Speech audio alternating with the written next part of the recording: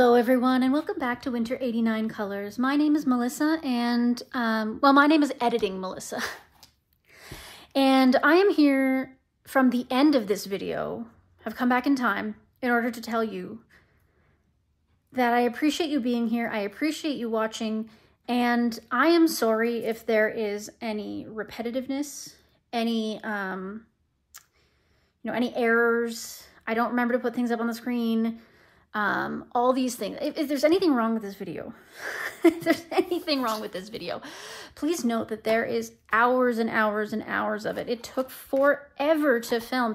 So by the time I got finished filming it, editing me was like, no, we're slapping it together and we're throwing it up. Like, I did so very little editing because it was so long. It would have taken me ages and ages and ages. And I thought you guys would just like to see it as is anyways.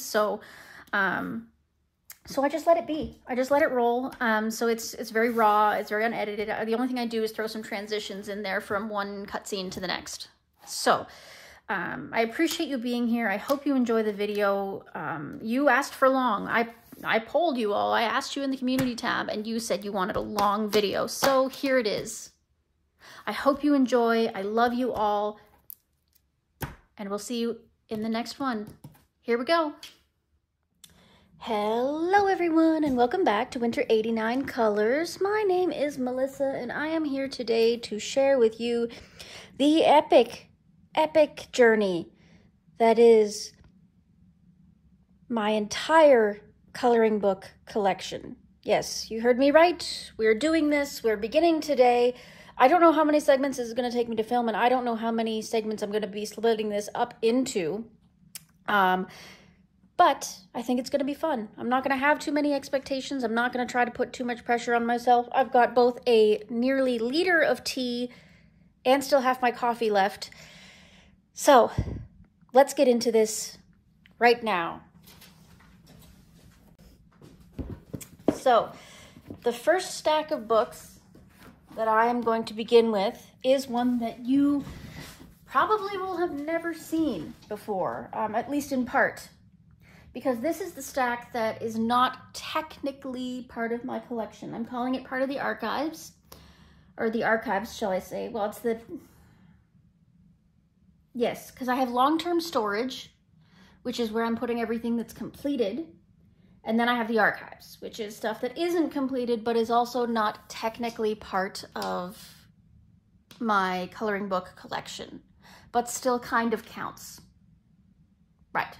So the first part of that is I have Johanna Basford's 2023 calendar. It's technically untouched. I have scribbled a little bit on one of the pages there, you can see, but that's all I've done in here. I decided to put it away for now because I have other things that I can be focusing on. I have several of her other books that have, need work in. So I decided to put this aside, not consider it to be part of my collection for now until I decide what I want to do with it. Because obviously I can't use it really as a calendar because it's out of date. But I can still color all the pretty pictures in it. So I haven't decided what I'm going to do with this. Am I going to make this a project book? Am I going to use it for experimental purposes? Am I going to turn it into an art journal? I haven't decided because, there are a lot of options in here that I could do. Because it's not technically a coloring book per se, I feel a little like I can be a little loosey-goosey with it. I don't have to be perfect with it. I can use it for many different purposes. So that's why I put this one aside. That's why it's not in my coloring book collection. I have to decide what I'm going to do with it first. Next is a book called You Matter. And this was a charity project by, I spilled some juice on it, obviously, sorry about that, but a portion of the sales from this book will be donated to You Matter, which is a free mental and spiritual health website. And this was illustrated and put together by Ned Burwell, who is a former tattoo artist who started his career in the town that I grew up in, which is Ingersoll. So it is a coloring book of classic tattoo designs. I used this one as learning how to use distressed ink. but I haven't actually colored a full page at all in here. So since probably nobody's seen this before, I'm just gonna do a quick flip. That one's pretty cute. I don't think I'm ever gonna color all the pictures in here because some of them are just not my style, but some of them are kind of nice.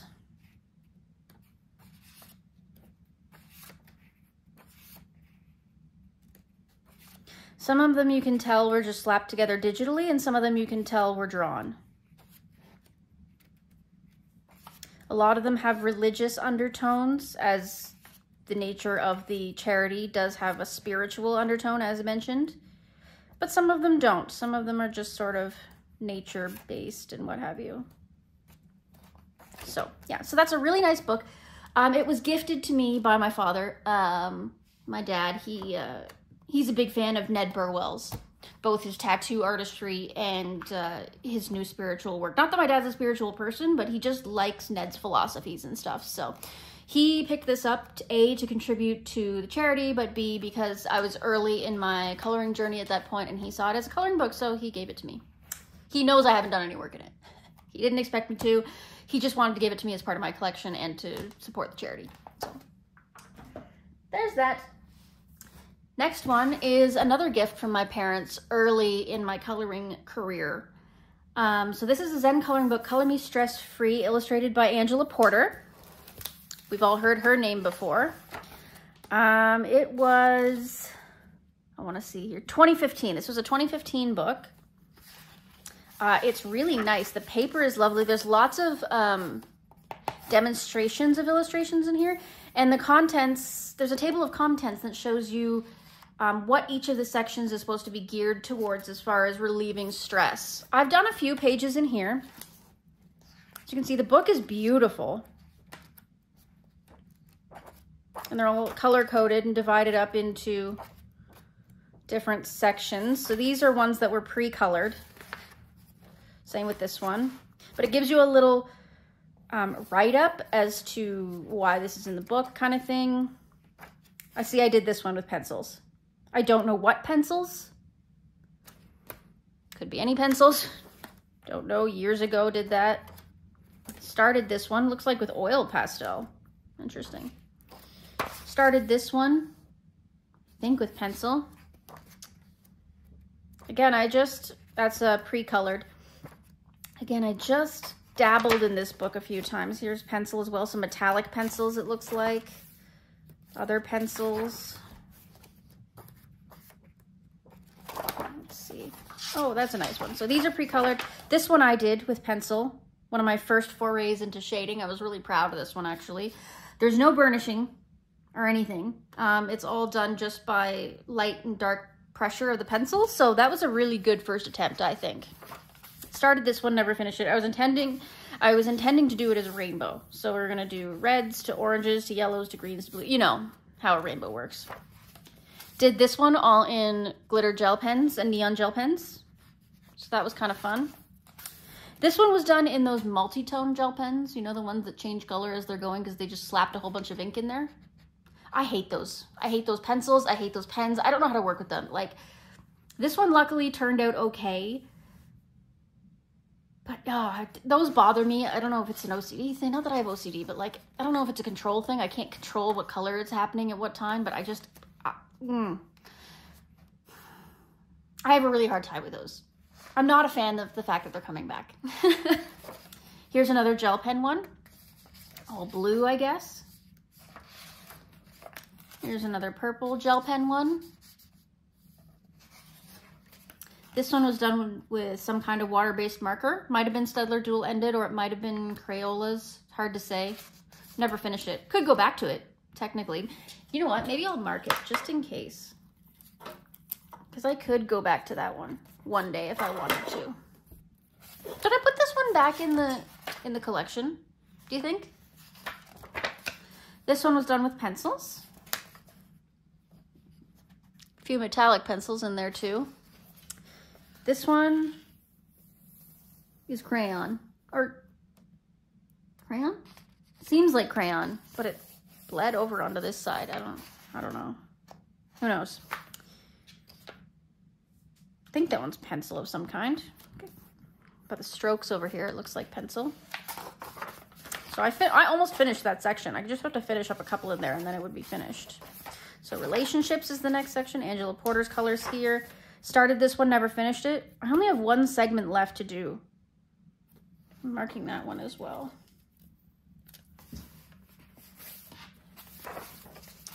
Didn't do that one, didn't do that one. None of these. Those ones seemed a little intimidating. Oh, this one I undoubtedly did in soft pastel. Fascinating. Man, it's funny where our brains would go in our earlier days, right? Yeah, I definitely did that one in soft pastel. It's obviously fixed. I don't know if I went back and fixed it later after I'd done it when I learned about fixatives, but yeah. Started this one. Looks like pencil again. I've even got a marker in that one. Cool. Started this one in water-based markers.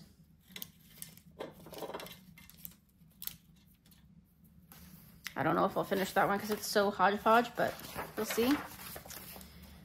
Finances, Angela Porter's. See, again, this one is awful. Like, what are these colors? What did I... But I've just got one little segment to finish and then it would be finished. So I guess we're marking it. What was with me in like almost finishing, but then not finishing? It's like when I eat a sandwich. I always have a hard time eating the last bite for some reason. I don't know what that is. It could be the best sandwich in the world and still for some reason something about me is like, no, sandwich is done by the time we get to the last bite.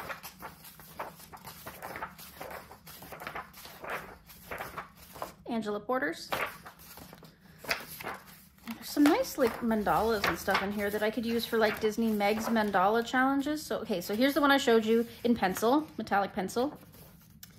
Another one in pencil. Man, whatever these pencils were, they really transferred over.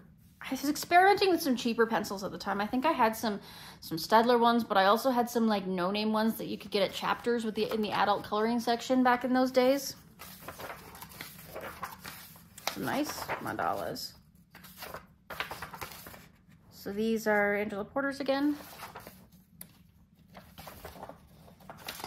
I don't think I did any. Oh, yeah, started that one. Haven't started anything else in this section, I don't think. Finished this one. Yeah. And here's Angela Porter's. Started this one. Oh, I was trying to blend there. That one must have been a later one. That looks like I started it with fine liners.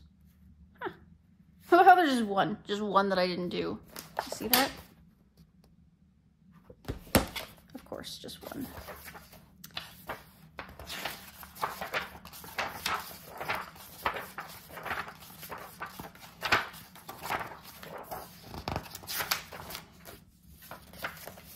Angela's here. Don't know if I did any in this section. I don't think so.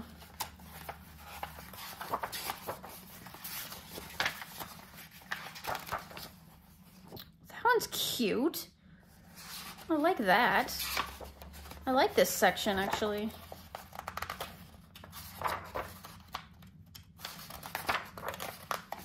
Okay, let me know down in the comments. Do you think I should add this book back into my collection instead of leaving it in the archives? Should I try to do more work in it now instead of just letting it sit? Let me know if you want me to kind of try to finish up some of the whips in here. Let me know what you think I should do with this book. It's beautiful. It's like really heavy. The paper is like, it's not bad. It's a little thin, but it's like really sturdy and it's kind of really smooth. So it'd be interesting to see what I can do with it now that I'm more experienced. So I need to clean it. I've got pencil and stuff all over it, but yeah. So that's Color Me Stress Free by Angela Porter. Next up, I'm gonna do two at once, and that is, I have Worlds Within Worlds by Kerby Rosanes, or Rosanes. It's got a little chip there. And the French version of Worlds of Wonder by Johanna Basford. Both of these are untouched. They are my backups. They are my secondary copies of these books. I have both of these books, not the French version of this one, obviously, but I have the English version of this one. Oh, the paper, I think, is different in this.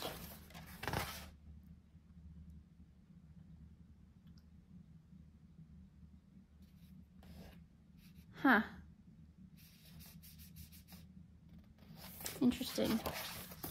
Yeah, I think that, ooh, the paper's bright white in this. Yeah, I think this is different from my English version. Anyway, sorry, knock you there. But yeah, so I have these because I love both of these books so much, and they were early books for me, and I want to have the confidence to work in them more. So by having a backup, I know that once I come close to finishing those books, or if I mess anything up in those books, I've got backups of them that I can fall back onto. So those are staying in the archives until I need them one day. And I have the same of Grains of Gold.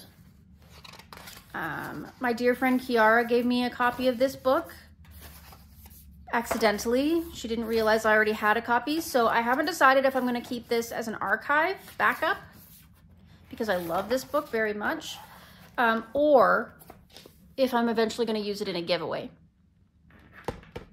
Haven't decided that. Time will tell. But I'm looking at, oh my goodness, look at how pristine this one is sitting in the archives versus the one I've been using over the last couple of months. I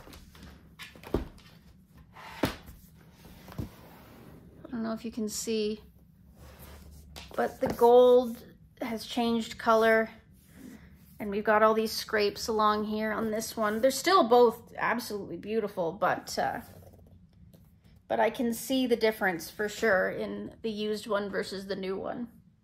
But yeah.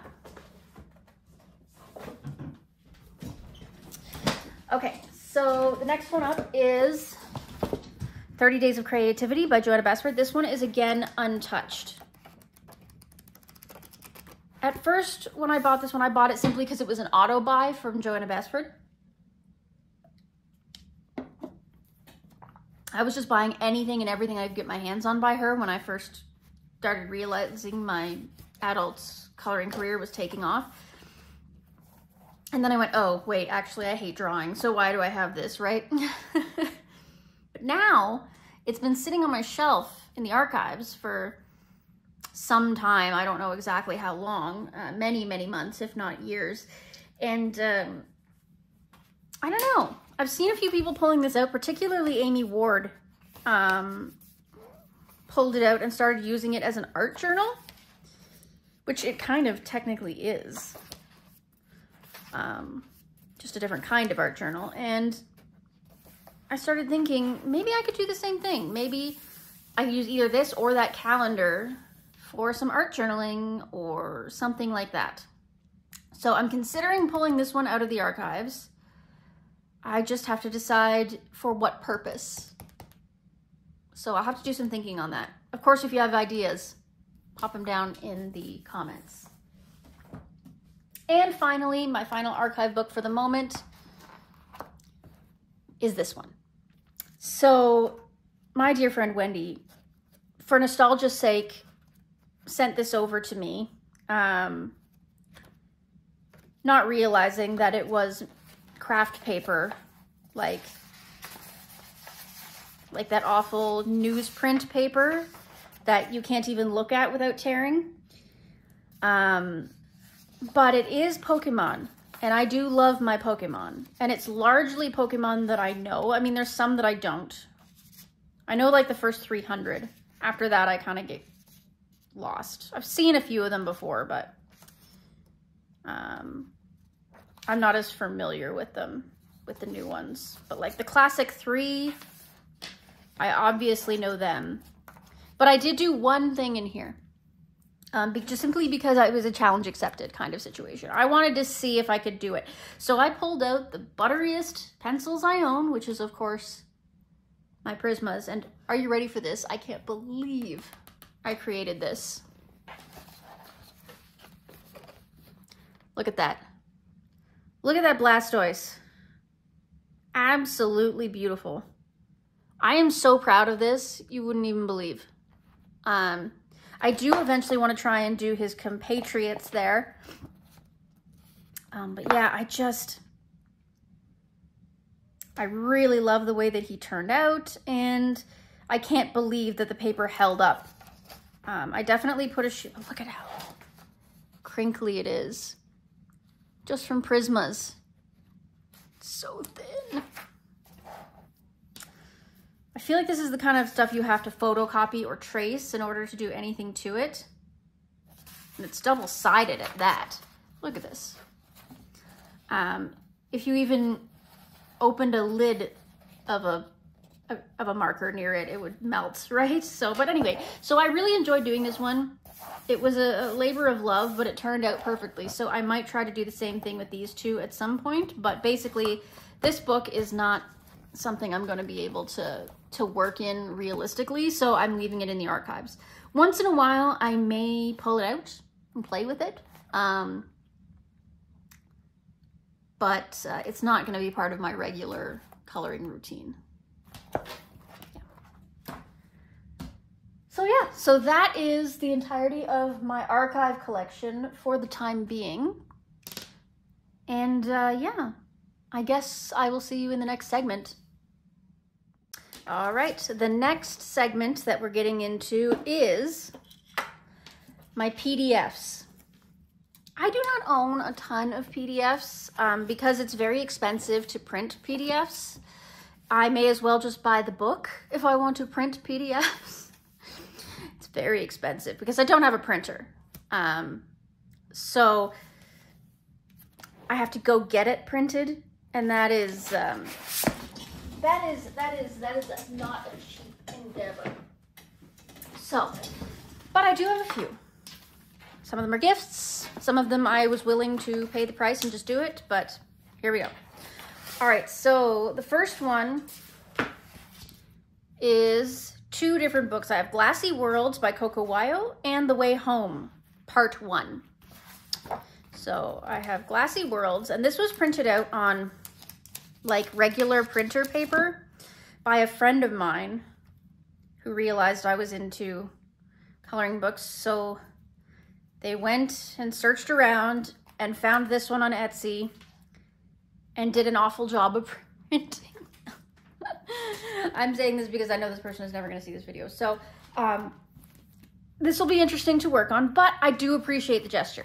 That's really, really sweet of them. But yeah, I love this book. It's so cute. I've seen Candace from Happy Catastrophe working on this, and it's just adorable. Look at these little squeeze. So I haven't done anything in here, but I think this is the whole book. I think they got the whole book for me. It's really cute. I do have to do some work in here. We'll see how this paper behaves. Given the situation. Hopefully it takes alcohol markers okay at least, or water-based markers even. But yeah, so that's Glassy Worlds. Haven't done anything in there, brand new. Excited to eventually get some work done in there. So this is a PDF I just printed off last year for Halloween and never finished. Back when I was still really new to alcohol markers and stuff, and I could still technically finish it if I wanted to, but I just haven't gotten around to it. But that is the preface to The Way Home by Morgan O'Brien. So I ran out of money when I was printing this off, so I only have about half the book printed out. But that's enough for now. I can always print the other half some other day. So these are the ones that I have. I haven't touched these yet.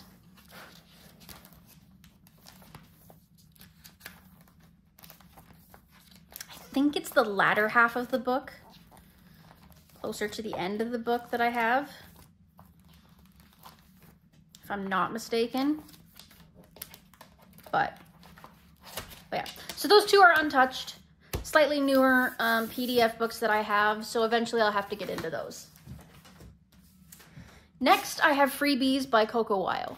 Coco Weil had a while there where they were giving away a bunch of new free comfy and cozy pages on their website, and so I went and I printed off a few. I didn't print off all of them because not all of them interested me, but I just picked and chose a few. They're numbered, and you'll notice that the numbers are A, not in order, B, I don't have all of them, so. But I got a few just to try out. Very, very cute. And that's it. I've still got lots of room in here to put more PDFs if I come up with them. So yeah, that's Coco Weil's Freebies. Next, I did a full flip through on these earlier. So, earlier in the year. So I'm not going to do a flip, but I am going to show you. I got 3 Teresa Goodridge Etsy books. So they're 8 pages long each. And there's Hello Autumn. And these are Etsy exclusives. You can only get them on Etsy. We've got Halloween on Etsy. Very cute. And Animal Farm. Very cute. So I've got those, and I printed those off on like cardstock, so hopefully they'll be really good for my markers, but we'll see. I still haven't gotten around to them. They're still untouched. Bleh. All right, and finally we have this hodgepodge. So you've seen this in my completed pages. This is the Artsy Lola Co. Autumn Mouse Collection. I think I have them all printed off. Some of them on large, some of them on pocket size. Really cute collection. Little mouse hanging out in the autumn, doing different things. Some of them are more complex. Some of them are extremely simple. And then we have Artsy Lola Co.'s Witchy Kitten, which I did not print off the entire collection because they're all very similar. It's all the cat just sitting there with different outfits and slightly different like objects. So I didn't print them all off. I just picked a few. So the next ones are a little gory, so turn away if you're not into that. And this is Dark Beauty's horror coloring book. They sent me a free sample of it, and I dishonorably never got around to finishing a page in it, but it's very creepy, very dark. I started this one, never finished it, but yeah. So not bad art though, to be honest with you. I should have another look at that book. Try again to do some of these pictures. Should have for Halloween, didn't.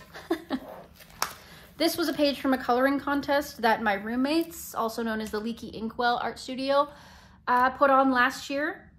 And I didn't enter the contest. I just did it as a demo for their promo. I don't need more of their art. It's everywhere around me.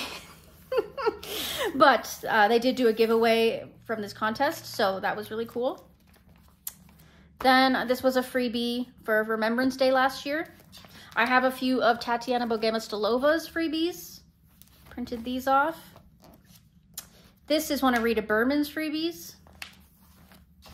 This is another freebie that was given away on Instagram.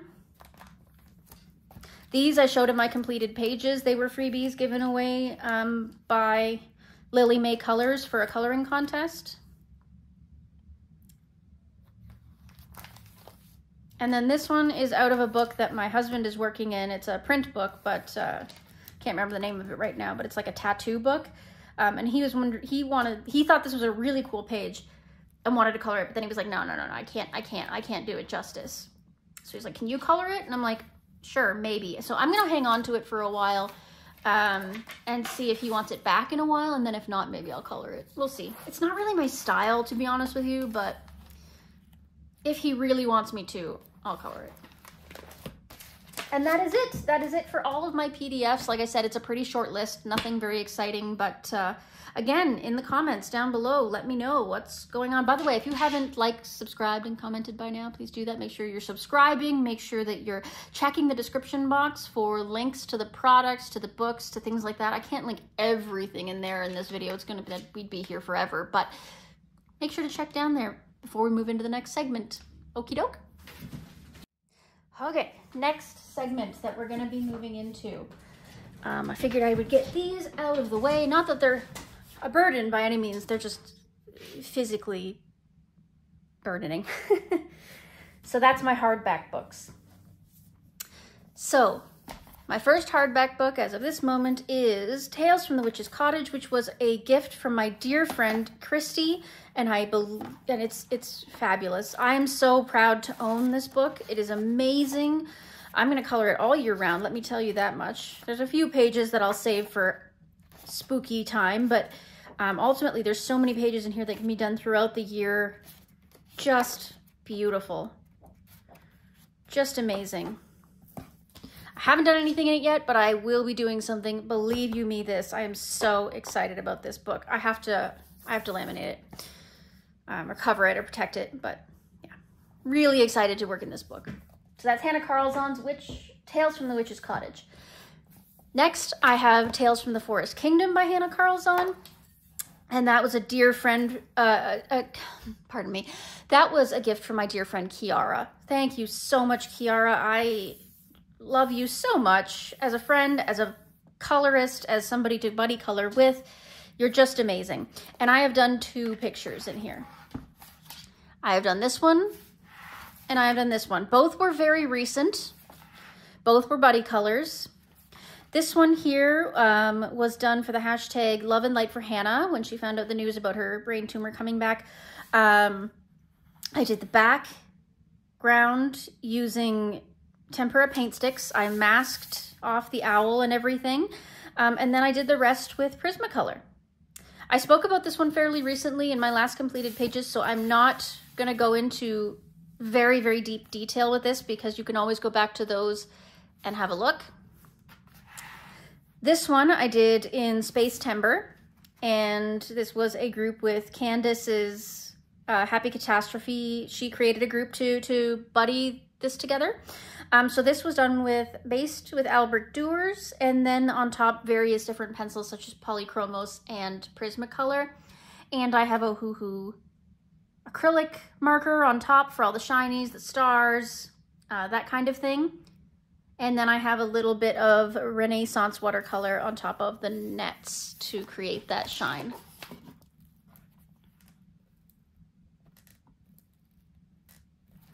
So yeah, so that is everything that I have in Tales from the Forest Kingdom by Hannah Carlzon. Where is the rest of my Hannah Carlzon? Here we have it. Okay, so I have Seasons by Hannah Carlzon, and this is a brand new book given to me by my dear friend Silk Swift. And this is brand new. I have not worked in this yet. I have a couple of pages marked to work in. So I want to work on this Autumn Winds one because currently as I'm filming this, we are in mid-autumn. And I want to work on this one, this little glass jar with all these little mushrooms in it. I think it's so cute. And I think those are both simple enough pages to get me into the book, get my feet wet without feeling overwhelmed, because starting a new book, as we all know, can be a bit intimidating. So that is Seasons by Hannah Carlzon. And next, this is my most worked in Hannah Carlzon. It was my first Hannah Carlzon, and that is Grains of Gold. This is her compilation book and contains many of her illustrations already previously put in. I believe there's new ones as well, right? Yes, 11 ones that are exclusive to this book. So let's see what I've done in here so far. This is my most recent one. This was a buddy with Julianne Annette Art, and we did this for October. So this I based with my Inktense pans, and then I went over top with Polychromos, I believe there was a little bit of Prismacolor too, just to fill in some gaps. I used Ohuhu acrylic markers to white out a lot of the lines. I've got Jelly Roll Glaze on the mushrooms. I've got Dragonfly folk art in the background. And yeah, turned out really, really, really good. I'm really impressed. I'm happy with the way this one, I wasn't sure how this one was going to turn out because it started really, really messy with all that Inktense pan, but it worked out, so can't complain, can we? Next. This one was a buddy with my friend Kiara, a nice big old double page spread a couple months ago, and this was done with Albrecht Dürer. I also have metallic gel pens, Jelly Roll, Uniball Signo, etc. for all of the gears and whatnot. I've got a little bit of Jelly Roll Glaze here and there. And then the background was done with stamping ink and a stencil. So I'm really happy with the way that turned out. I think it's really fun. And yeah, I was really surprised by how well this one went. I was really scared of doing it because it was a big undertaking, but it turned out. Yeah, so next up, I did this one. This was the first one I did in this book, and this was not for a buddy or anything. It was just, 'twas the season, so I decided to do this one. I was brand new to using Albrecht Dürer, and that's what the background is all Albrecht Dürer activated, but I should have put a second coat because it looks really, really messy. But even with the one coat, it's not bad. The rest is Prismacolor, all the mice and everything, they're all Prismacolor. And then I've got some glitter gel pen for the snowflake ornaments. Overall, this turned out fine. Like it's okay. It worked out. But if I could go back, I would do more coats, be a little more even on the Albrecht Dürer in the background. That's all. I do have the chance to do this again though, because it's in, I believe, both seasons and my other Grains of Gold book. So that's very exciting. Oh no, there's one more I've done in here. I know for a fact I did one more. Yeah. I did this one, and the background is a color along on the channel if you want to go check that out. This was done with Albrecht Dürer once again, and various glitter gel pens, and some acrylic paint pen as well. Oh yeah, various glitter gel pens and stuff. So I'll give you a little look at that one. Very cute, very soft and very spring-like. That's what I was going for. I wanted it to be gentle and soft and, you know, pastel. So I thought it worked. And I think that's everything in here. Yeah. So that's Grains of Gold by Hannah Carlzon, and that concludes my Hannah Carlzon collection. So moving right along, this is the newest book by Maria Trolle, her Shooting Star book. And this was a gift from my dear friend Tanya. And we've done one in here together.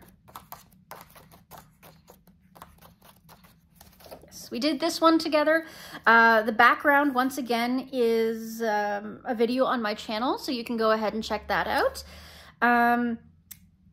And it was done in Albrecht Dürer, and the rest was done in Polychromos. The only thing in here that's not that is she's got a little bit of Jelly Roll Glaze on her eyes, and the little star that's hidden there is, I believe, Sparkle Pop. Otherwise, very, very simple little page, very fun.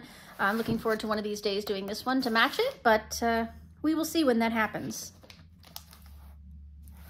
And that's all I've done in Shooting Star by Maria Trolle.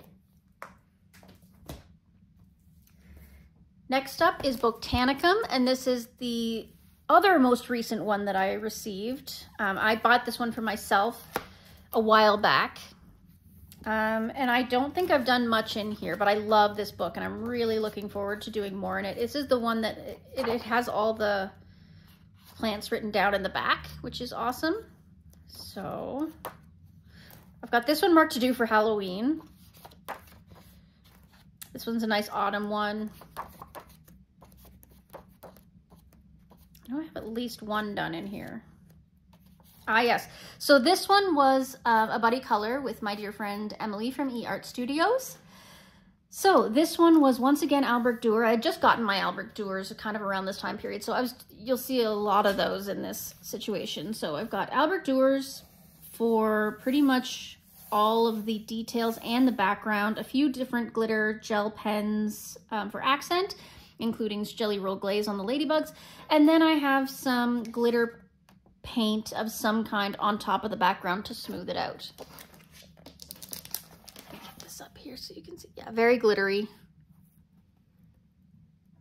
Love me some glitter. And that turned out very well. I really enjoyed doing it with Emily, and yeah, I hope I can get some more done in this book soon. Let me see if there's anything else. I'm not sure. I have this one marked also for autumn. Oh, that's cute. I don't remember that one. Is that it? Oh, no, I did this one also. This was a buddy color as well. I cannot for the life of me remember who I did this with. I'll probably have to put it on the screen. But anyway, so this was a buddy color, and this was done, so the background is soft pastel. The rest looks like polychromos, and then I have glitter paints on the doves and on the clouds. Again, very, very glittery, but very fun. And this was, again, a soft, rather simple page to work with.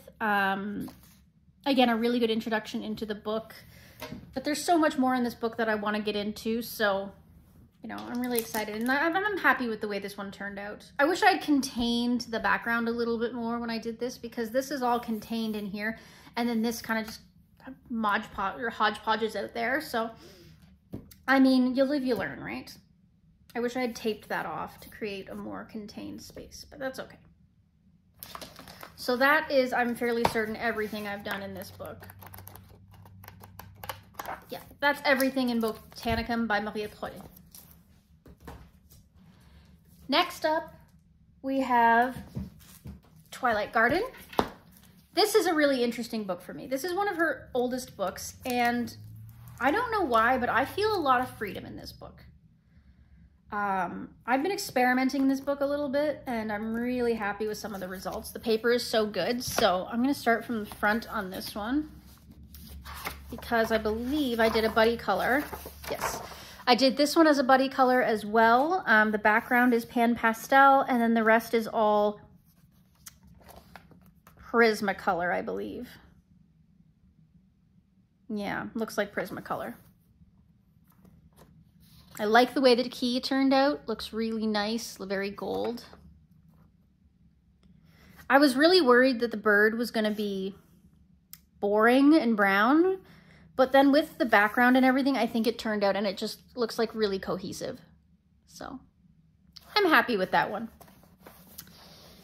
All right, so the next one is a completed page I did just recently. And that is this one here I'm calling the Neon Flower. This one was an experiment with masking fluid and my Inktense pans. So I wanted to do the background. The flower followed after that. So the background is two different colors, black or dark green. I can't remember, either black or dark green in the Inktense. Done wet on wet. Masked off the flower and all the details. The flower is Prismacolor and a little bit of acrylic paint pen, and then there's some glitter gel pens. And then I covered most of the page in MAB watercolor glitter. It's really subtle glitter, but it looks really, really nice. It's like a green undertone. Hope you can see that on camera. Yeah, that was really fun. Really enjoyed that page. And that kind of got me started on this other kick that I'm now into.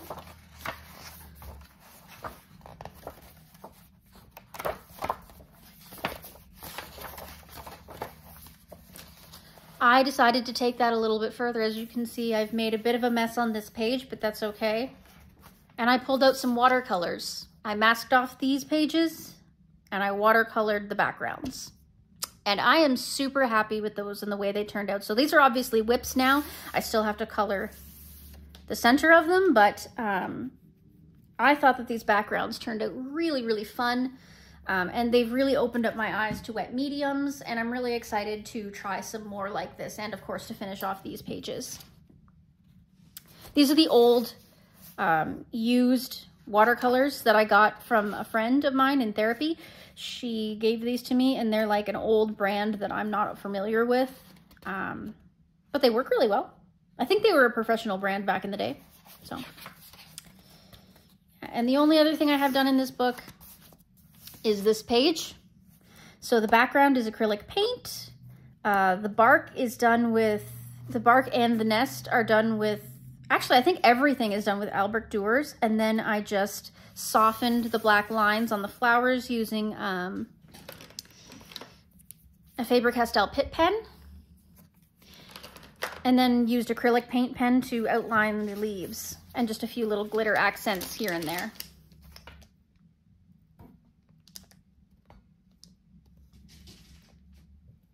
A rather simple page, even though it's a double page spread, but really fun. I enjoyed the process. It took me a while because I kind of did the background and then did bits and pieces of the rest of the page, but I'm glad it turned out cohesively and fun, and despite it being simple, I think it's really nice. So I think that's everything in here, yes. So that is everything in Twilight Garden by Maria Trolle. And the final hardback book that I own is Maria Trolle's Nightfall. This was the first Maria Trolle that I ever owned. And I do have quite a few done in here as well. As you can see, I was testing an alcohol marker there. No go. Most of the pages I have done in here, I think, are at the front. I think I was kind of semi going front to back with these. Yeah, nothing in the back, just in the front. So let's go from the front. So I did this little thing first, this little moth. Don't know what pencils, a little bit of metallic pen on there. Could be any brand, not sure. Did this really early in my career. Did this one then, and this is all pencil. All Prismacolor. You can tell it's early work. Like, it's still nice, but it is, the blending is a little questionable and the color cohesion is a little questionable, but still nice. Then I did these two pages. So this one, the background is soft pastel. The rest is done in mostly Prismacolor, I believe. As you can see, I wasn't very good with my blending on my soft pastels or my Prismas at this point, so early work. And then I did this one. The flowers, the purple on the flowers was a metallic watercolor, just a cheap one. And the rest was Prismacolor, and the background was soft pastel. I put washi tape around the border. Turned out okay. Again, obviously early work. As you can see, I matched the bird to this bird. Cute. Next, I did this page, which I thought was going to be easy because it was a black background. 'Twas not. But I did this all in very cheap pencils, I think, except for the squirrels. Except for the squirrel I did in Prismacolor. The rest was all done in super cheap, like dollar store pencils that I had at the time. But it turned out, like, all things considered, it looks pretty gosh darn good, don't you think? Yeah. It was a task also deciding that these flowers were white. You know, I looked them up in the back as to what they were, and they were white, and I was like, oh dear. So I figured out how to do that. Turned out just fine for early work. Next, I did these pages. This one, it turned out fine. It was done in Prismacolor, and then I did the background last with soft pastel, and it stained. I did it with pan pastel, that's why. I didn't realize that pan pastel are semi-opaque, so it covered a lot of what was actually happening here, which is unfortunate. You can see the green in the flower over here. It kind of stained it. But all in all, it turned out all right. Could be worse. This one was an earlier one as well. I did it before this one, I think. And again, it's got soft pastel in the background, just a hint of soft pastel in the background. And it was done with cheaper pencils. I think Crayolas, actually. I think this was done with Crayola pencils and then some kind of glitter pens for the insects. You can see there. This one was, again, super cheap pencils. Dollar store, mostly.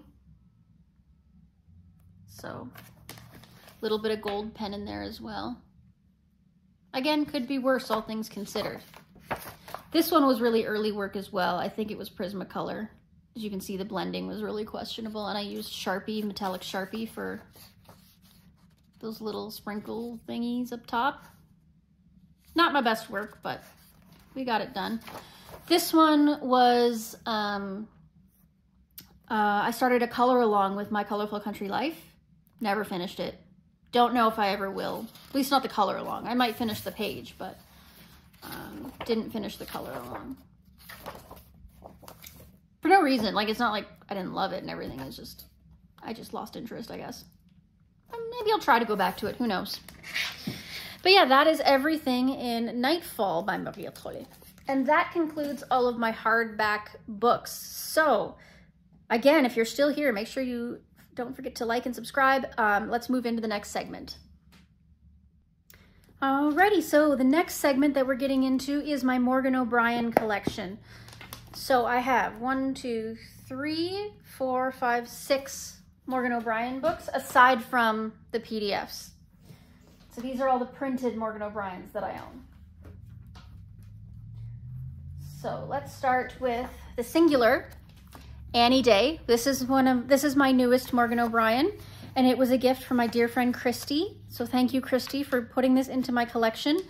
It is currently untouched. I do not have anything done in here, but I'm very, very excited to get something done in here. This is such a beautiful book. I'm about a year behind in everybody's work on this, so I have lots of catching up to do, so I'm very excited to get into that one. So that's Annie Day by Morgan O'Brien. The next one is Matchstick Mouse Autumn, and I have a couple done in here. This one was until recently untouched. I think I did all of it this season, actually, all the things I've done in here. So I did this one for Matchstick Mouse Through the Seasons. This one was a mixture of acrylic paints for the background and then alcohol markers for everything else and a little bit of glitter gel pen.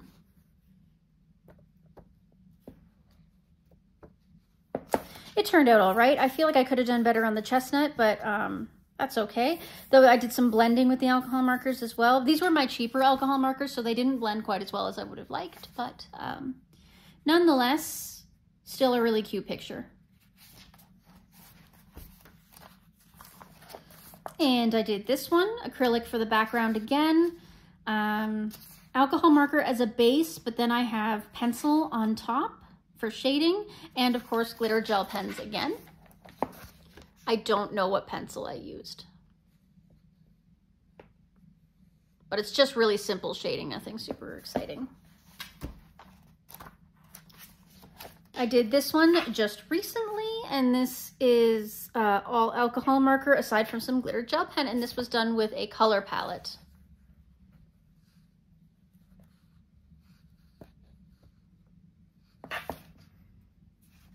And I believe that's it. I've got this one marked to do next. And that is Matchstick Mouse, an autumn coloring book. Next, I have Matchstick Mouse, a springtime coloring book. I believe I just have one in here done. Yeah, I did this one last spring. So this one was done with Albert Duers and a little bit of glitter pen, otherwise just the Albert Duers, I think. You can tell the paper's a bit wrinkly. I don't know if I ironed it or not. I may not have. Yeah, that's a really cute one. I love that little duck. He's so cute. Yeah, that's Matchstick Mouse Springtime. Next up, we have Matchstick Mouse, a Christmas coloring book. And I have not done anything in here, but that's going to change this season. This one's up to bat this Christmas. So cute. Adorable little Christmas scenes. Just absolutely beautiful. I'm so excited to get into this. I think it's going to be fun. So that's one to knock off the untouched list this year. Next, we have Matchstick Mouse Summer, and this one is the first Morgan O'Brien that I ever touched.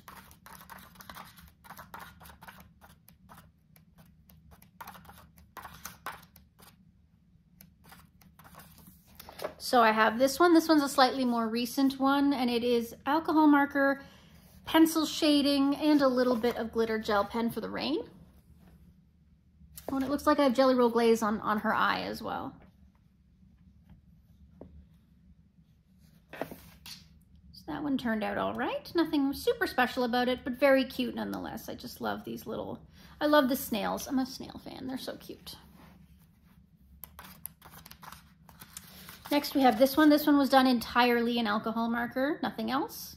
Just a simple little page. Like the way it turned out, very cute. I always want to go for really natural colors with her. Some people really always picture like a white mouse. I always picture like a brown mouse because that's what we have around here.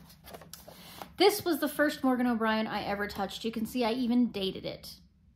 This was my first alcohol marker page, my first Morgan O'Brien page, my first time trying to blend and shade with alcohol markers.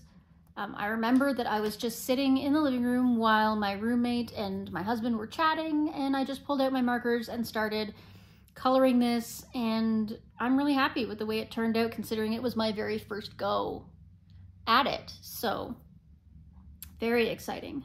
A little wormy and cat beetle. Very cute. I didn't realize this was a match at first. Duh.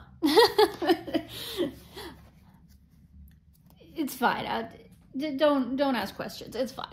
I'll figure it out. You know, I'll be fine. In this one, as you can see, I did figure it out. So this one's a mixture of alcohol markers and pencil shading. And again, really happy with it. Very cute. I love the little hat on Wormy. Really nice. So that is Matchstick Mouse Summer.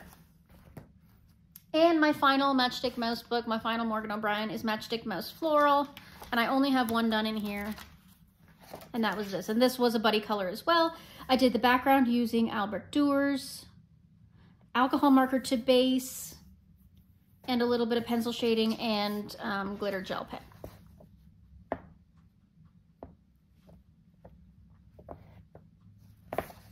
Again, another simple one, but pretty effective. Really cute. So that is Matchstick Mouse, a floral coloring book, and that is the entirety of my Morgan O'Brien collections. So I hope you enjoyed this segment, and let's move on into the next. Okay, so this next segment is my smaller square books. Let me just gather all these together.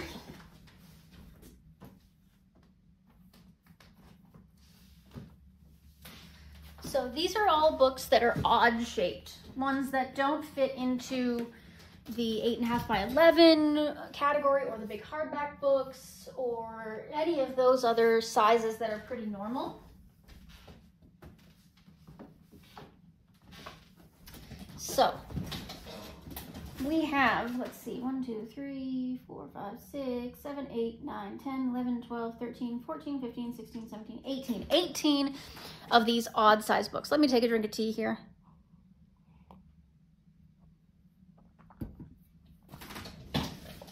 Actually, you know what? I'm gonna fit all of my odd size, including my minis, in here. And you'll see what I mean by that in a minute. So, all right, I'm gonna go roughly from smallest to largest. I don't count on that being an absolute, but here we go. Let's get started. So the first odd size I have is Lost Ocean, Johanna Basford, 36 postcards to color and send. I think I consider this to be technically an archive book because I don't know if I am ever gonna color this. It is so teeny tiny. The details are just, I mean, Lost Ocean was already a fine liner book, but then you shrink it down and you put it into a postcard size. What in the actual name of whatever deity you believe in are you supposed to do with this? Look at these tiny baby little details. Look at how small they are compared to my finger. Okay, so this is my pinky finger. Look at how tiny they are. Oh my goodness. Even fine liners would struggle in that. Holy smokes. I mean, it's beautiful. Don't get me wrong. I bet you one of these would just look fabulous completed. but I don't know if I can bring myself to do it. Beautiful little set though, absolutely gorgeous. So, okay, we'll call it technically an archive set. It doesn't fit with the archive books, but yeah. Next, we have the Miniature Enchanted Forest, same deal. Too many tiny details. I don't know if I can ever finish a page in this, but I did do this beginning page with fine liners. Yes, that is definitely fine liners. Tiny, tiny, tiny it is. Again, my pinky finger. So tiny. I did finish this one. I forgot about this. I did this at work with Crayola pencils and fine liners. Or no, this is Pitt pen. Water down here. I have a couple of Pitt pens I got just like open stock. And I was playing with Pitt pens. The details, all of this is Crayola pencil. Looks super great, eh? A little messy, but whatever. All right. We all comfy, we all cozy, we ready for the next segment? I hope so, because here it comes, ready or not. So the last one was interrupted, but luckily I only got a couple of pages in. So these are the first two. So these are my odd-shaped books, ones that don't fit into the normal scale of coloring books. And I have 18 of them to show you. So these are the first two. I consider these two part of my archive. I don't know if I will ever include them as literal parts of my coloring book collection because they are so odd. So this is Lost Ocean by Johanna Basford, the 36 postcard collection, and it's beautiful. I think the collection itself is just lovely. The way it's packaged, it's just beautiful. It's so well fit into this beautiful binding here that's going to keep them from falling apart until you're ready to have them fall apart.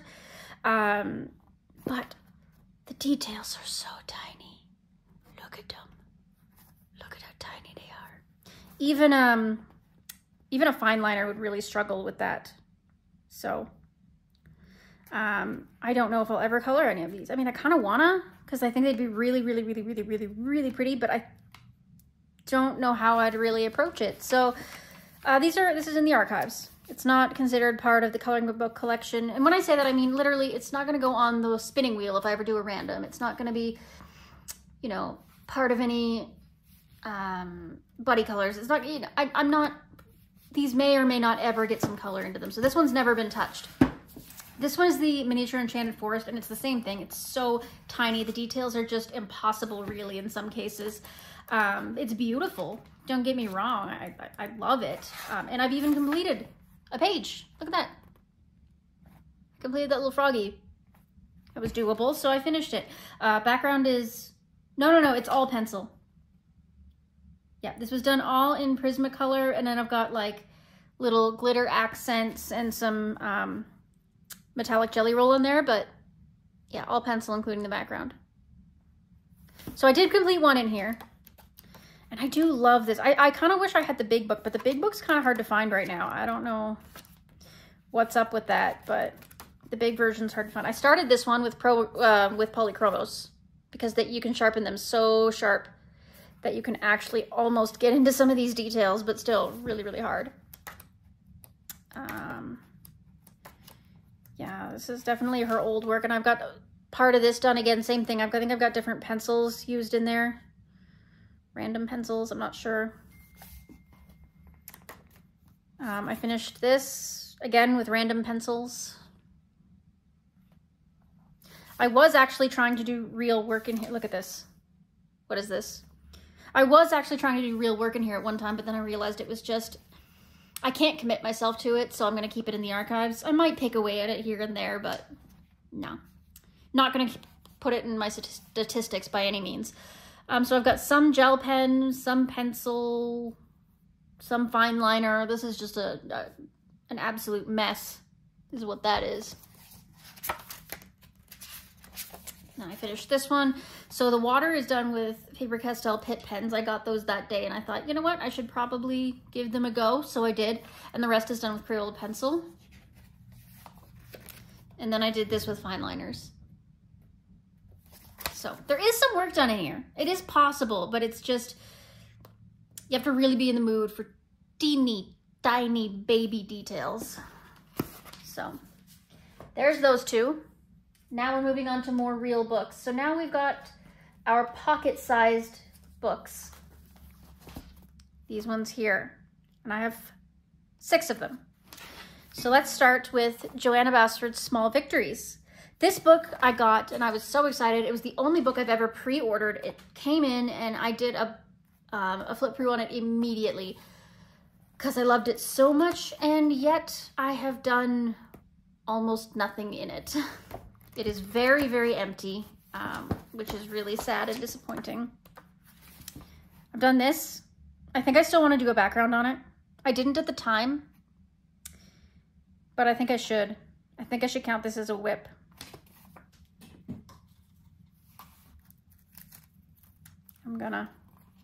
She needs a background. Yeah. But anyway, so this was done with polychromos pencils and a little bit of glitter gel pen of some kind. Just on the fish there and on the key down there. Yeah, that needs a background. And I finished this one for Space Timber. I did a mini series on this, so you can find this on the channel. Each one of these is done in a different pencil. I don't remember which is which. Go check out that mini series if you want to know. But this was really, really fun, and I'm glad at least I got this one done because that was a great way to break into the book and a great way to engage you guys in the channel. So, it bled through there. Oh, sad. Sad face. That's okay. We'll fix it. I had this one marked for some reason. Not sure why. I'm gonna unmark it. If I don't remember, there's no reason to have it marked. Same with this one. I think it was for the minis, because I was trying to figure out what you guys wanted to do for a mini series. Okay, that's a really pretty one. And this is another one. This is a whip. Again, I started it to play with my Faber-Castell Pitt pens, so I based these with the Pitt pens and then did pencil over top, and they turned out really good. But I don't know what I want to do with their opposites. Not sure. And of course I need to do like a background or something, but yeah. So we still need to do that. And otherwise I have done nothing. That is it. So I need to do more in that book, that is for sure. Next up, I have Sweet and Simple, Whimsy Girls, Mermaids in Watercolor, pocket-sized coloring book by Hannah Lynn. And again, I don't have a ton done here, but I do have a few. So I did this one.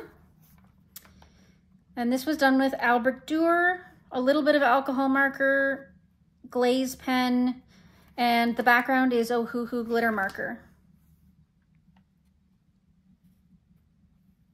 It's really shiny. Really fun. I thought that one turned out really nicely. Really limited palette.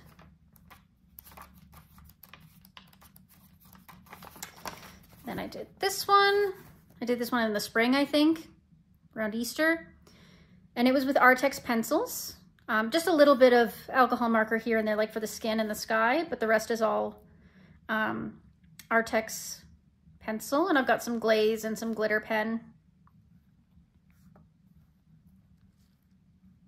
So that one was really fun.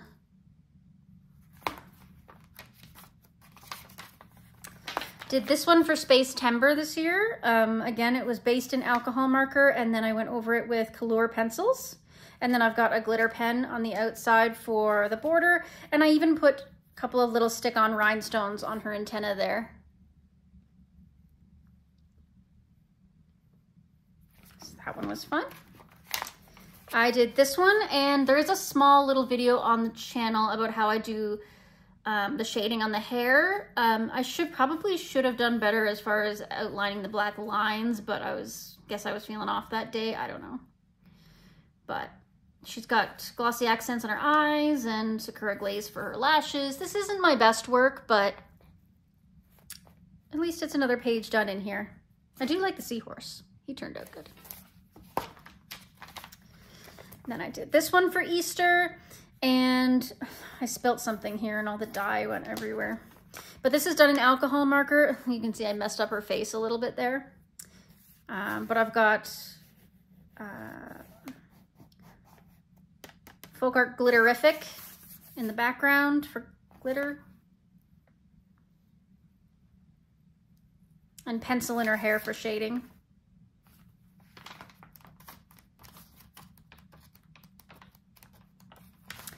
I had marked this one because this book is part of the ones that were selected randomly, so I have to keep that one in there. This one I was going to do for Halloween. Don't think we're going to get to that one this year. So, pull that out. Yeah, and that's it for Sweet and Simple Whimsy Girls. Next, I have Enchanted Faces, Mermaids, Fairies, and Fantasy pocket-sized coloring book by Hannah Lynn. Again, not a ton done in here. I'm getting used to her style though, and I'm starting to enjoy it, so that's good.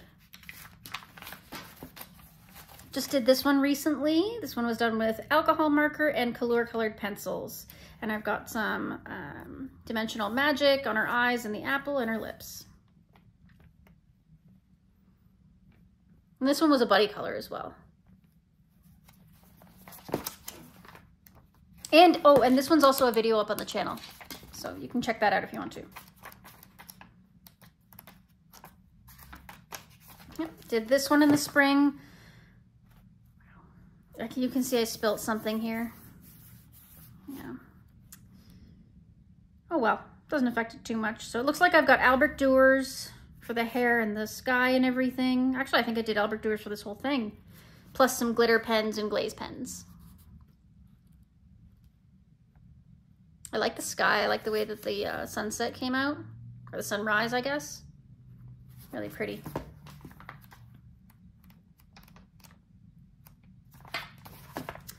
And I did this one, the walrus. Again, this is alcohol marker and pencil. I imagine either Artex or Color with a little bit of glitter accents and glossy accents, or not glossy accents, but Sakura glaze. I don't remember when I did that one, to be honest with you. But, and I did this one. This one I remember because her hair was so glittery. I went nuts with the glitter on this one. But yeah, once again, it's alcohol marker base and pencil and glitter pens on top. Really fun one. And that's it for Enchanted Faces. Next, we have Fantasy Faces line art and grayscale pocket-sized coloring book.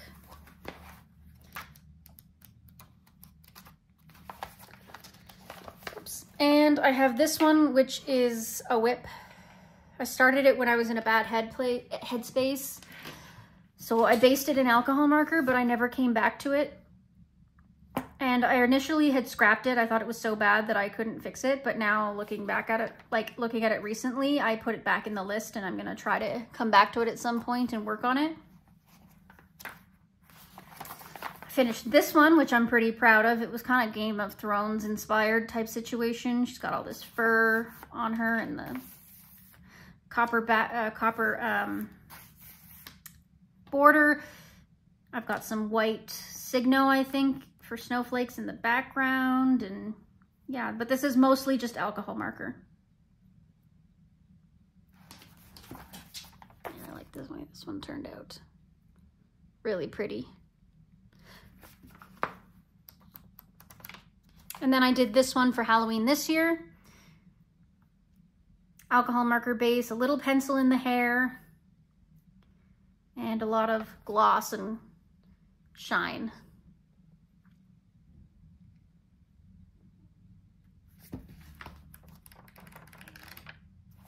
And I think this was the first one I did in this book. And it is, of course, alcohol marker base with glitter accents and a little bit of pencil as well. I think this was Prismacolor.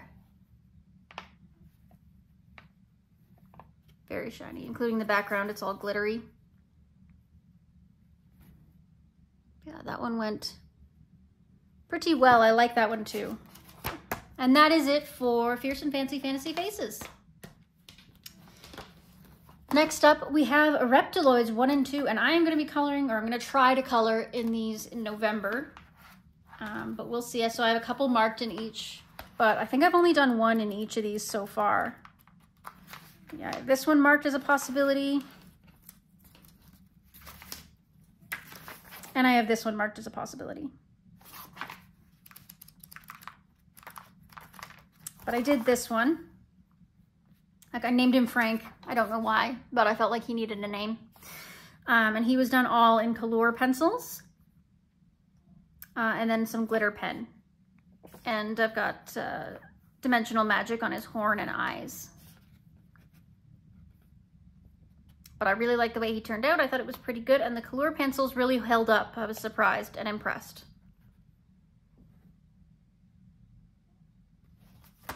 So that's Reptiloids 1, and then we have Reptiloids 2.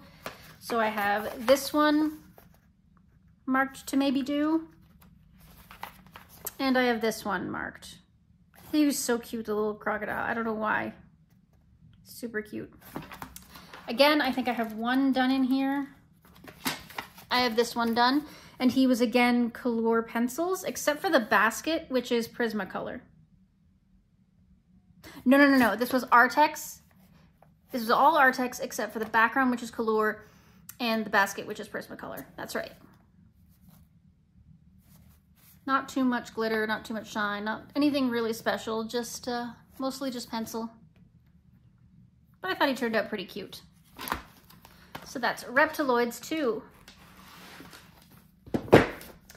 Okay, so now we have the stack of slightly more normal sized, but still weird books.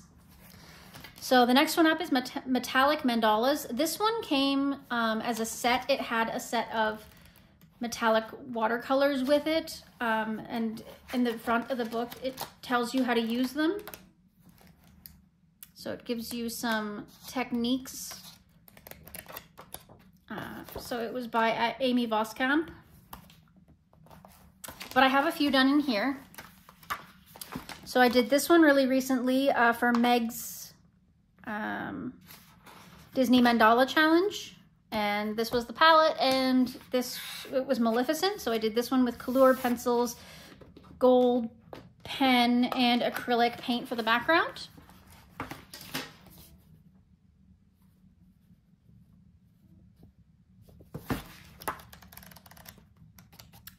And then we did this one for Meg's Disney Mandala Challenge, and this one was based on Stitch. It was mostly done with alcohol marker with a little bit of glitter pen.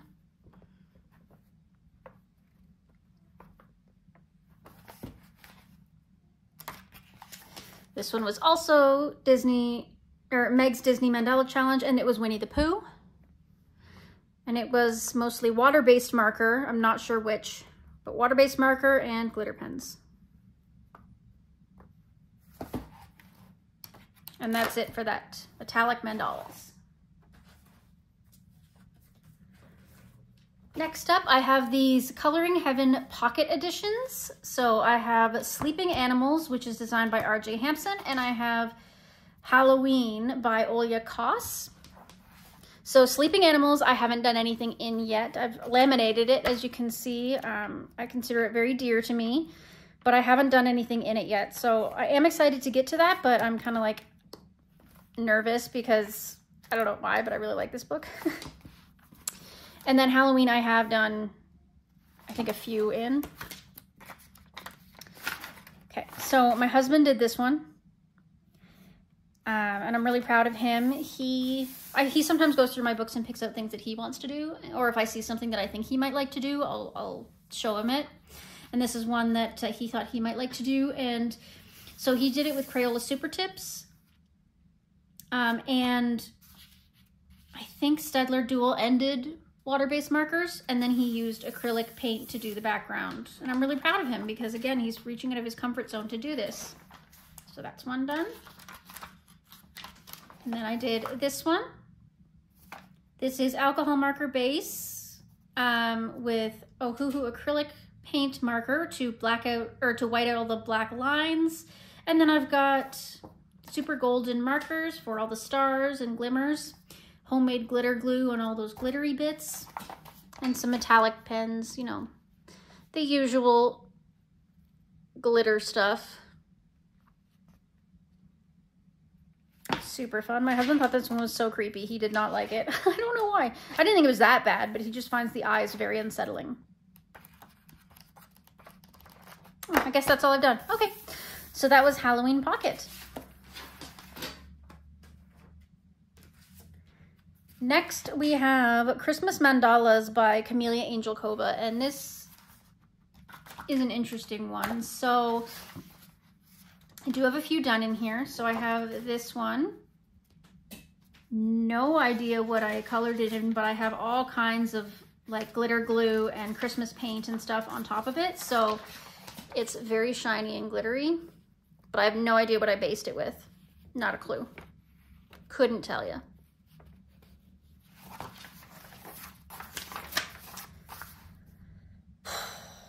So I did this one.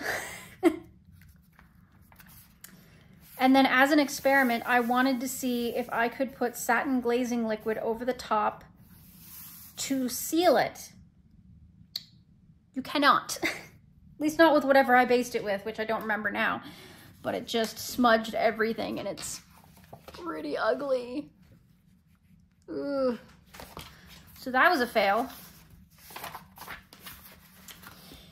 But I've also done this one. This was all in cheap gel pens, glitter pens, metallic pens, pens I don't have anymore.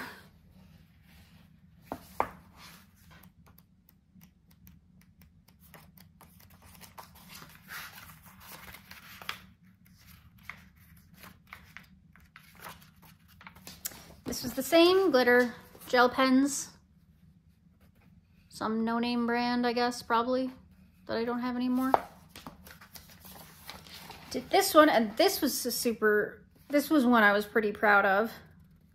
It ended up getting really wrinkly. I think I used Albert Duers for a lot of the basing, and then I tried to seal it using Mod Podge, but like the spray Mod Podge, and well, I don't know what happened to the paper, but it is not happy about it. So it's a lot of glitter pen, pencil, all kinds of stuff. I mean, all in all, it looks really nice. It's just the sealer made it so crinkly, but still like it. That's it for Christmas mandalas. Next, we have Dimensions by Francois Gauthier. This is one I want to work more in now. I'm starting to get back into feeling it. I got one marked there. I think I've only done one in here. But Candace at Happy Catastrophe is encouraging us to use just straight alcohol marker, and you know, that's kind of what I did here. The background is soft pastel, but then the rest is alcohol marker and glitter pen, and then I just put some washi tape around the edge. Turned out okay. Kind of boring, but okay. And that's it. That's all I've done in Dimensions by Francois Gauthier. Next, I have Goblin Core, and this is a Shutterstock book by Chartwell. So the paper is really, really nice, but the images are somewhat generic. This is a whip I started. It's got Distress Oxide for the blue and then soft pastel for the red, and I haven't done anything else since. I just kind of left it.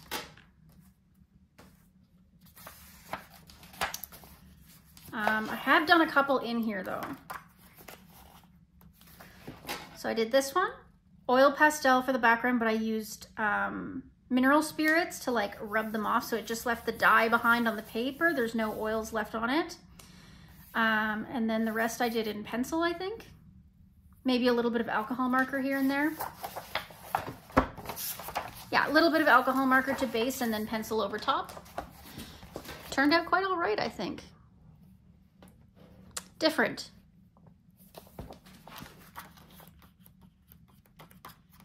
Did this one, soft pastel for the background, alcohol marker for the rest. Did kind of a faux bokeh thing in the background. Have that one marked for something. Did this one, so this is all pencil, except for the brown down here in the background is iridescent acrylic paint, but the rest is all pencil, a little bit of gel, gold gel pen. Little hobbit hole there. Very interesting.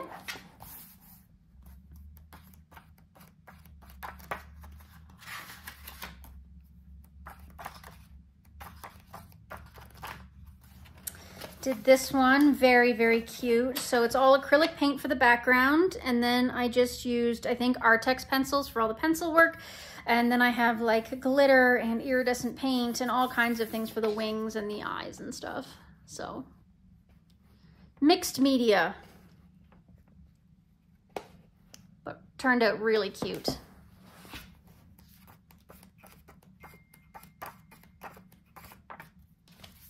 This one is a video up on the channel. It's a speed color using Albert Dürer.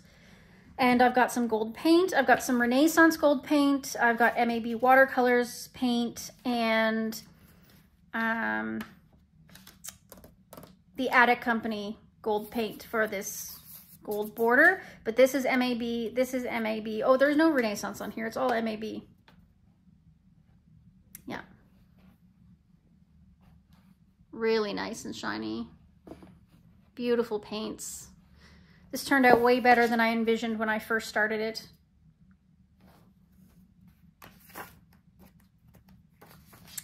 This one might be my favorite in the book. It was, I think, the first one I completed in this book. And it was done all with Crayola pencils and then Jelly Roll Glaze.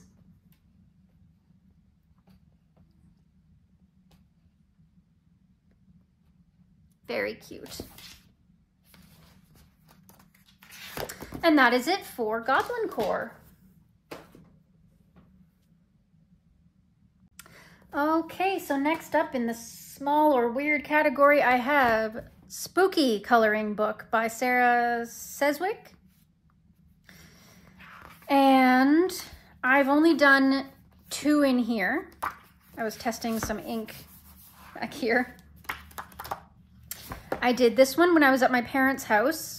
When I was sick last year, and it is done entirely in Albert Dürer with a few like gloss and glitter accents. And I thought it turned out really, really cute. I love it. I love the little ghosties down here. I didn't know what to do with them, so I just kind of left them like a soft white. I could have done that. If I was doing this today, I probably would have lit this candle, but. You see these bugs here? The color of them? I was inspired by that Goblin Core book you saw earlier in the page I did in there. I love this little spider knitting a sweater. I always miss it and then I'm like, oh my god, it's so cute. I'm not a big spider fan, but like, darn, it's very cute. And then I did this one as a buddy color, and it's also a color along up on the channel. The background is ink. The rest was based with super tips and then pencil over top, Prismacolor pencil over top, and then it's all, we've got some acrylic pen to line, to take out the black lines.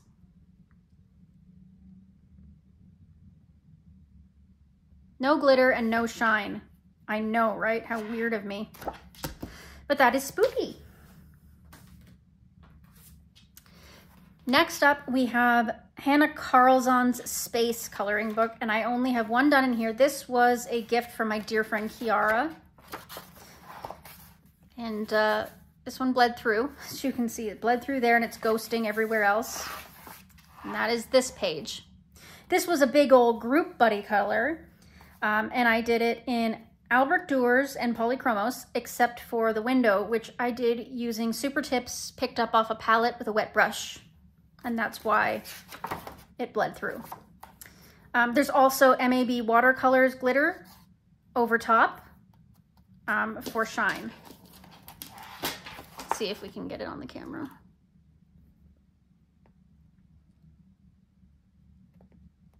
It is very shiny. It's kind of hard to see once again on camera as always, but very shiny. So that was fun. Love to get more done in that cute, tiny little book, little baby book. All right. Next, I have these cute and simple books. I only have 3 of them.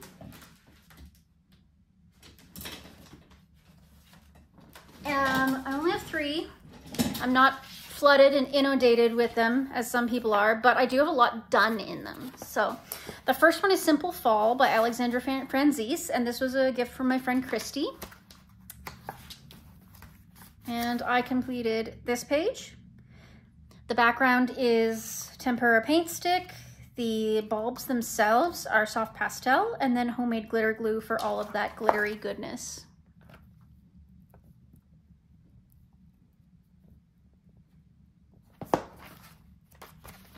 And then I did this one, which was based with alcohol marker.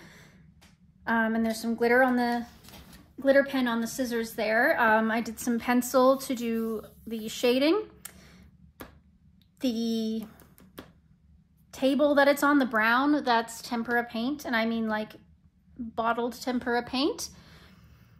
And then this is acrylic paint background with acrylic paint and stencils for the splodges. And I thought that one turned out really, really fun. I really liked that.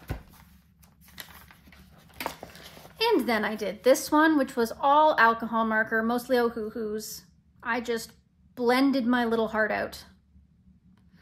No glitter, no gloss, nothing, just blending with alcohol.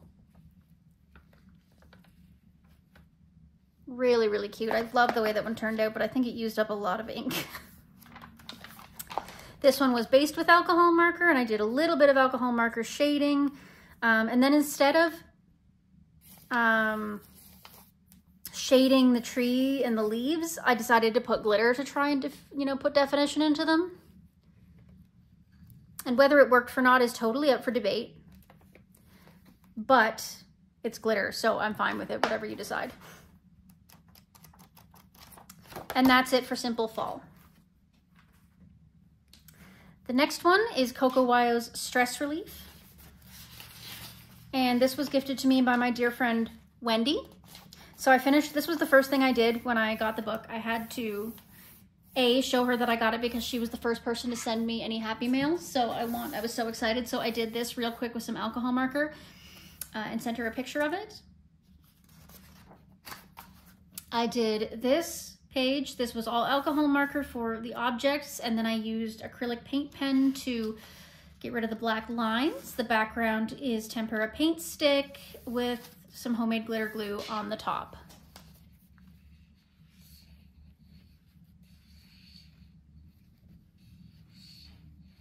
Super fun, super glittery, super autumny. The next one is all alcohol marker with glitter pen for the stars, and then we've got tempera paint stick for the background.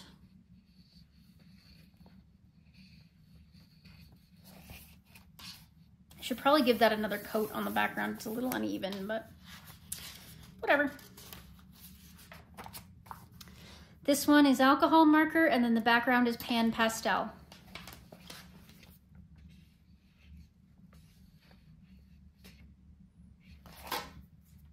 Super cozy and cuddly on that little guy. This one was alcohol marker, and the background was my first ever attempt at using real watercolors. As you can see, it did not go well. It's very blotchy, very patchy. Does not look great. But like I said, it was my first attempt, so at least I got a feel for them on that. Alcohol marker with white pen accents, and then tempera paint stick for the outside. I now wish I had put more detail into this, but it was an earlier one before all the cozy, comfy stuff got really out of hand. So that one's cute. Okay. This one is all alcohol marker, where you can see I did a lot more accents, put a lot more work into the alcohol marker work. And then the background is just regular acrylic paint. I layered on. And I think it looks fine.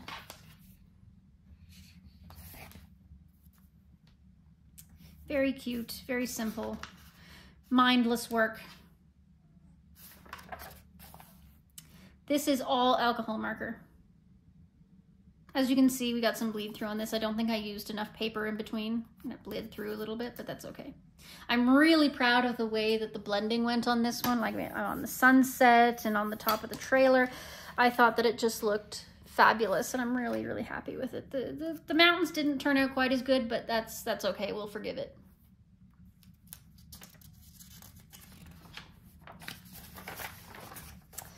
This one was done for Space Timber. I don't even remember what I based the background with, but there is homemade glitter glue all over it, and the rest is alcohol marker.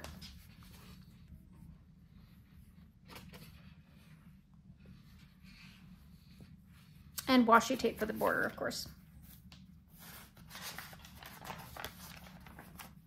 Alcohol marker and a little bit of glitter pen, no shading, no nothing. I guess I was having a bad day that day and I just wanted to color something. I did this one all with oil pastel. Didn't turn out that awful, all things considered. If you get up real close, you can see that it's kind of choppy, but from a distance, it looks pretty nice.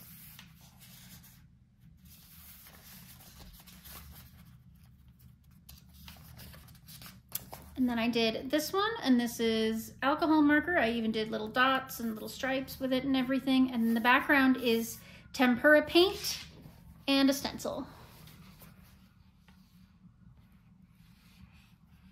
I thought the brickwork turned out quite nice, all things considered. It was an experiment.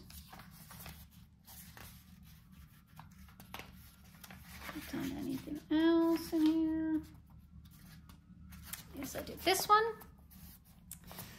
All alcohol marker again with the blending and black acrylic for the background.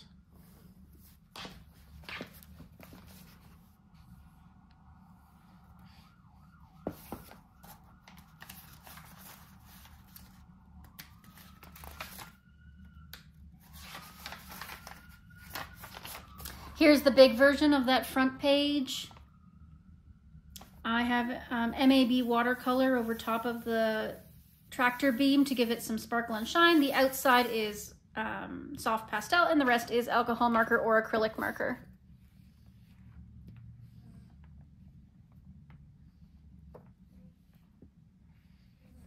Super cute. I love that cow. So cute. This was another one I did when I was just having a bad day and I just wanted to color something, no shading or anything. I just wanted to get some ink down on paper, so that's what we ended up with. Just some glitter on the little raindrops there.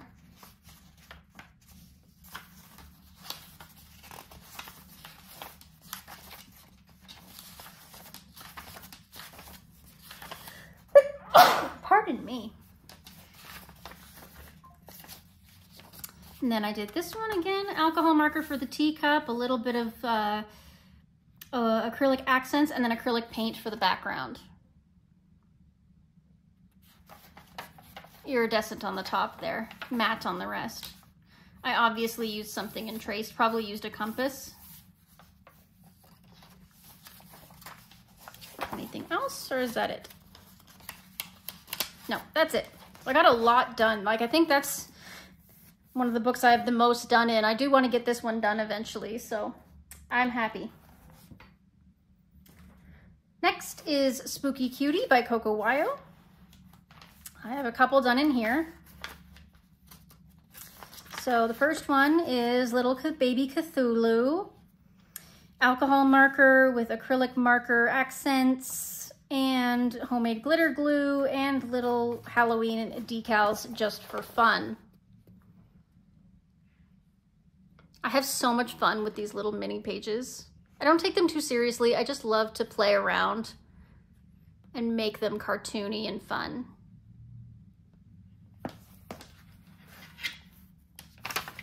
Next, I did the doll maker. This was all a very limited color palette. I did a lot of different accents with the alcohol marker, you know, the wallpaper, the curtains, the chair, all that kind of stuff.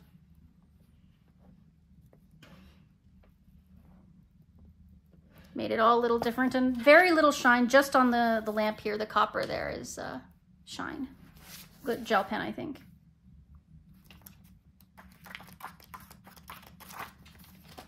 Then I did this neon lava lamp. It screamed neon to me, so I did it.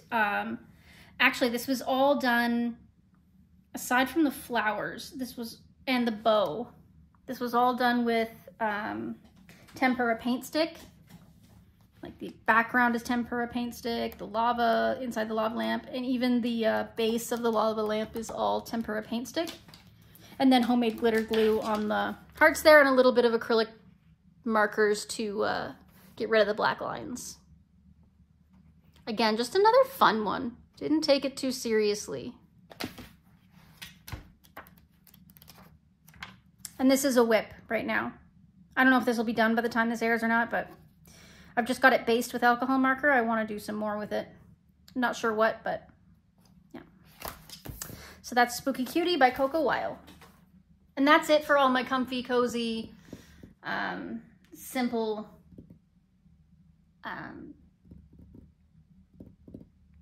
books. That's it. That's all I've got. I don't have like 100 of them like most people do. So my final Oddsize books are my Lulu Mayo books. So let's start with Kawaii Tarot Coloring Book by Lulu Mayo, and I have quite a bit done in this one. So the first one I have is the Queen of Swords. I think this was all done in Artex pencil, and then of course, obviously, glitter gel pen.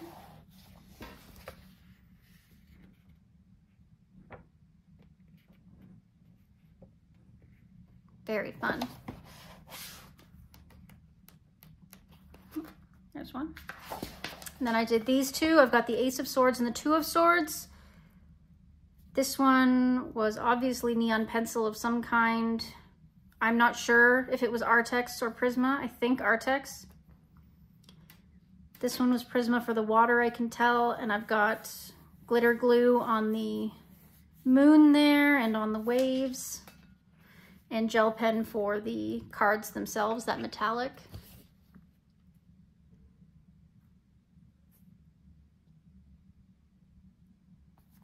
Very, very fun. Those ones, again, are slightly older ones. I haven't done anything recently in here. Oh, I've done a few recently. Never mind.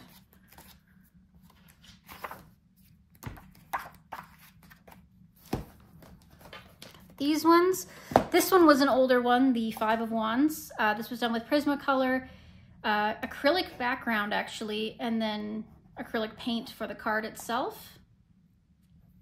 This one was more recent. I did Albrecht Dürer for the background, that galaxy background, and I think Polychromos for all the rest of the coloring. And then some Posca for the black card and glitter gel pen.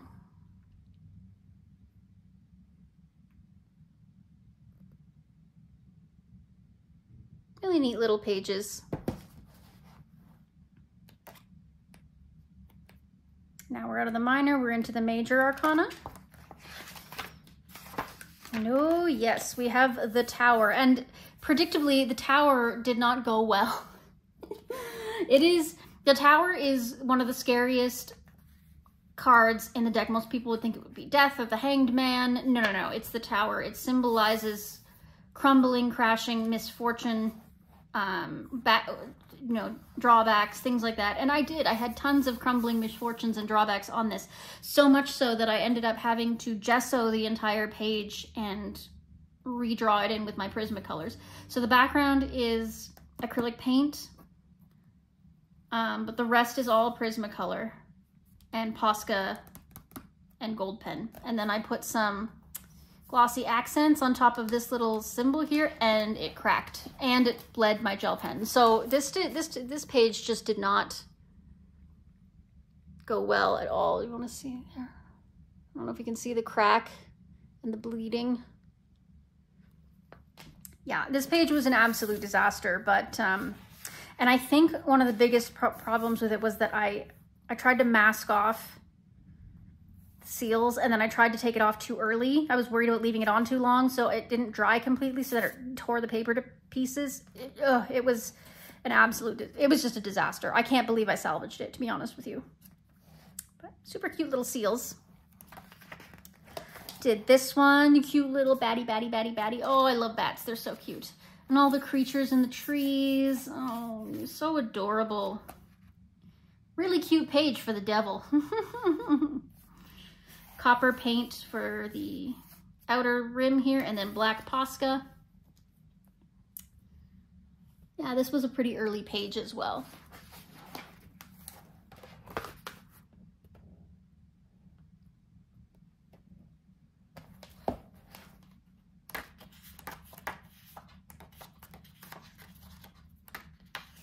This one was a little bit more recent strength. Got that same copper paint for the outer card, red iridescent acrylic paint for these little flowers on the cat here. The rest, I believe, was done with Artex pencil.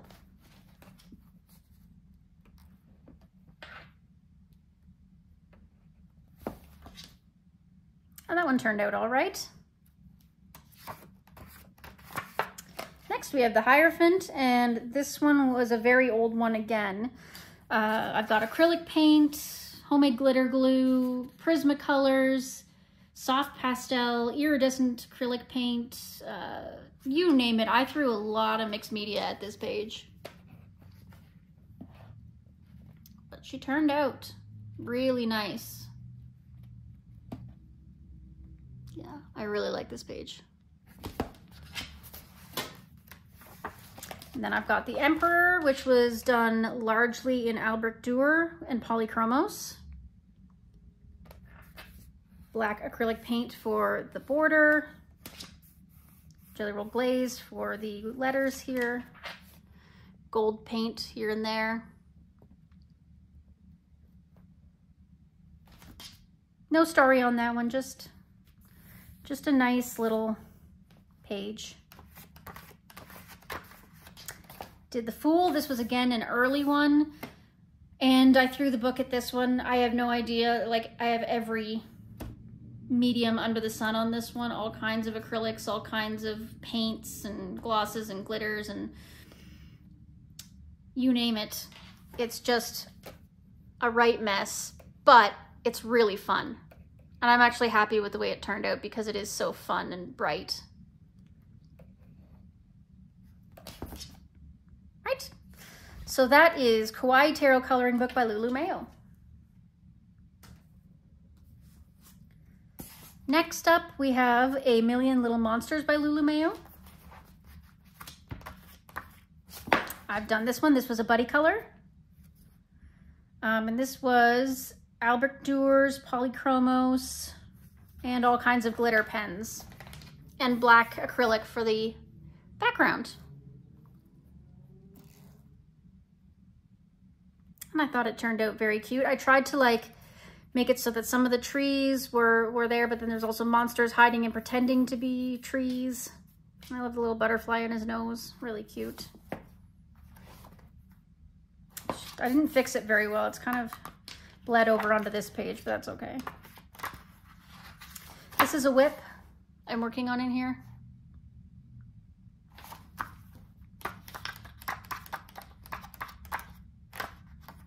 Finished this one for Space Timber. So it was very Halloween-y, limited color palette, all done in Color pencils and then, you know, gel pen accents.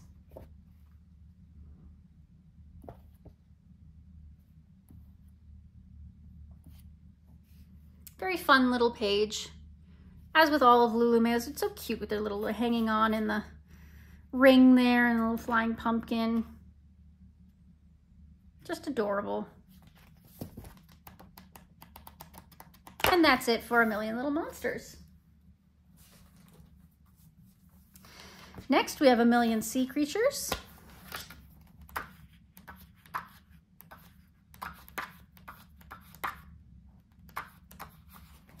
I've done this one, the Fish Bus, as I call it. This was all done with Prismacolor and glitter gel pen and whatnot. No story about this page. I just decided to do it one day. Very cute. I love the suspicious little mer cat here, standing at the bus stop waiting to get on the fish bus. He's a little suspicious of these ghosties over here. Adorable.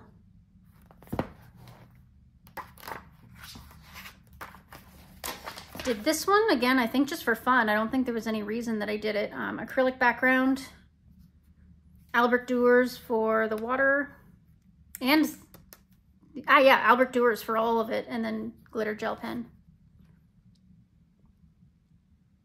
And of course, Ohuhu acrylic marker to white out the lines. And I've got an actual little rhinestone in the center there.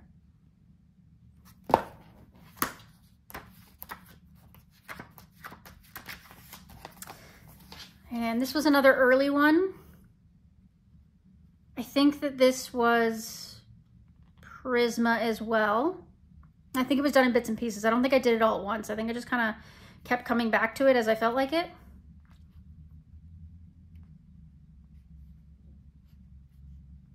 Got glossy accents on all of the little bubbles here. And they're all pressed down flat because of the book being on the shelf. Funny. This was a really, really early one as well. The octopus itself, that peach color, is like a really old kid's watercolor paint. There's acrylic paint, there's paint pens. There's all kinds of stuff going on here. I'm not sure of everything I did, but it's fun. And that's everything in A Million Sea Creatures. And then we have A Million Baby Animals by Lulu Mayo. This is my newest one, and I only have one done in here. And that's this one here. The background is iridescent acrylic paint. The rest was done with Albert Duers and Polychromos. And then just Jelly Roll Glaze accents for the ladybugs. I tried to keep it in a limited palette because it's such a busy page.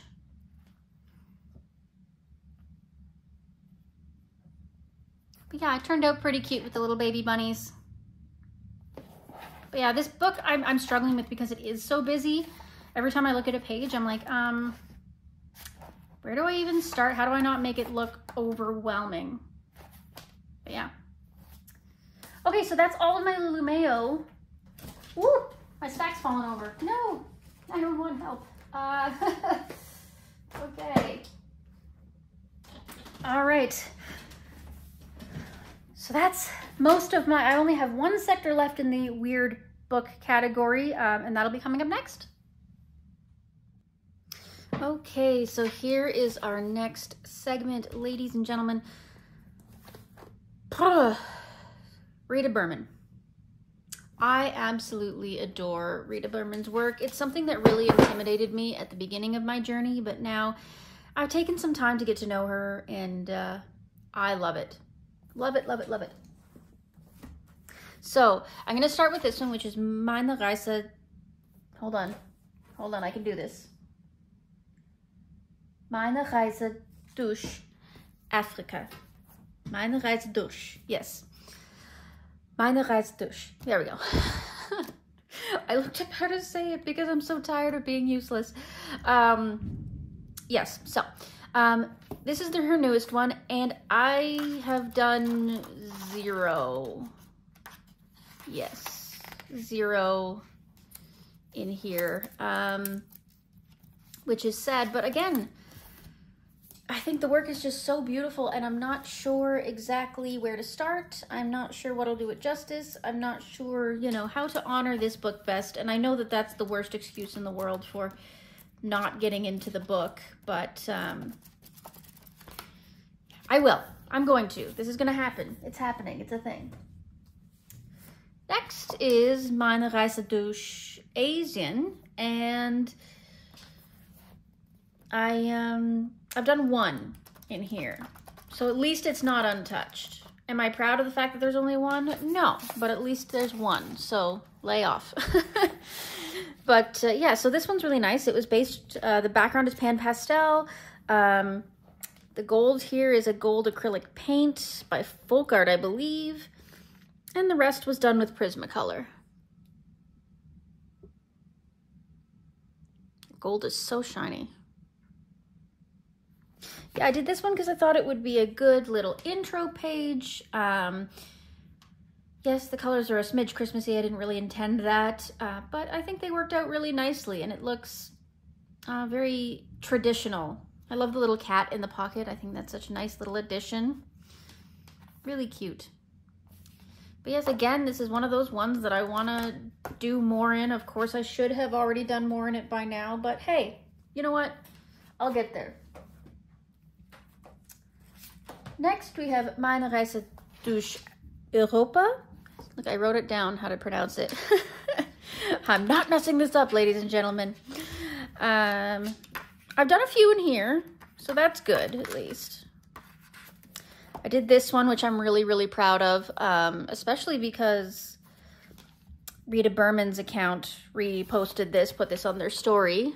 So I did a nighttime scene, and I did it kind of autumny, I think. I went with kind of an autumn theme. This was done largely with Crayola pencils. There's a little bit of super tip in here too. I can see that this was done with super tips.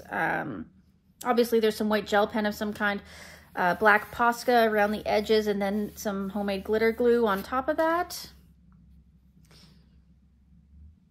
But yeah, this one was a really nice one. It worked out really well. Very cute little page. Very happy with it. Next, if you've been on my channel for any amount of time, you'll have seen this one. This is a color along up on the channel, and it was done very recently. The background is done with pan pastel, and Prismacolor did the rest along with some other gel pens for the metallic accents. If you want to know more about how this page was done, you can always check out my channel and find the color along on it. Yeah, I'm very happy with the way that one turned out. The limited color palette is beautiful. It worked out. It really did. I'm glad I filmed it.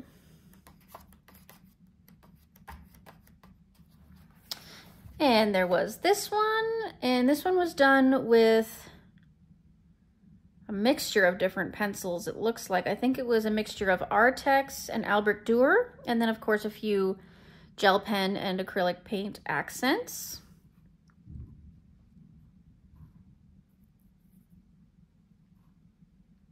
Again, I was going for just a really soft kind of look. I didn't want it to be gloomy, but definitely not like super bright and you know, I didn't want things to just stand out like crazy. I wanted everything to sort of flow together. So I'm happy. Very cute.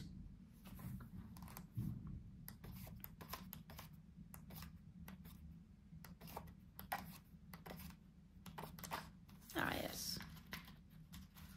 Yeah. This one I was super proud of until I ruined it. Now, I did it all in Albert Dürer, activated, but it took me so long. It was such a long-standing whip that by the time I got to the end of it, I was so done. And I ended up just not knowing what to do with these birds, so I did them all in glitter gel pen, which I feel like just kind of cheapens the whole look. It just makes it look not nearly as beautiful as it should be, so yeah. But otherwise, it looks really good. I really like the way the rest of it turned out. The background, the trees, the sky, everything just looks really, really nice and soft. But then those birds, they just... I should have waited. I should have put it away and let it be a whip for another day. But no, I just wanted to finish it fast. And this is what we ended up with. Oh well, you live, you learn.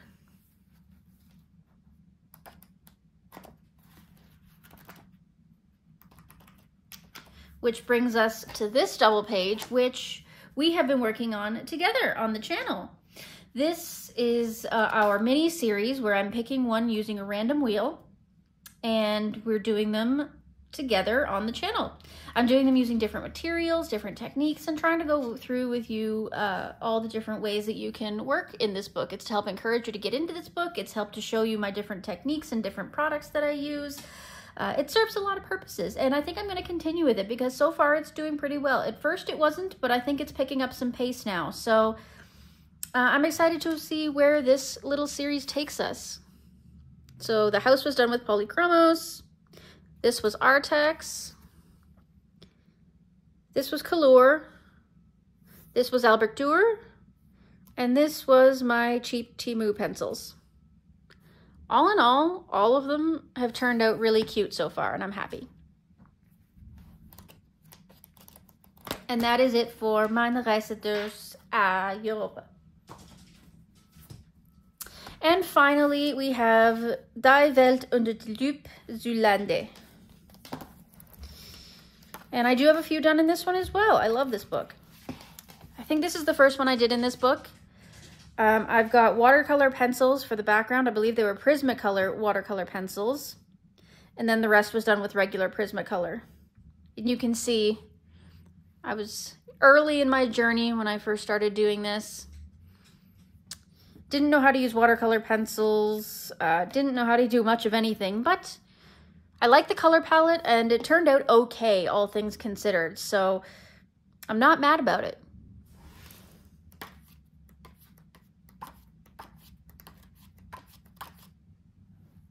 Had that one marked to do. I have a few in here marked to do for autumn. This was another really early one. I don't know what the color palette I was going for in this was. Considering this is like a pretty autumny page, I went with really springy colors. I don't know.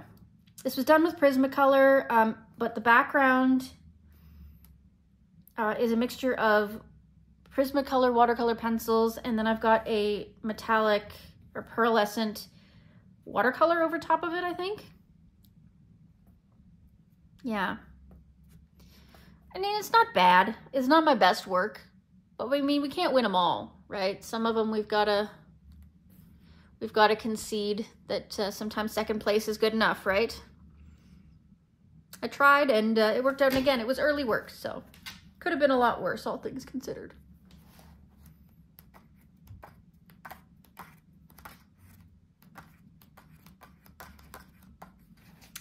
This one I like.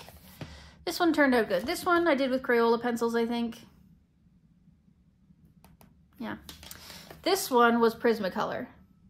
And this over here was Papermate Flares. But it turned out really nicely. The sky turned out really well. Maybe not the perfect blending, but not bad, all things considered. And kind of a nice autumny tone. So yeah, I'm pretty happy with that one. I really like this one. I think it turned out cute. I like the shading in it. Yeah, nothing to complain about.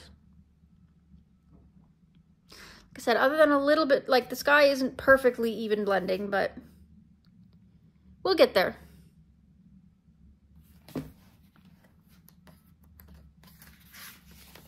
Did this one on a whim one day. Prismacolors, I believe. Nope. Yeah. Nope. No. Crayola, I think. Yeah, this was Crayola, I believe. Except for the background. The background was Prismacolor, but I believe that all the flowers were Crayola.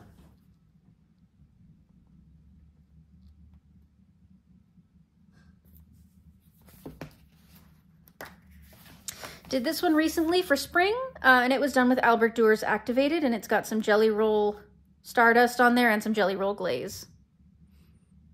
Very simple, very cute. Hopefully I can get to this page this spring.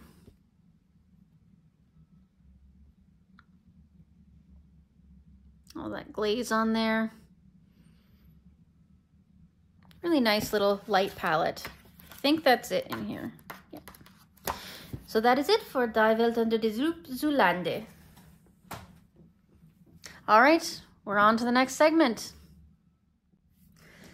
Okay, so now we are getting into our square books, our 10 by 10 segment. So I really have quite a few of these, so this is going to be a pretty long segment, but you know, it is what it is. Strap in, ladies and gentlemen. All right, so the first one I'm going to start with is Enchanted Earth by Melpomeni Chetspanyagatu. Beautiful book.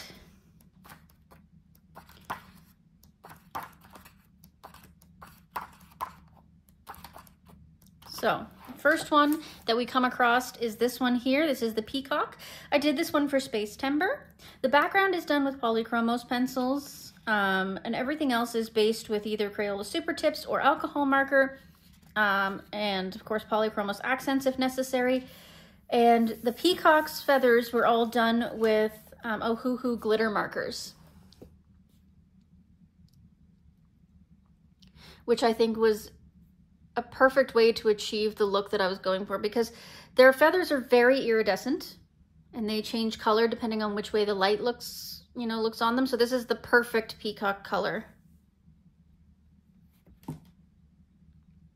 Yeah, I'm pretty happy with this one. I mean, it's a little chaotic. The background didn't go exactly as planned. I mean, again, I did it with polychromos, which was a really questionable decision, but it's okay. It worked out.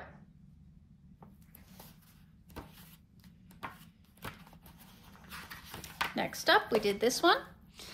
So this one I started when I was at work back in the day. I did most of it using Crayola pencils. The bottom here was all done with Artex acrylic markers. And the background was done with activated Albert Durer back before I really knew how to use them. Not exactly ideal, but it's okay. And then of course glitter pens all over the place to help create those accents. I like the way these clouds turned out with the yellow and blue as opposed to anything else. I think that worked out really, really nicely. And again, the fact that I did the fireplace, and the little scenery there, all with Crayola pencils, I think that deserves a little bit of recognition.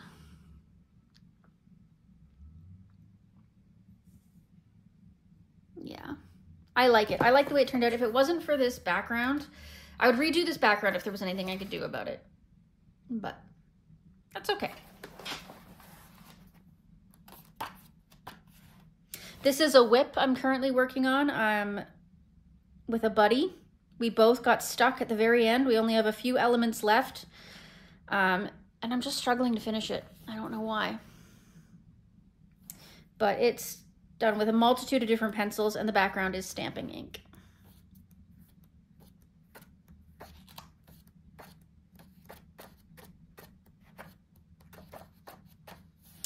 I also did this one, the bathtub. So we've got soft pastel for the background, and the rest was done with either Albert Durer or polychromos. And then we've got glitter pen all over to try and accent all the water, make it a little magical.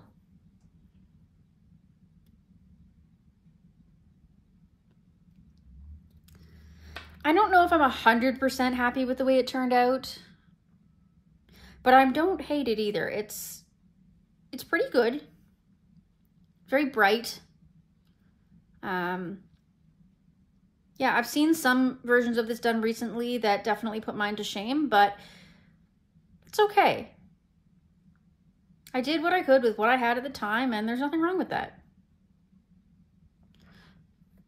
Yeah. And I think that's it. That's it for Enchanted Earth. Next, we have Melpomeni's Circle of Life. I have lots marked to do in here, but like, I don't think I've done that much in here. I love this book though.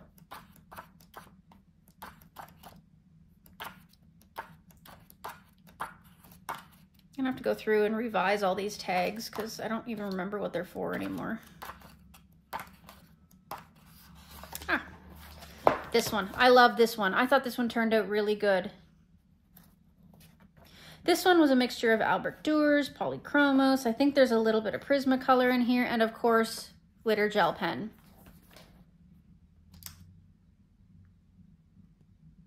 I love bees. If you've been on my channel any amount of time, you'll know that bees, snails, bats, some of the less liked creatures I just absolutely love. I think they're adorable. Spiders I'm still on the fence about, but I love the bees. Yeah, not much to say about this one. I think it pretty much speaks for itself, but yeah, I enjoyed the process of doing that one, that's for sure. Did this one.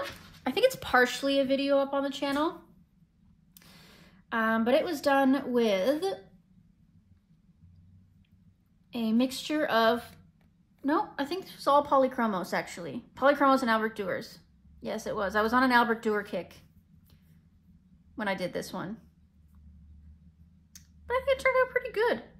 I might have chosen different colors for the sea creatures down here if I were to go back, but ultimately I think it kind of worked out.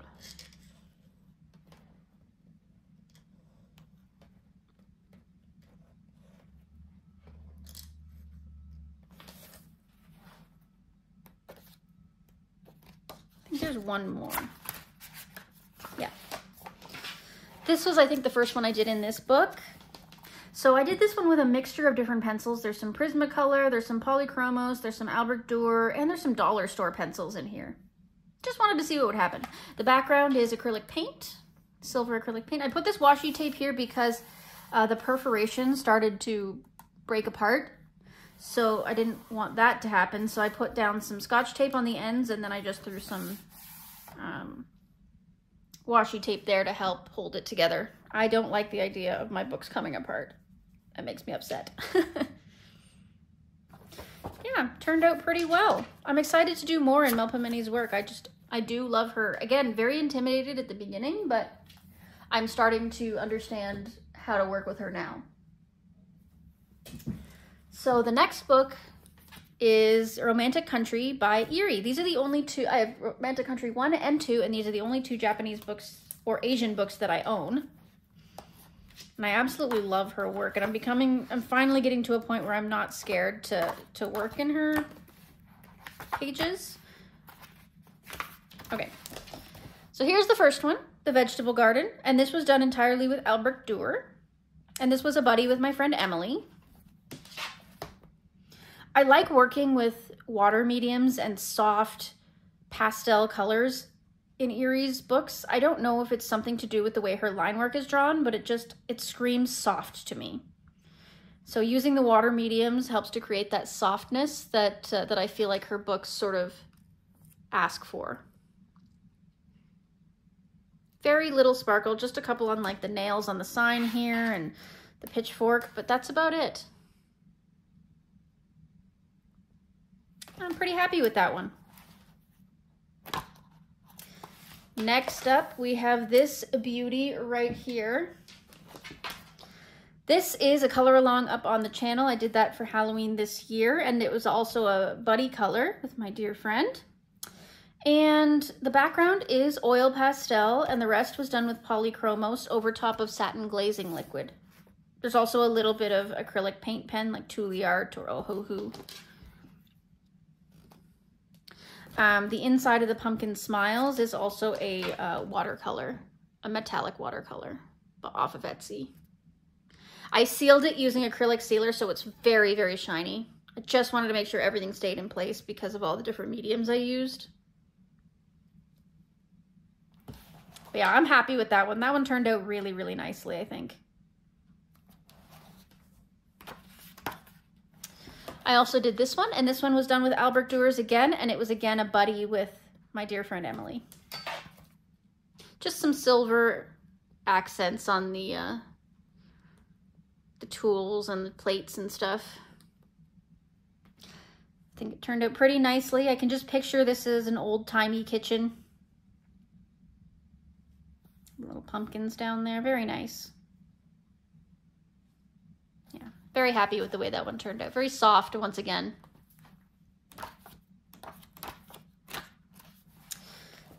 This was another buddy with my friend Emily. And this one was done with soft pastel in the background. And I believe it was Prismacolor for everything else. Yeah, fairly certain it was Prismacolor. I love the way that the soft pastel makes it look a little misty, a little foggy, very autumny. I saw the sparse leaves on the trees and I felt like it was autumn. I couldn't bring myself to see it in any other light. I know when Emily did hers, she did hers much, much brighter in teals and pinks and things like that. And it was very spring-like or summery. And I just love how you can see something so differently from someone else.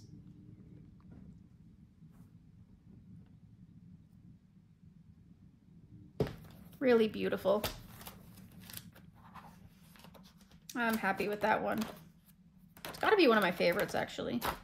Okay, and that is it in the first Romantic Country.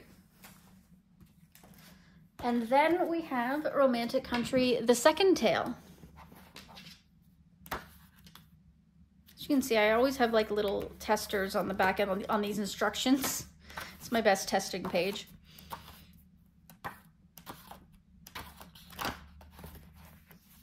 So this is a whip.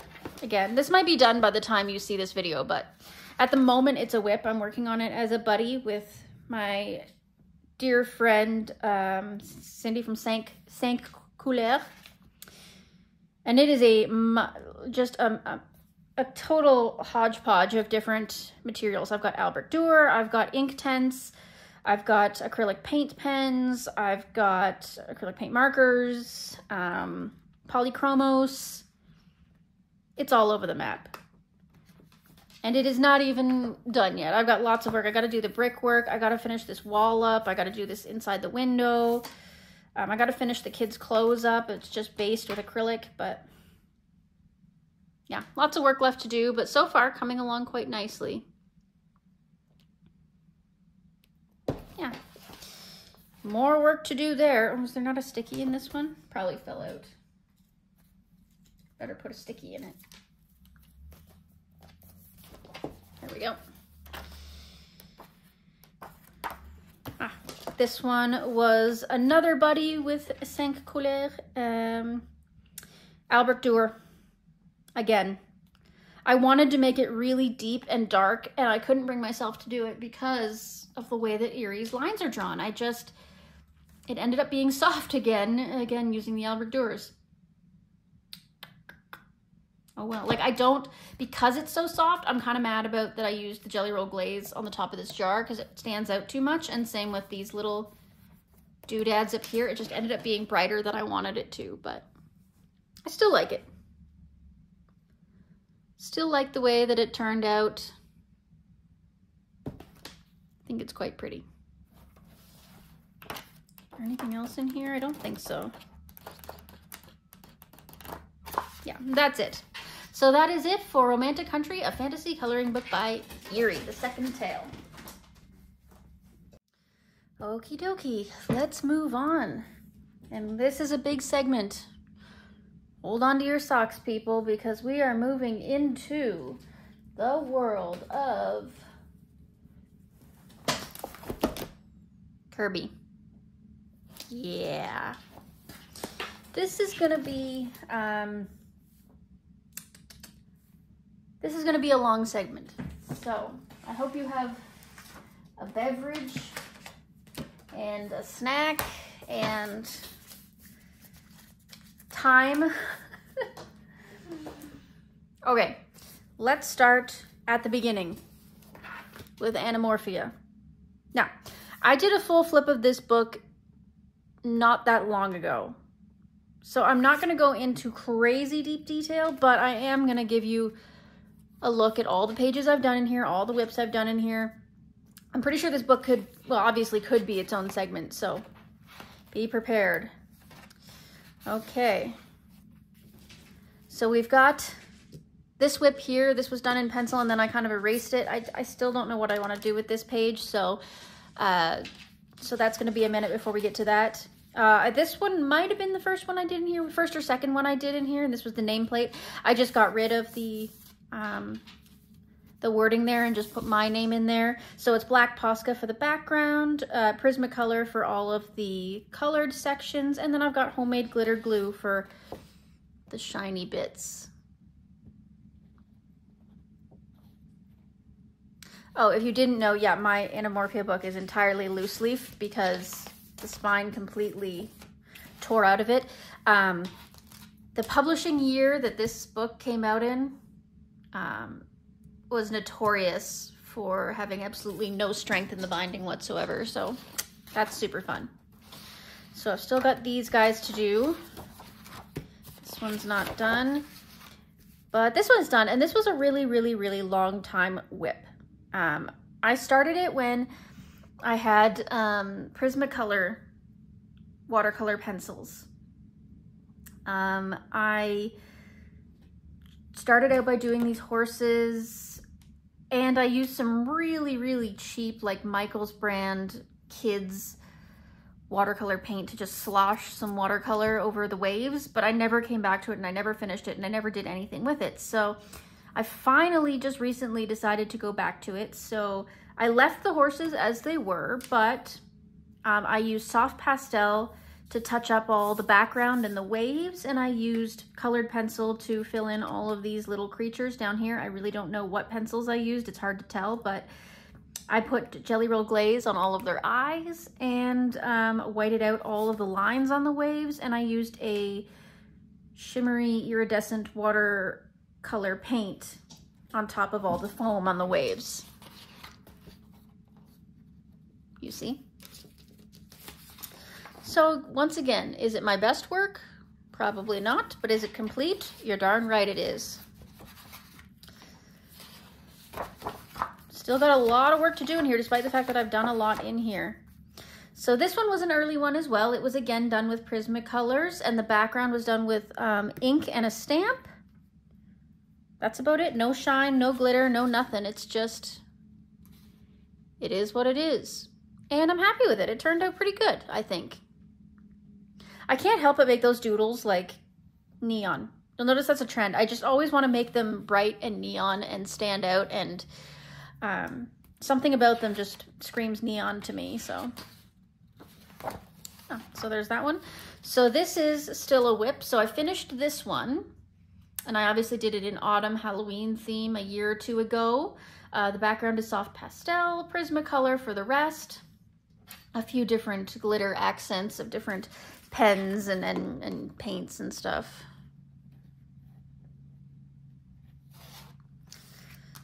But yeah, so then I decided later to do this one, and I'm going to do it in spring colors to contrast the autumn colors. So I did the background in soft pastel, and I started the bird in some glitter pens and a pencil. I don't even know which, PC, I guess. Maybe. Yeah, PC. Prismacolor.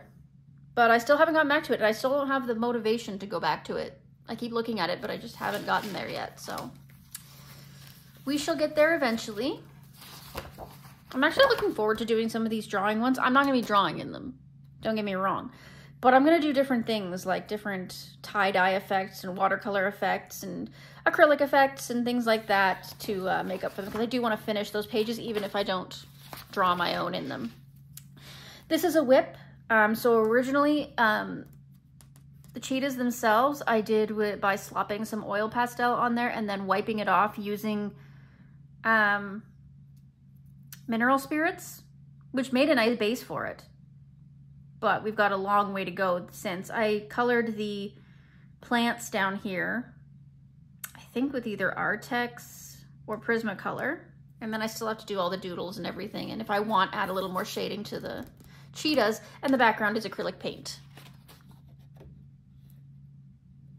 But yeah, the oil pastel and mineral spirits kind of left a neat effect. So I have to experiment with that more.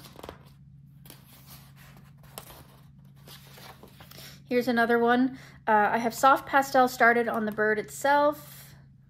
But other than that, really nothing. Just acrylic paint for the background.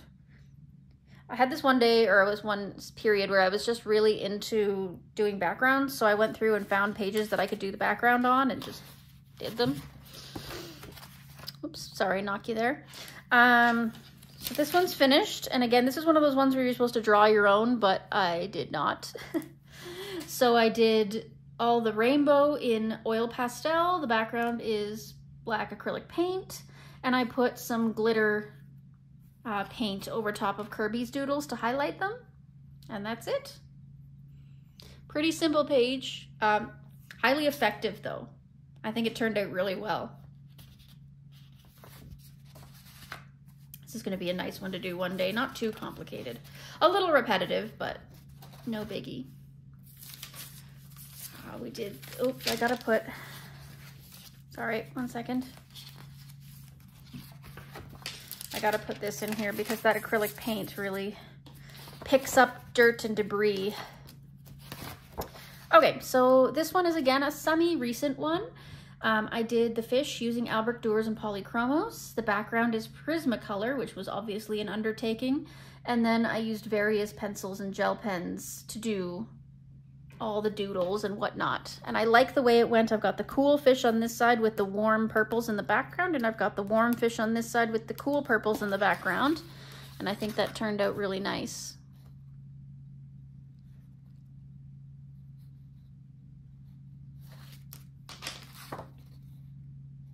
I'm happy with this one.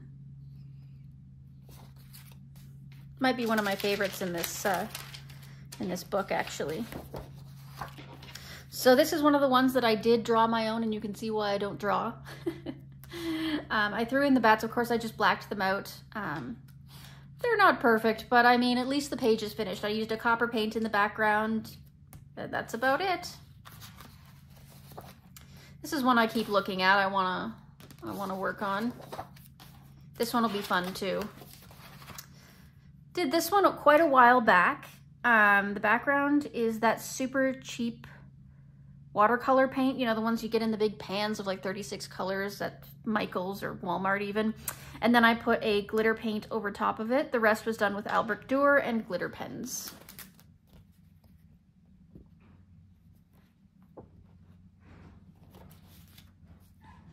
So I think that one turned out pretty good. I didn't put a ton of effort into it. I hate monkeys, man. If you haven't been on my channel before, you'll know that I hate monkeys. They scare me. So I just wanted to get that page done and over with.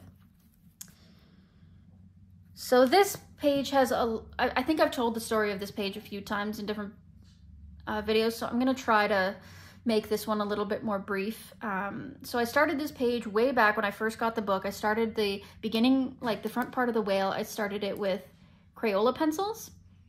But then I abandoned it. I didn't even have Crayola pencils by the time I came back to it. So I finished it with Prismacolor. I did the corals with Prismacolor and really dull colors. Same with all the fish. I wanted them to all just be blue. And then the background I had wanted to be all these bright, like these pastel colors, these brighter colors. So that the water wasn't blue, everything else was. You get the idea. But by the time I finished this, I realized that, and I'd done this with Artex pencil, I realized that my hand wouldn't survive it. There was no way I could finish this whole double page spread with these Artex pencils. It was just not gonna be sustainable. It wasn't an option. So I left it for ages and ages and ages and ages. And then I finally came back to it and was like, you know what? I'm just gonna finish the rest of this with this acrylic metallic paint. So you can still, if you look really closely, you can see where I had put sort of the outlines and a little bit of the pastel underneath. But it looks okay. It looks kind of, you know, you can't really tell too much if you're looking at a distance, and it looks okay. It looks fine. It is what it is. It's finished. I'm glad I finished this because I was really worried it was going to be a forever whip, but no, I finished it, so that's exciting.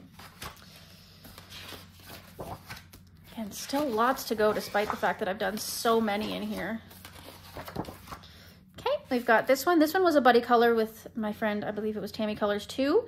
So the background is acrylic iridescent paint in a dark royal blue, and then I did Albrecht Dürer and Polychromos for the rest, except for the neons, which was Prismas.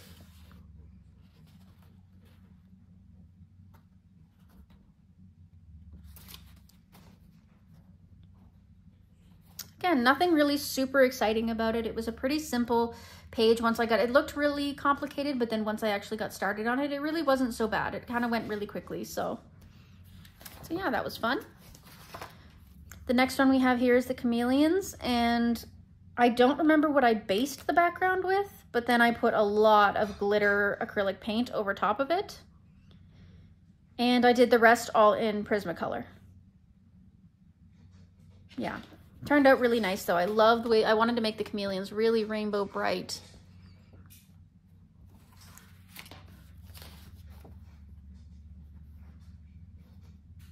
Yeah, that was a really fun page. Turned out really good. I think I finished this all in one day. Despite the fact that it looks complicated, it was actually not too bad. So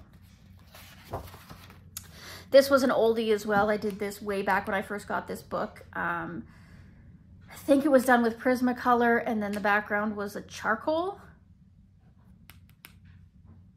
Yeah, doesn't look super great, but I mean, you get the idea. And again, it was an old one, so the fact that it's finished is good enough for me. I like this one too. I like the way that this one turned out. This was another really fun one. So the background is obviously black acrylic. And the rest of the snakes was done with Albrecht Dürer polychromos and lots of different embellishments. We've got jelly roll glaze, glitter paint, glitter pens, you name it, it's on here.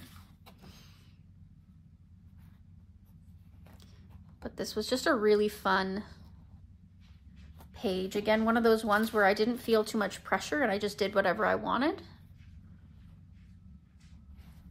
And it just turned out really fun.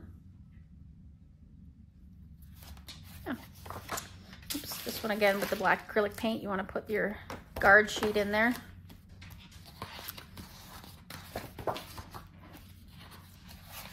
Everyone I see go through this book is always really intimidated by this tiger, and I see why, because it's so weirdly realistic that I don't know what to do with it. And then you contrast it with all these cartoony doodles, and it's like, whew, I don't know. I saw that Candace wants to do this picture. Maybe I should reach out to her because I want to do that one too.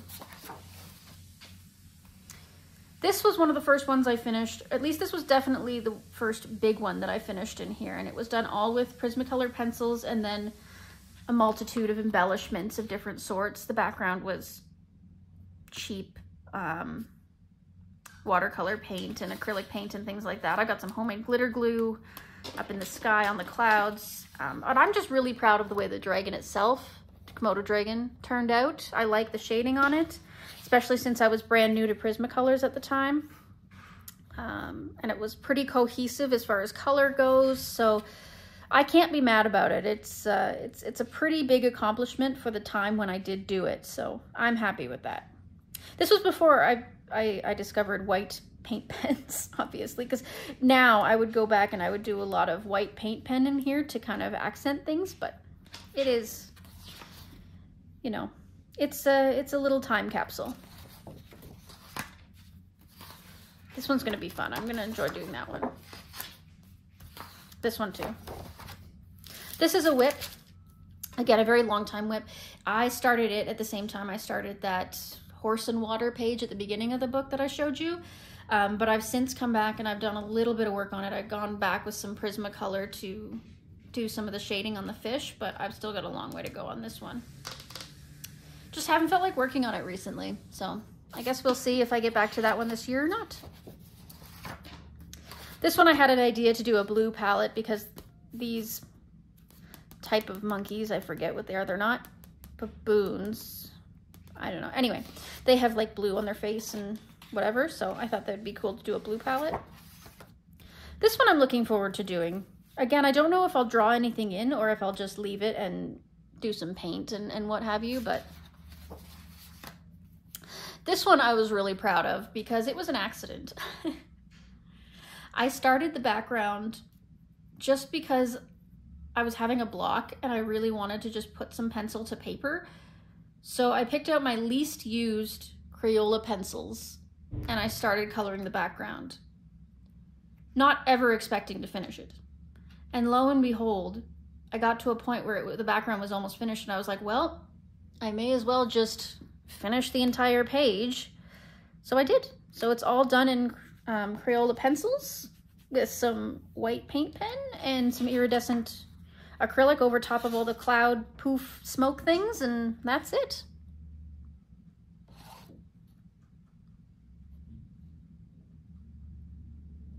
And I'm surprisingly happy with the way it turned out. A really interesting color palette, and yeah, just really lovely. I like that one. This is a very recent one. This might be my most recently finished one. So the background is soft pastel and the rest is polychromos with Jelly Roll Glaze and other such accents. But I'm really happy with the way that the background turned out. Everything in this worked out well. And again, I decided to do it because I hate monkeys and I just wanted to get it out of the way and say it was done. But also I wanted one with a big background because I wanted to try and do this background. So yeah, I'm really happy with this one. I think it's going to end up being one of my favorites in this book, despite the fact that the monkeys, monkeys. Ugh. And I think that's it. Yep, that's it. Okay, so that is Anamorphia.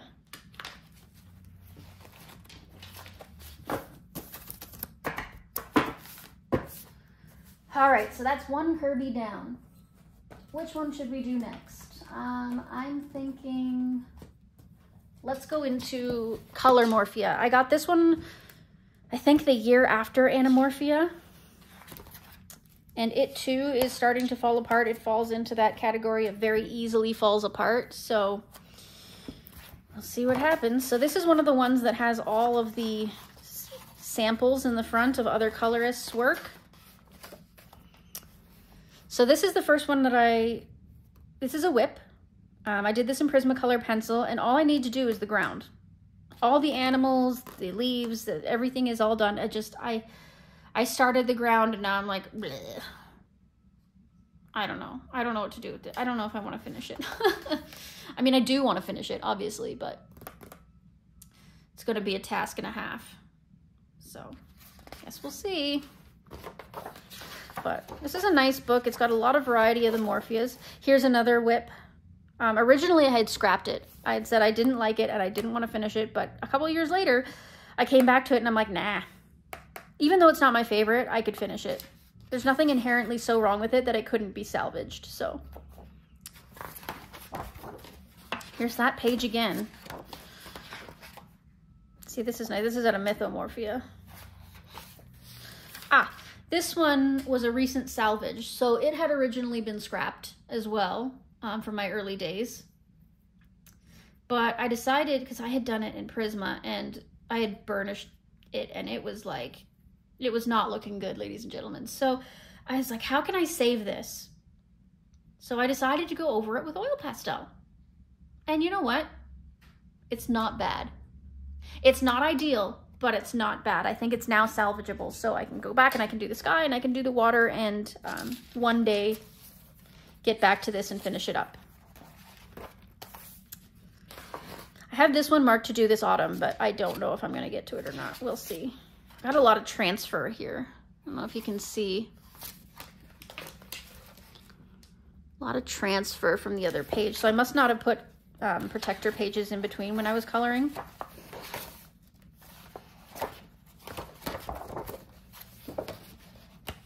I don't have a ton done in here, just a couple.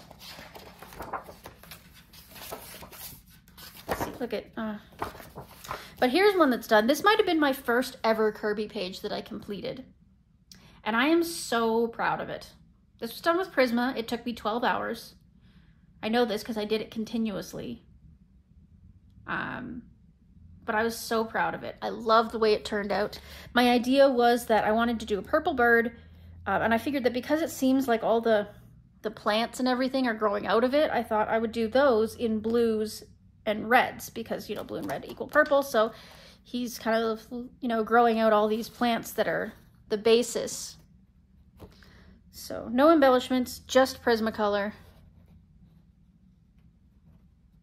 Really happy with the way that that one turned out. I'm still proud of it to this day.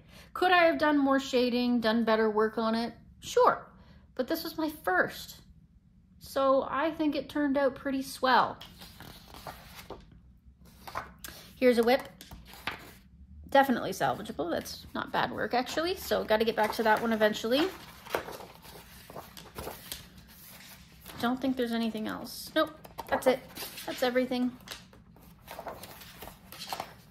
So that's Color Morphia. Next, I'll do the next compilation book, which is World of Color. I only have one done in here.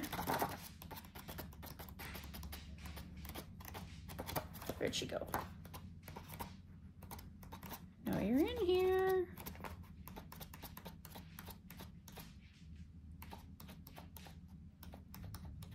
There it is. So I did this one. This one was, again, a long time whip. I started it a long time ago and let it sit for a very, very long time. And then I finally came back to it. But it was almost finished. That's the thing. I don't know why I let it sit for so long, because it was so close to being finished. I'm not happy with the background. It didn't turn out as well as I would have liked. I did it with Prismacolor, and my blending was not on point that day. I don't know what happened, but it was not my best work. But there's lots of glitter pen in here, gel pen, golds and reds. I love the way that the leopard print turned out. Just lovely. And this book, it has, again, the examples in the front. And I know that this one was done by Karen for My Colorful Country Life. Because of course it would be, because she's fabulous. But yeah, that's World of Color. So let's do the next. I believe that this is a compilation as well. Wondermorphia, Phantomorphia, and Geomorphia, yes. Okay, so this is Wondermorphia, and it is the UK version. So it is actually sewn bound, which is awesome, which means that it actually like will stay put together, which is very exciting. And I have only done one in here, and that is this jack-o'-lantern. I did this at the beginning of the season this year because I just felt like it. Like I just really wanted to do this jack-o'-lantern. I was flipping through this book and I was like, that's it, let's do it. Let's make this no longer an untouched book. Let's get some pencil down on paper, and so I did. So I used No Hoo Hoo glitter marker to do all the detailing in here, but then the rest is all Prismacolor. Oh, and of course, black Posca for the background. Very shiny. Not a particularly complex page, but it was fun. I really enjoyed it. So that's Wondermorphia. Okay, so now we'll just quickly have a look. We've got Mythomorphia here, and I've got lots of things marked in this, but I haven't actually touched it. Why? Because I love it so much. It's one of those awful things where my brain won't let me do it because, like, oh, once it's done, it's done, it's gone. It's my favorite. I don't want to do it and then have it be gone. You know what I mean? The paper in here is really thin. Annoyingly thin. Like, you can see the other page through it. At first I thought it was ink transfer, but it's not. It's like you can see through to the other page. It's really annoying. I mean, I don't think I can erase it, can I? Let me see. Oh, it can be.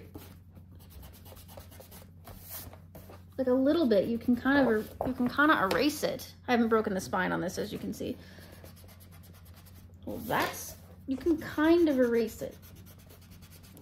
A little bit. Not all the way, but a little bit. Okay, that's weird. I don't know. I don't ask questions anymore. Okay, so the next one is Mythic World, and I do have a couple done in here. So this one was inspired by My Colorful Country Life. I saw her doing this page and I watched her entire video on it, and I decided that based on that, I wanted to do something completely different than she did. Not that I didn't like what she did, but something in me was like, no, that's not what we need to do. We need to do something completely different. So I went Rainbow Bright, like Rainbow Bright, and this is what we ended up with. My biggest thing is I wanted to make sure that I was differentiating between the animals beneath the stone. So the stone, I looked up the monument itself, and it was this yellowish, orangish stone. So I made sure that that was the color that I used for the stone, but then I wanted to make sure, because these are kind of, you know, you picture these animals being gray. So I did them like a cooler gray color so that they'd be, you know, you could see the difference between the stone and the creature coming through. And then I did Prismacolor for the background here in a gradient, but then I put iridescent acrylic paint over top to give it some shine and to smooth out the transition.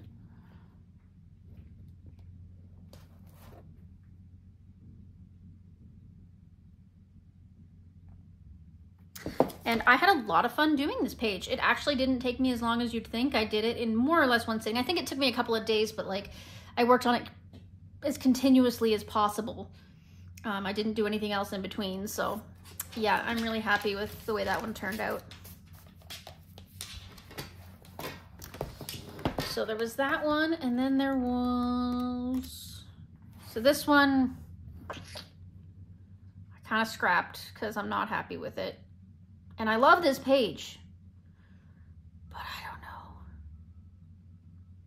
My idea was to do like, because this is all stone, my idea was to do like, I'd separated it up into like certain segments, and I thought certain segments I would do in bright colors, and then certain segments I would do in dark, stormy stone colors, but I don't know. I don't know if this one's salvageable. It's one of the few that I'm not sure if I can bring it back to life from the dead, so.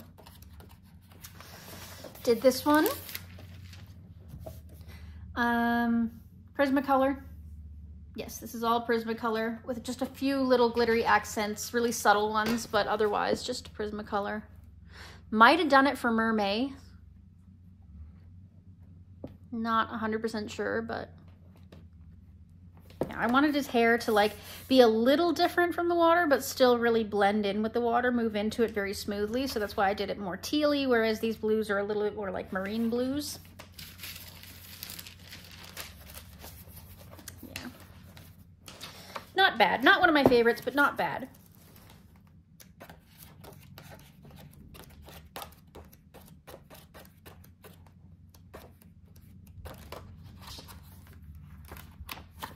This one, it flicks open to this one a lot because I've been staring at this one a lot. I keep thinking about doing this one. It's a lot of water though. So I finished both of these. This was the first one I finished in this book, the Baba Yaga. This was all done with Prismacolor pencil. The background is black Posca, but the trees were inspired by Karen at My Colorful Country Life. I did watch her tutorial on how to do these trees. I didn't do them exactly the way that she did them. I did change them up a little bit. But I took inspiration from her, as I almost always do, right? And this one I did on my own. This was my first endeavor into using masking fluid. So I masked off the Kraken, and then I did the background in soft pastel. Oh, and the water in soft pastel. The rest is all Prismacolor with a little bit of gold pen there for the spikes.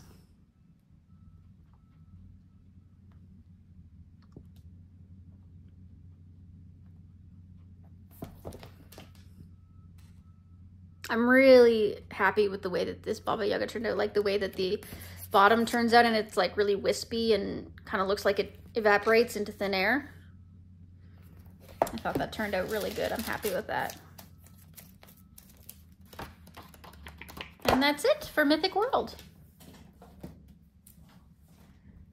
Next, we have Fragile World, and I've done a few in here as well. Not recently though, I think. All of these are a little older, but here are my little mousies. Oh my goodness, they're so cute. I love them so much. Their little noses. I just want to, so cute. This was done all with Albrecht Dürer. The background, I'm not sure what I based it with. I think it was Albrecht Dürer again, but then I put glitter paint over top. I love doing that to smooth out the backgrounds when I do those kind of hodgepodgey backgrounds. It kind of just helps make them look a little smoother. And I feel like it helps break up and make these pages look a little more mystical, because I find that these really realistic pages in this book can feel a little bland, especially if you go with realism. So I find that by throwing that glitter in there, it just helps me feel like I'm not being boring without really taking you out of the out of the picture, you know what I mean?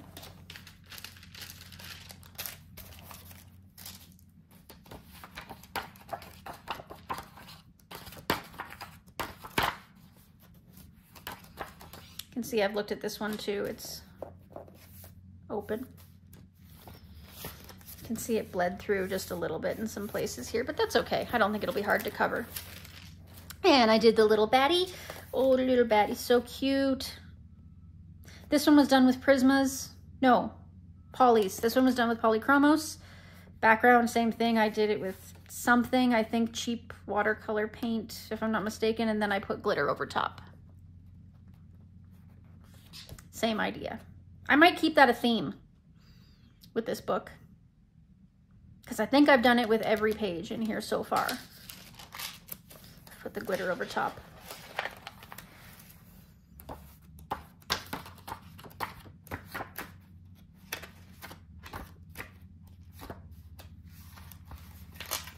Here was the first one I did in here. Obviously this is a whip. But yeah, I did the same thing. This was all done in Prismacolor and then glitter on the backdrop.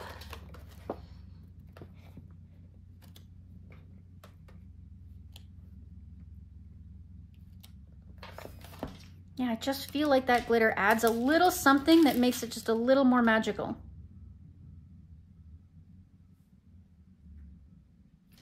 Very much enjoy that. So I did this one in soft pastel. Didn't mask enough, as you can see, but that's okay. And that's it for Fragile World.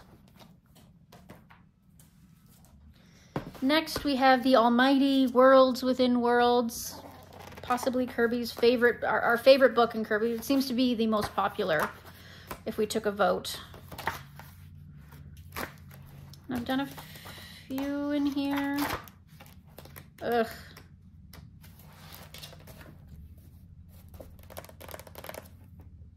I have been picking away slowly at this page for years. Literal years. I started it thinking, oh my God, this is gonna be so fun and easy. I mean, it's all just different little things and you can do each one separately and it'll be really easy, me. Yeah, I'm so stuck on this page. I don't even know what to do. I cannot bring myself to work in it anymore. I don't know what it is. I sit here and I stare and I stare and I stare and I can't do it. I'm so frustrated with it. I don't know why. I just can't get myself back to it. It's crazy. Whatever. Trying not to stress myself out about it. Okay.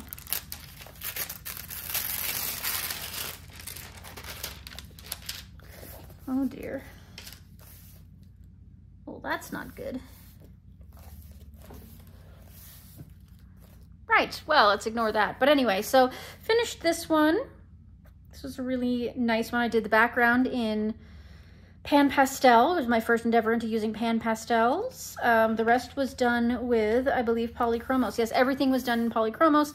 And my issue that I'm having here is that I put gloss medium over top of all these globes to make them shiny, but it turns out that is sticky and it is causing even my wax paper to stick to it. So I've now got these little yellow blotches on my globes. So I'm gonna have to see if those will come off. Here, hold on, let me see. Let me get an alcohol wipe here.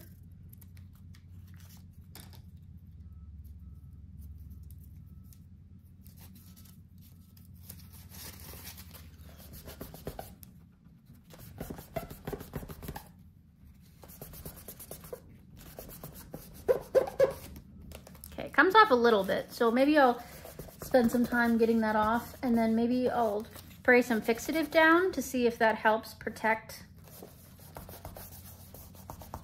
the gloss medium from getting stuck to my paper here. That's different. Didn't see that one coming. Okay, well, moving on.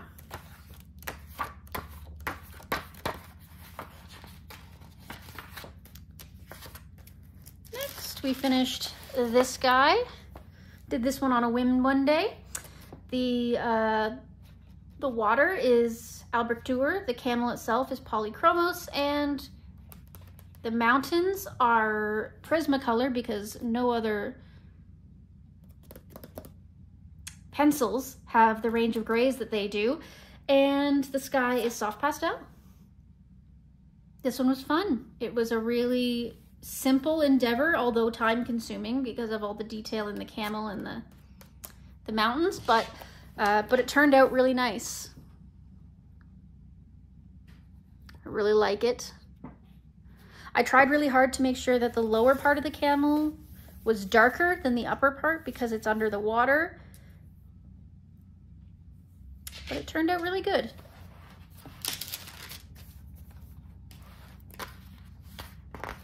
I want to do this one so bad, but it's my favorite page in the book, so of course I can't do it. And oh, and I did this one. I like the way he turned out. And he was a mishmash of a whole bunch of different things. I've got Prismacolor, I've got soft pastel, I've got ink in the background.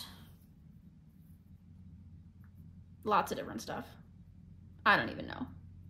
But I love the dark, spooky, gray kind of vibe that we're going for here. I'm quite happy with the way it turned out. I wanted to add that little pop of color on the house by using that dark purple. I thought that turned out really nice. When I first did him, I based his legs and his head with soft pastel, and it was like a super bright green. Way brighter than I anticipated, so it took a lot of Prismacoloring to tone it down to like something more reasonable, but he came out quite good. And this is a whip. I started it with Crayola pencils, which I no longer have, so I have to find a way to finish this. I can tell that I did this in Prisma. That's too bright to be Crayola, so definitely did that in Prisma, but yep, so that's Worlds Within Worlds. And the final one is Alien Worlds. This one you've probably seen, as I am part of Candace from Happy Catastrophes Alien Worlds data report group, and I am working from front to back so far in this book, so let's do it.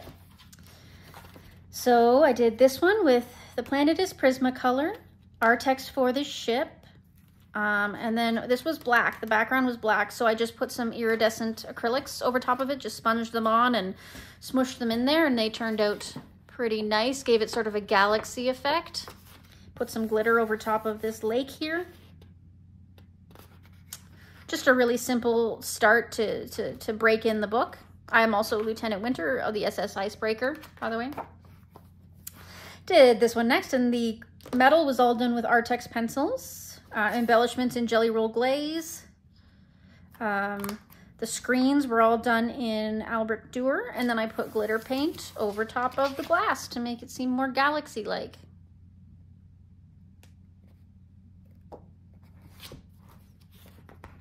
Yeah. Again, time-consuming page, but fun.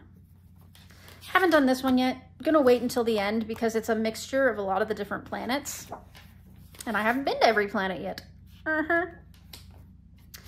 Did this one next. It was all based in soft pastel. The planet is Prismacolor. And of course, Artex for the ship. I've got glossy accents on the windscreen there. Yeah, Prismacolor for all the rocks and everything too. It was a bit, again, time consuming, but I enjoyed it. It was kind of meditative. This one took forever. This one was a really tough one. I based a lot, okay, so the sky is based in soft pastel. The moon is Prismacolor. Everything else was based in Albrecht-Dürer except for the rocks, which are Prismacolor as well. Artex for the ship. But then I did the rest in Albrecht-Dürer and polychromos. And it took a very long time. It was so much little detail and so much work that I was so sick of it by the time I was done it. I had to take quite a break to finish it up and to move on to the next parts of the planet, because the next parts of the planet, of course, are similar colors. So, yeah. So when I finally did get back into it, I did this guy in Prismacolor and soft pastel for the background. Got lots of glitter pen and glossy accents for his solar panels. And then I did the Apex Predator as well. So this was based in Albert Doors and soft pastel. I've got Jelly Roll Glaze for all of her pink dots and everything. But I think she turned out really nice. Really pretty creature. I love the cotton candy combo I managed to come up with there. And then I've got the Sentient Being, which was based with Albert Dour and finished up with various pencils, Prismacolor and Polychromos. And I've got watercolor paint accents for all the shinies from Renaissance Color.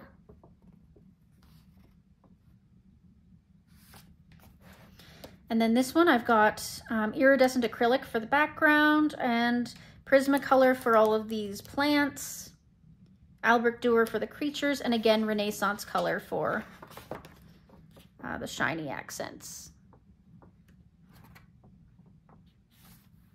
And then we're moving on to the next planet, which is the floating planet. This was based in soft pastel, including pan pastel.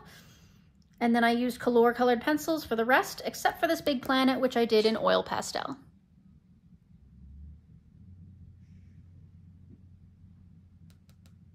Turned out quite nicely, if I do say so myself.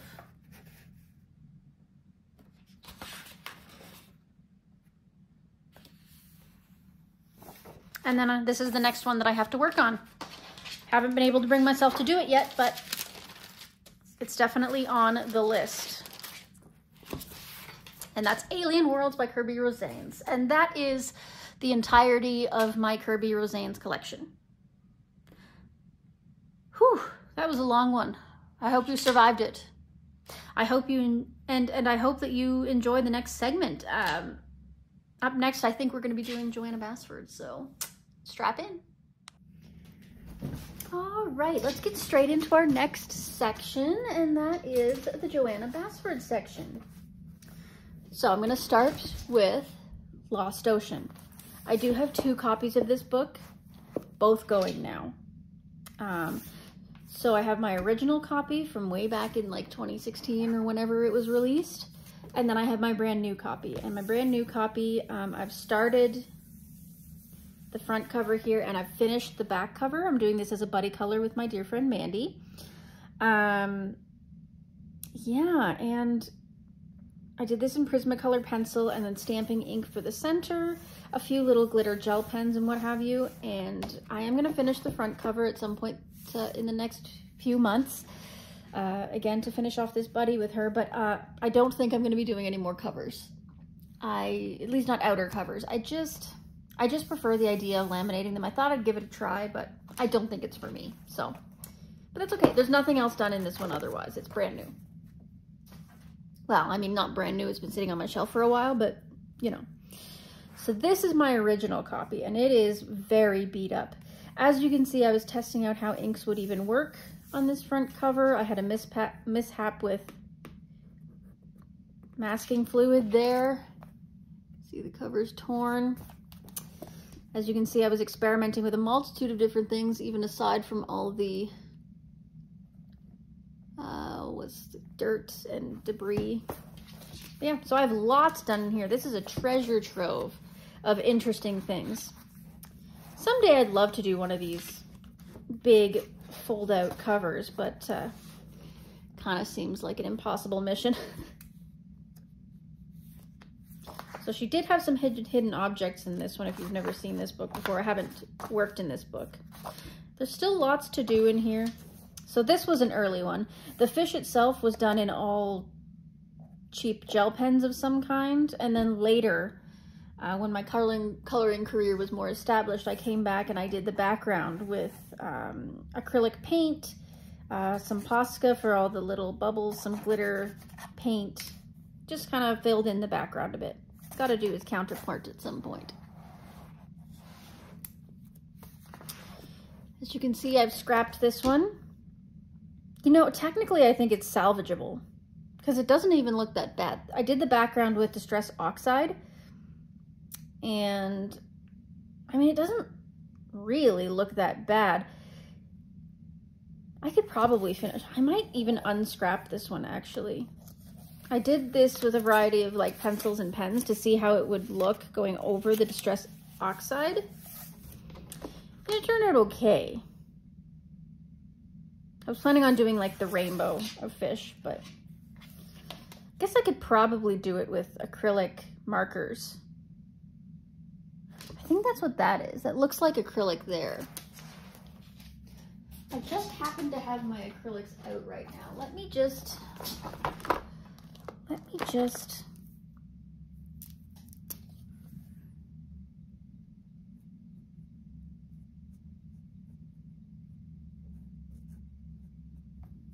I mean, it's okay. Not ideal. I don't know. Maybe I'll come back to it at some point, give it a go. We shall see. Scrapped this one. So this one was originally just a really simple one done with, again, cheap gel pens. And I decided to start doing the background black with pencil. And I decided to scrap it because I didn't like the way it was turning out. I mean, I didn't love it in the first place. Oh, pardon me. Doing it in neon gel pen was not an ideal way to get going, but I mean, we live and we learn from it, right? So that's a busy page, my goodness. This is a whip. And not a bad one either. I think I did it with Prisma. There's still potential there. Could come back to that one. This one I started at some point. Still potential there.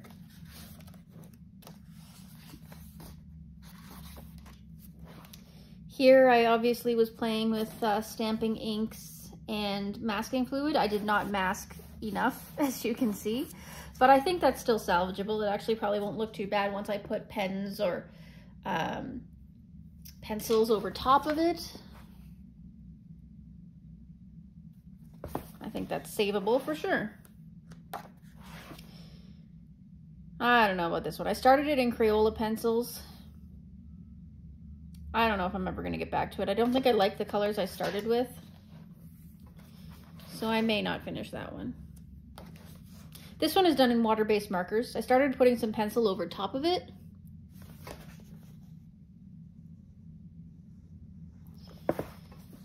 Definitely finishable. I should finish it just for the sake of consistency, but I just don't have the... I've lost the desire to get back into this particular book. I think because I have so many whips and scrapped pages, and I guess I could maybe make it into like a an art journal or something.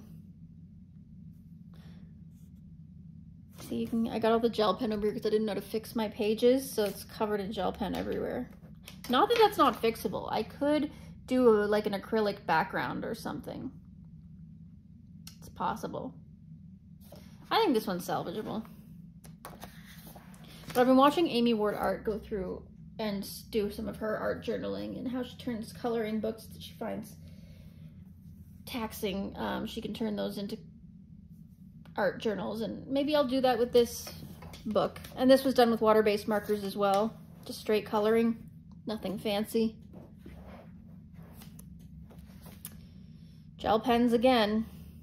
Technically I finished this one, it just needs a background and to finish that map, but and this one I don't have the gel pens to finish it. I don't have any of these neon gel pens anymore.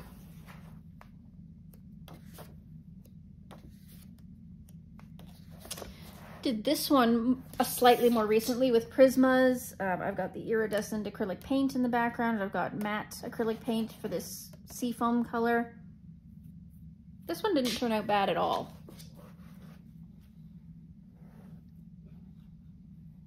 One of the few properly completed pages in here.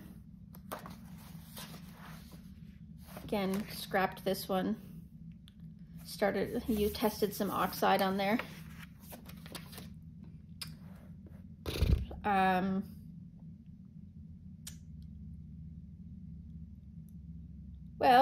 Self-explanatory. I'm not even going to guess all the things I've tried to do in here. But, yeah. So I finished these two properly. This one was done with Crayola pencils and then black acrylic paint in the background, so that was pretty cool. This one I did stamping ink with a stencil in the background for the clouds, gel pen for all the corals on the boat, and then I don't know which pencil I used to do the sails. Not sure. And then I've got paint and glitter pens and stuff down for the water. So it's been a long time since I did this one. I don't really remember everything I did, but it turned out pretty good.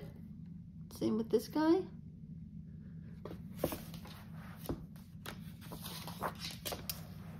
This one I did with Albert Dürer and Polychromos, I think. Yeah, I think so. There might even be some like fine liner or water-based marker in there somewhere, but not 100% sure. A couple little glitter accents as well. Quite like this one, actually. See, it's pages like this that give me hope for this book. Started this one. Don't know if I'll ever finish it. Don't remember which, I think they were Prismacolors, but I don't remember which color combos I used. I don't know.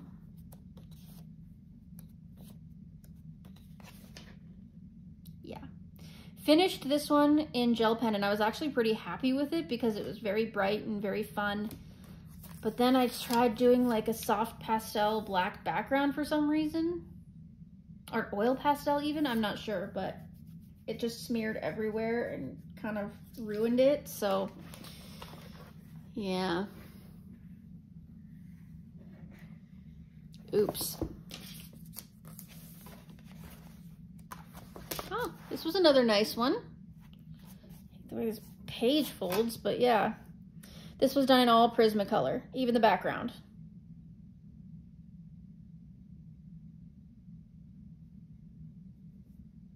Pretty fun page, if I do say so myself. Worked out really well. I can't imagine how long this took me. This was a long time ago, but yeah, really nice one. Not much to say, but I've just got the Posca dots in the background. That's about it, other than the pencil, just pencil, no shiny. Started this one in Crayola pencil. So don't have those anymore, so don't know if I'll finish that. Oh, these two are okay. This one, eh. This one's really nice. This was a salvage job. So I had started this way back in the day when I first got the book, and it was really ugly. But it was done in pencil, so I erased it as much as I could, and then I used my Prismacolors over top and some glitter gel pens and stuff, and it covered up really well. So we ended up with a not bad finish here. And I used soft pastel and Artex pencil for the background. So that one I saved, which is cool. I love when I can save an old whip.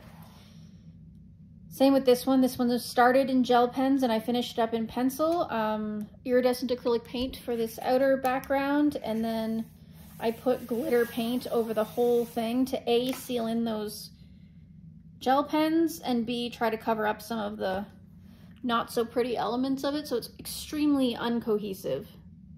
It's just random colors everywhere because of the way I started it with gel pens, but at least it's finished. So that's pretty cool. Did this one in fine liners and gel pens. I don't think we need to see that one up close. It's pretty, ugh. You know, ugh. And this one was done with fine liners, gel pens, and of course iridescent acrylic in the background.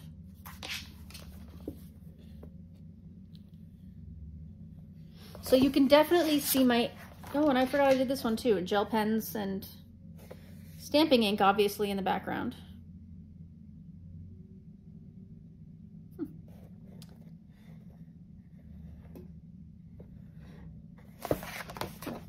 So anyways, you can see the age of this book and, you know, how my technique has changed over the years since I first got this book. So that's kind of a cool treasure trove. I'm going to keep this one even if I end up, you know, scrapping it, but it'll still go into the long-term storage eventually. So that is Lost Ocean. Next up, we have Johanna Westward's Secret Garden. And this, of course, is one of her early works.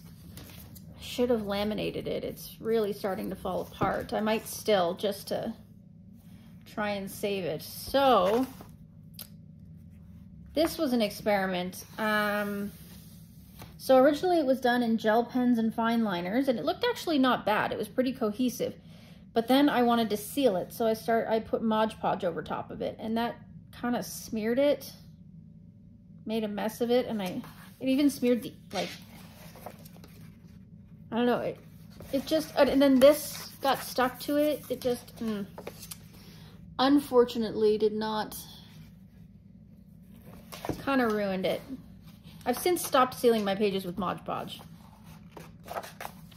This one's pretty nice. Again, it was done in gel pens and fine liners. I didn't write my name there. Maybe I should do that right now.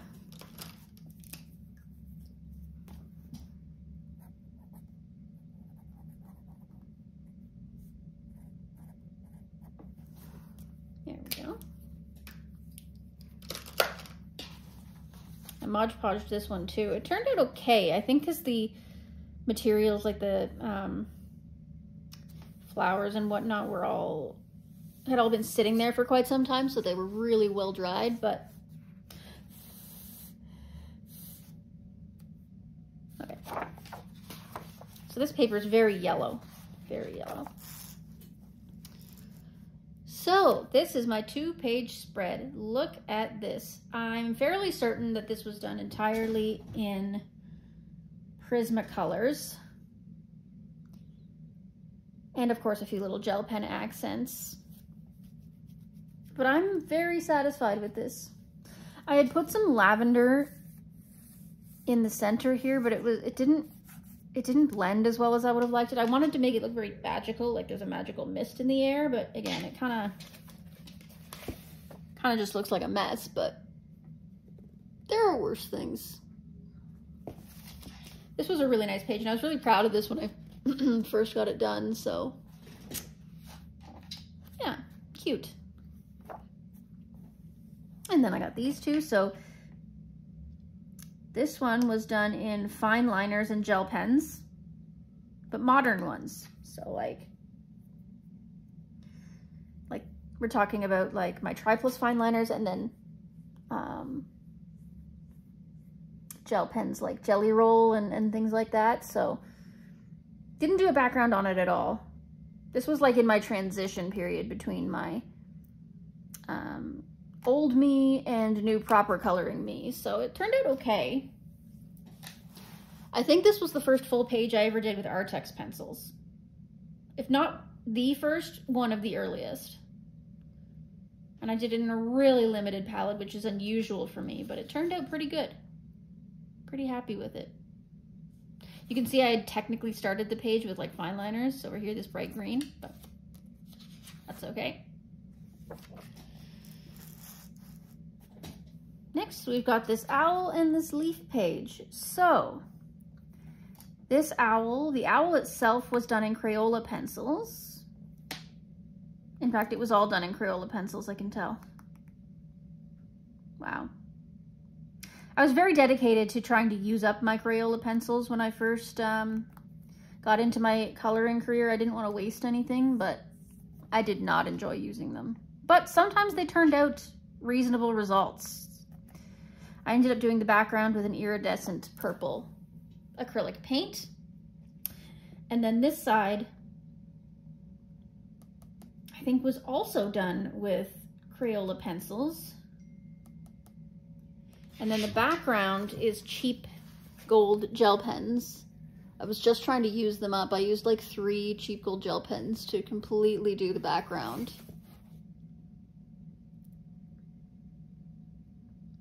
So those 2 pages are awesome, and I'm glad they're done. I forgot to color that Snaily Whaley. Oh dear. And that one. Okay, I forgot the snails. Oh well. Okay, so this page was done with Prismacolor watercolor pencils, background to foreground, and then I put some regular Prismacolor over top, and then I used some cheap dollar store glitter glue to add some accents around. And I've got some cheap watercolor paint on the owls. So sparkly and okay. The background isn't great. Not very well blended. I didn't really know how to use watercolor pencils. It was my first set. But nice color palette. And then this one, I think I did this with dollar store pencils. I had a set of dollar store pencils that were actually surprisingly good, and I used that for these. And I did soft pastel in the background. And then some gold accents and sparkle pop for the little caterpillars. Not a bad piece, given what I was working with, right? Yeah. And next I did this one, and this one was done with Polychromos pencil, soft pastel in the background, and sparkle pop and jelly roll accents for the insects and whatnot. And I put some glitter nail polish on the chrysalises over here.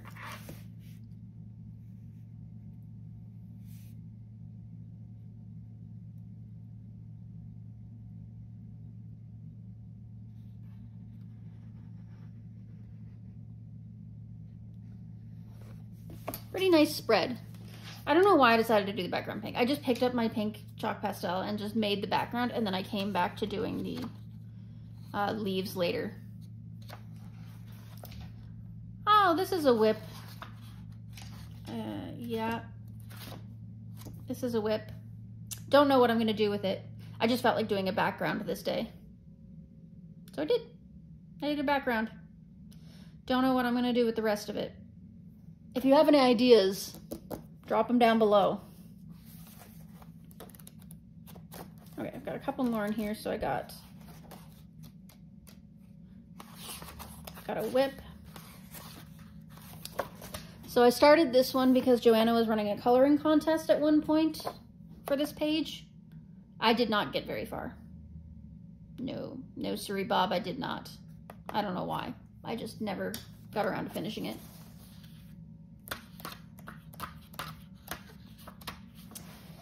Next we've got this one. I started this a very long time ago, starting with the sky. I did it using super cheap watercolors, like the no-name Michaels brand kids watercolors.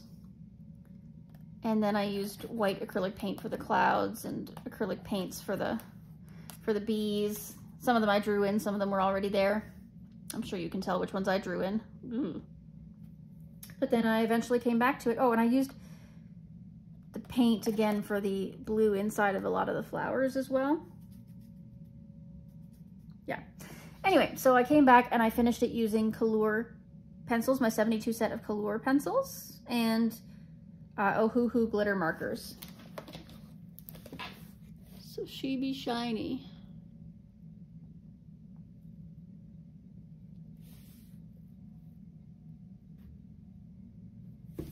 But it actually turned out not bad, all things considered. I'm pretty satisfied with this mess of a whip.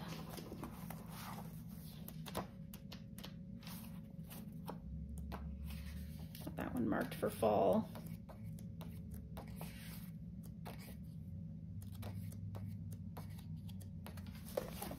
Did this one, I did black pastel, soft pastel for the whole thing, and then I went over top of it using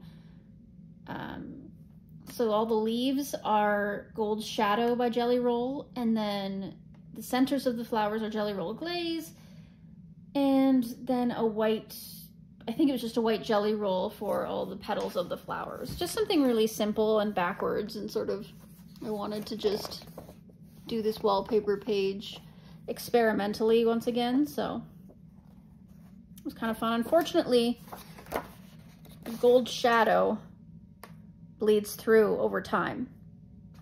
Just FYI. I don't think I'm going to be buying the gold shadows again. Yeah. And I got pastel over this one. But that's okay, because I'm probably going to do this one dark background anyway.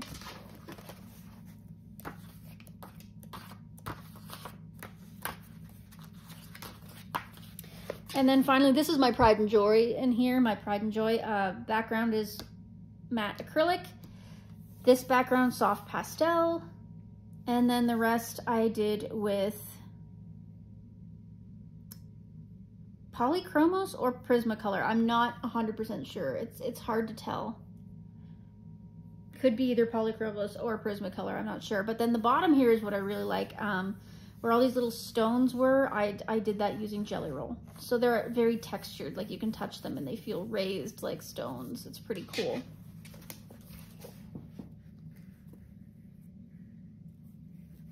Yeah, I like how this one turned out. The shading was good on the well and on the stones. Yeah, it turned out really, really nice. So I like that one. All right, and that is everything in Secret Garden by Johanna Basford.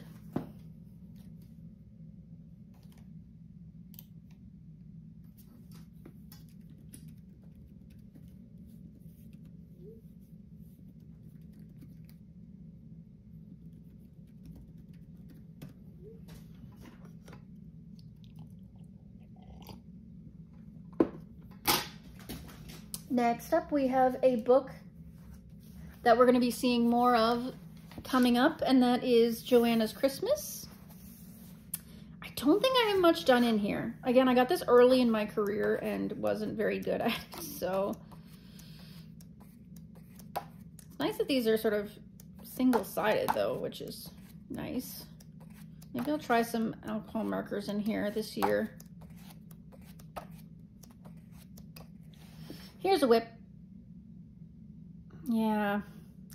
Wasn't having a great head day when I started this one, so it's a little bit not great, and I don't love the color choices, and yeah, it's not great looking, but I'll try to finish it anyways, just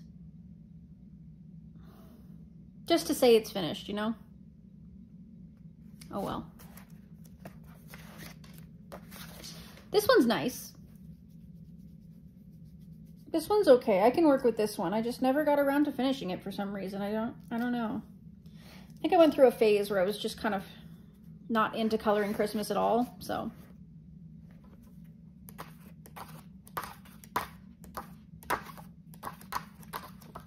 Oh, and then I did this one. So that's nice. I finished one in here. Finished one. I'll have to go back and put my name. I don't want to do it in just black marker. I want to do it in like a glitter pen or something. But yeah, so I don't know what pencils I use for this, but there's definitely a lot of glitter glue and, you know, metallic paint. I think the gold is gold ink, actually, back when I had that before it dried out. That one turned out really nice. Oh, look, I forgot I did this one too. Okay, this is definitely done in gel pen and fine liner. And then this in some kind of pencil. Not sure what pencil. They were clearly done at two different stages of my life. Must have done this first and then come back and done this later. Okay, so I have two done in there. Cool. Very exciting. All right, so that's Johanna's Christmas. Next up, I have Magical Jungle. As you can see on the cover here, I used alcohol markers thinking that this would be thick enough to not go through. I was wrong. I started these using alcohol markers. I could finish this inside cover because it's not bad. It was my first attempt at blending oh-hoo-hoos. So, I mean, all things considered, it could be worse. It's salvageable. Again, here I was playing with alcohol markers, especially since it was single-sided. Could save this one as well. For sure.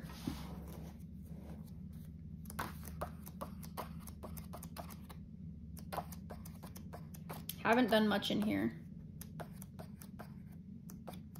I think I'm intimidated by the big, huge spaces. Did this one in Artex pencils. Very bright leaves. Not sure if that's a combo I would choose again, but it worked for this particular page.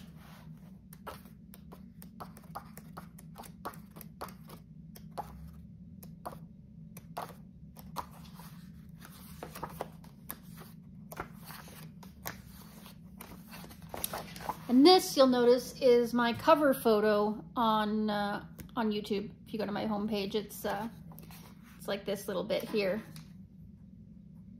And I did this in Crayola pencils and then soft pastel for the background. And of course, I've got a washi tape border. This page actually turned out quite cute, especially the odd color palette that I chose for it. But it worked out. And that's everything in Johanna's Magic Jungle. I'm gonna skip over to World of Flowers. You'll notice that there's washi up here, which means I still have not touched it. This is completely untouched. I've got a couple pages marked for this month though. I've got this page and this page possibly. So if I can bring myself to do it, I will try to work in this book this month.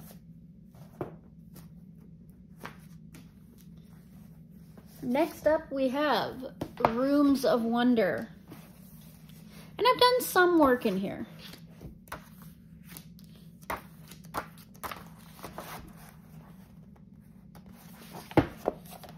Okay, so I did this page.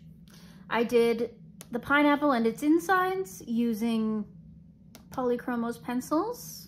And I was pretty happy with the way it went. And then for some reason, I decided to come back and do the background. I did a stencil for the oil pastels. I did oil pastels and a stencil for the moon and clouds up here. And then I did soft pastel for the background. And then I put like blotches of white everywhere, and it's really ugly and mistakes were made. And I'm getting tempted to go back and do a black acrylic over the whole thing. Maybe keep this, maybe just go around it. But yeah, I hate that background, but I love the pineapple, so mistakes were made.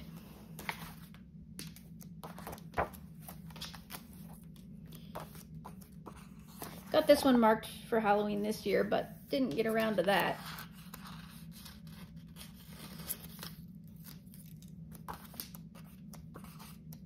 So much metal. I don't know how I feel about those metal ones. This was an early one when I first got the book, done with Prismas, black Posca for the background, various gel pens for accents. I'm not super happy with the way this one turned out. It's not as cohesive as I would like. One day I'll get this book again and I'll redo this page. It deserves better. You know? Just not my best work.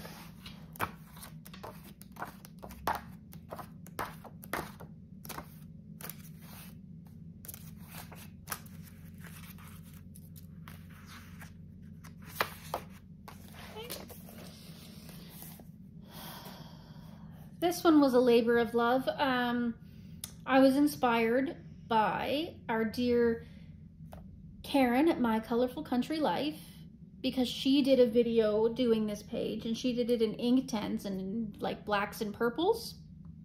I decided to, as usual, do the exact opposite, and I did it in reds and golds. So the background is all Albrecht Dürer activated, and then I used Polychromos for all the other pencil work, and then I used gold Signo for all the gold work. And my goodness, I used up almost a whole pen doing it. Won't be doing that again. I probably should have used like a gold paint or something instead, but it's okay. It turned out and I'm pretty happy with it. Looks pretty fun.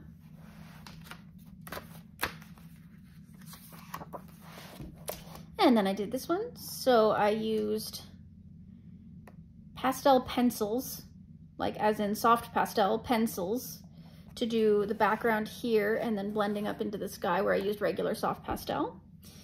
I used, this was definitely Prisma, I can tell by the way it's creamed up.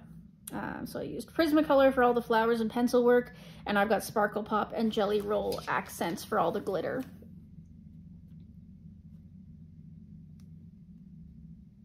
It was a pretty simple page, nothing too complicated about it, but I think that works for it.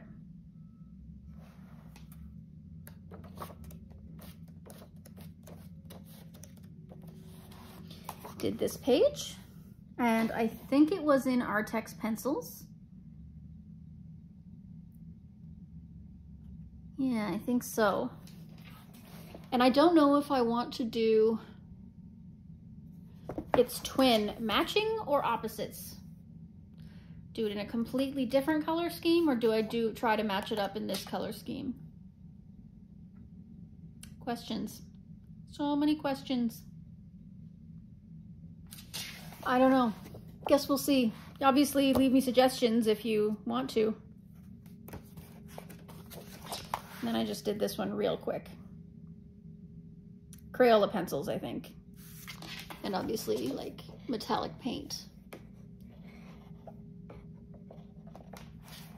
Yeah, so that's Rooms of Wonder. Lots more to do in there. And finally, we have Worlds of Wonder, which is one of my favorite books. This one has a lot of love in it, much like Lost Ocean. It was one of my early ones, so there's some good, there's some bad, there's some ugly. All right, let's get started. Okay, so I did this one with Albrecht Dürer. All Albrecht Dürer and some glitter pens, sparkle pens. I've got clear Jelly Roll on the white flowers, and then I've got, I want to say Sparkle Pop for the center of some of them. So probably gold Jelly Roll for these stars, I would imagine, but the rest is all Albrecht Dürer. Activated. Cute little one. I was tempted to go really dark with this, but I don't know, my husband talked me into doing a bright one, so. And then we did this one. This one is a soft pastel background with Artex pencils for the houses and washi tape border.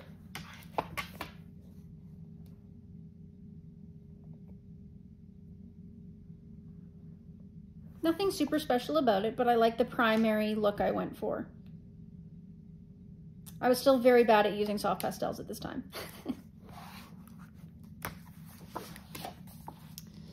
Then we've got this underwater one, which I think turned out quite lovely. It was done with Prismacolor pencil. I wanted to do a whole bright versus light thing. So we've got dull, grayish, brownish colors up in the top and the surface above the water, but then below the water, everything is so bright and pigmented and just the opposite of the surface world, where the surface world is boring, the underwater world is bright and colorful and fun, the way that Sebastian best described it, right? I like the way that went. I went so far as to even doing black around the edges with Posca at the bottom and white with Posca at the top.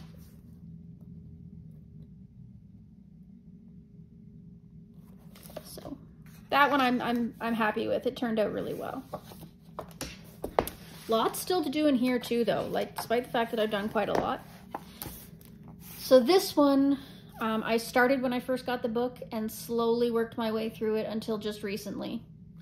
The background is black Posca and the rest is, you guess it. Could be anything. Any one of these could be anything that I've ever owned at any given time. Pencils upon pencils upon pencils. We've got, I know this one was Artex.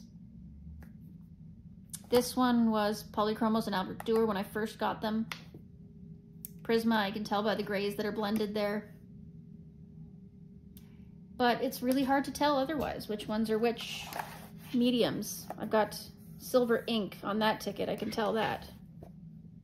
Or nope, that's silver gel pen, never mind. See, I don't know. It's not a cohesive page, but it's finished, and I think it kind of works given the fact that these are all tickets, so they probably wouldn't, and they're all different tickets, probably from different places, so they probably wouldn't be cohesive.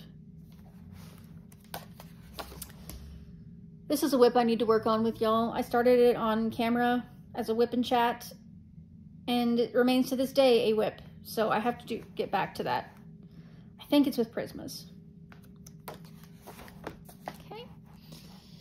You may recognize these pages. I recently did this one on camera for you. Soft pastel background, Artex pencils for the balloons and house, and then washi tape for the outside. It was a really nice little, not too long video if you want to go check that one out. This little house here was featured in a video recently where I did a review of a set of pencils that I got on Temu. And the rest are all, much like the tickets, time capsules of time spent in this book over the years. So again, no idea what pencils are where, they just are what they are.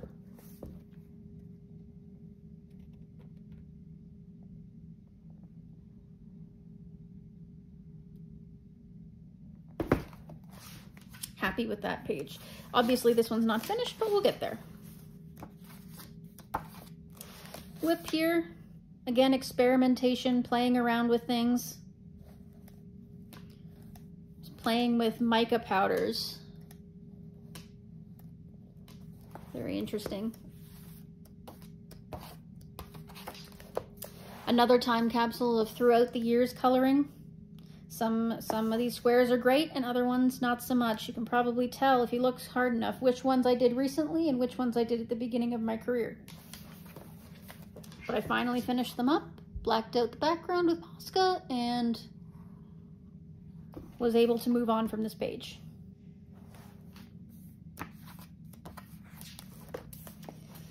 This one's pretty good too. It was done with Prismas.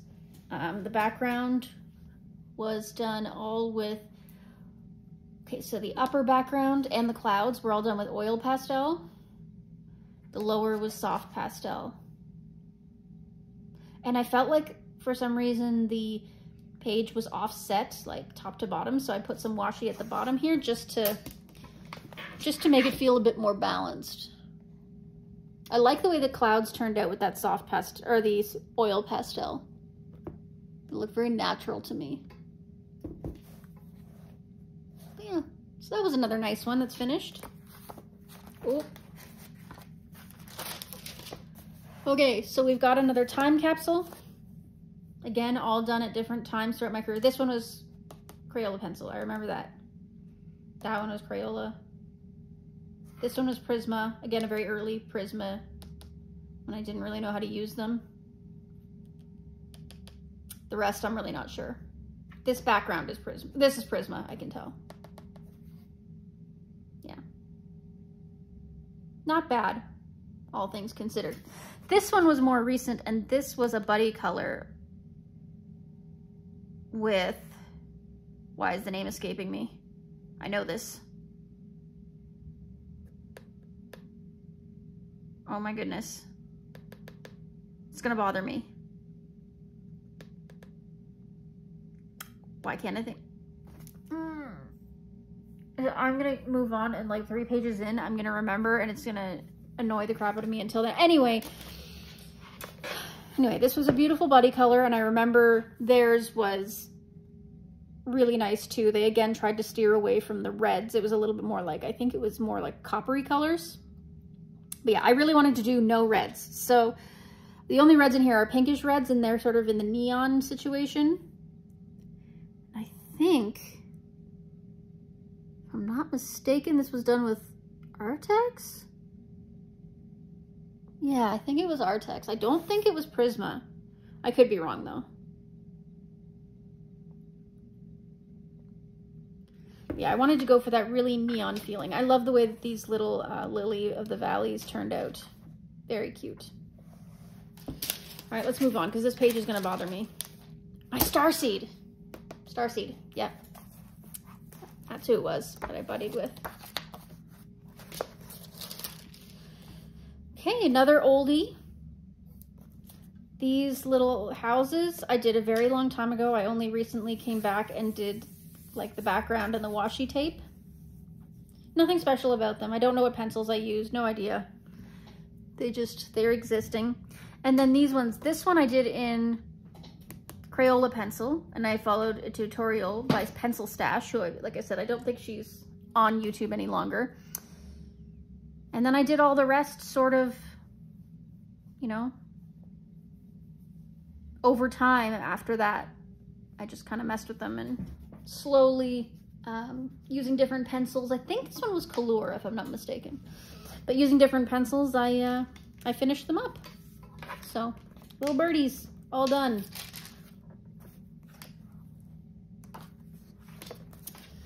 So I used Prismacolor watercolor pencils to do the rainbow doodles. I used metallic paints, which I still have, to do the airplane, and then stamping ink for the clouds in the background. As you can see, I was not very good at it at this time. It's very uneven. I got marks everywhere. It's just, yeah, it didn't turn out too great, but technically the page is done, so I am glad for that. This was an early page too, but I'm still pretty proud of it. I know I used Prismas, and I tried a bokeh background using Prismas. Didn't turn out super as compared to what I could do today, I think, but for early work, I think it turned out really nicely. Yeah, pretty happy with it. This I started as a color along with My Colorful Country Life and never finished. I'd originally scrapped it, thinking there's no way. Like, I started it with Karen, I should finish it with Karen. If I'm not gonna finish it, then I may as well just scrap it. But now I'm thinking I might just finish it on my own. Totally a possibility. Finished this one recently, the lemons. I did pan pastel for the background, and then I don't know what pencils I used. I do not remember. I don't remember. But I whited out the lines on the blossoms and put a little bit of Jelly Roll Glaze in the center, and it's just a really simple page. But it turned out well, I think, all things considered. And I'm glad I got it done, because it's been bothering me for years. I'm like, who would want to just color a page of lemons? But turns out a lot of people, me included. And this is, again, another time capsule where I've just been playing around with things, because I'm not good at coloring food. And these just look like food to me, so. Another double, non-double page. This was another Buddy with Starseed. Acrylic paint for the background. It was supposed to be dark blue, but it kind of turned out black. Oh well. And I used Prismas for everything, plus some glitter gel pens and soft pastel for that background up there, that circle.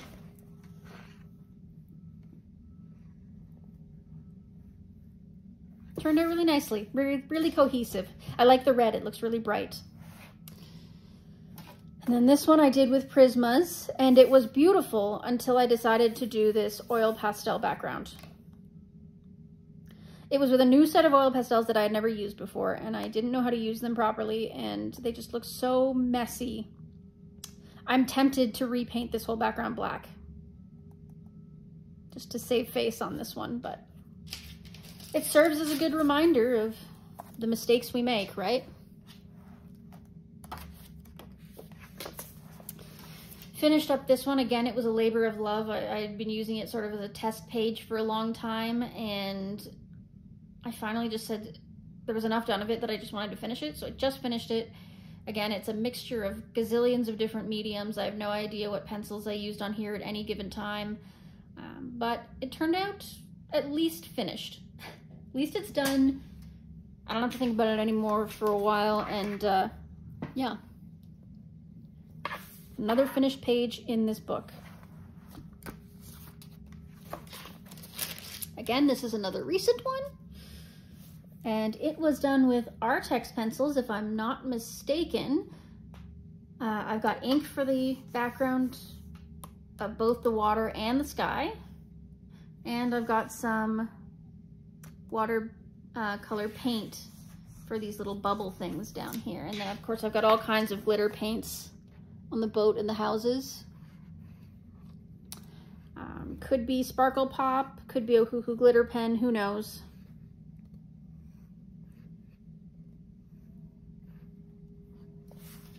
I'm really proud of that one though. I thought it turned out really well. I like the way that the ink kind of sputtered at the top here. It kind of looks like sea foam, right? Here, let me get you another close-up. See what I mean? It looks sputtered at the top.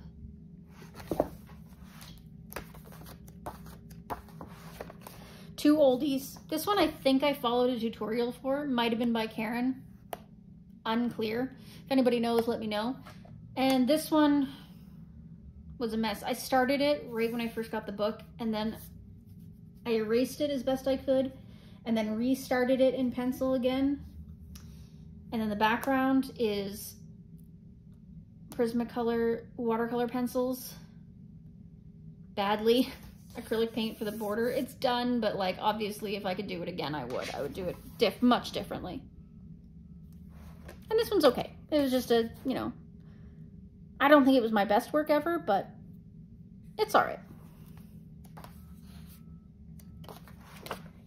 Did this one again more recently. Iridescent acrylic in the background, soft pastel for the background in the circle, and the rest looks like Prismacolor to me.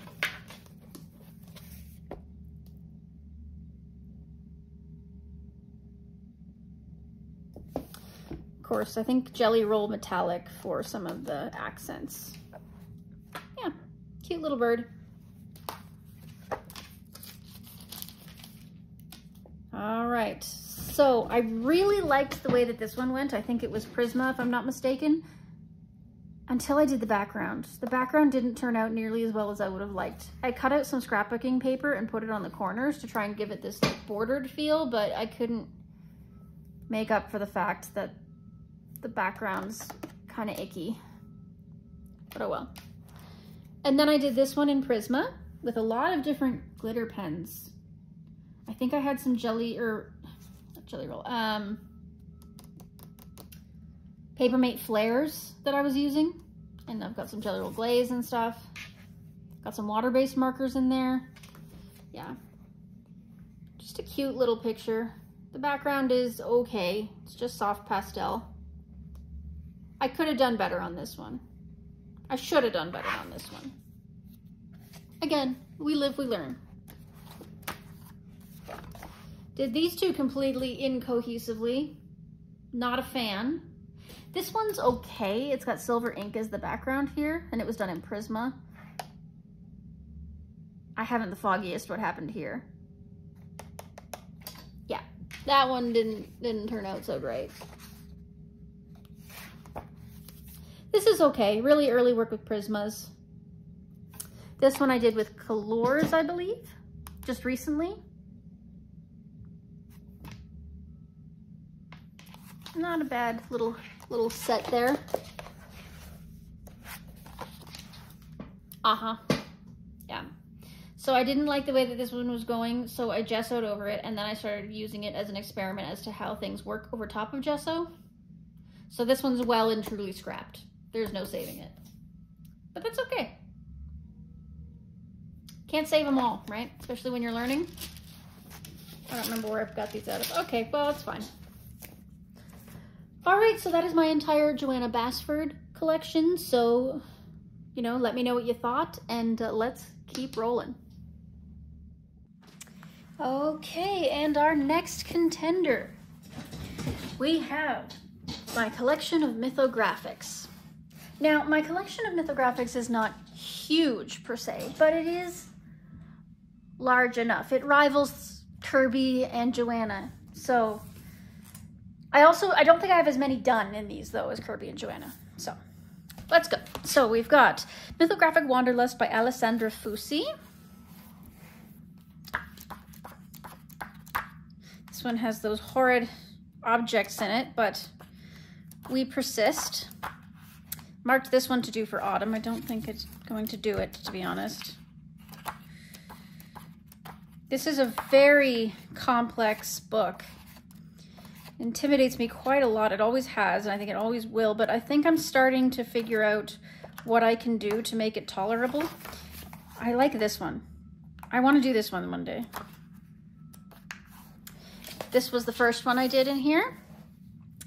And this was done with Prismacolors. I got washi for the outer border. I think I did the background all in Prisma as well, but then I put Dragonfly glaze over top of it. And other than that, yeah, I just let the hidden objects be hidden objects and just colored them as they are. Little mouse there, magnet, laptop, got the sea dragons there. I just let it be what it was. Yeah. And that's my first one in there. Pretty happy with it, all things considered.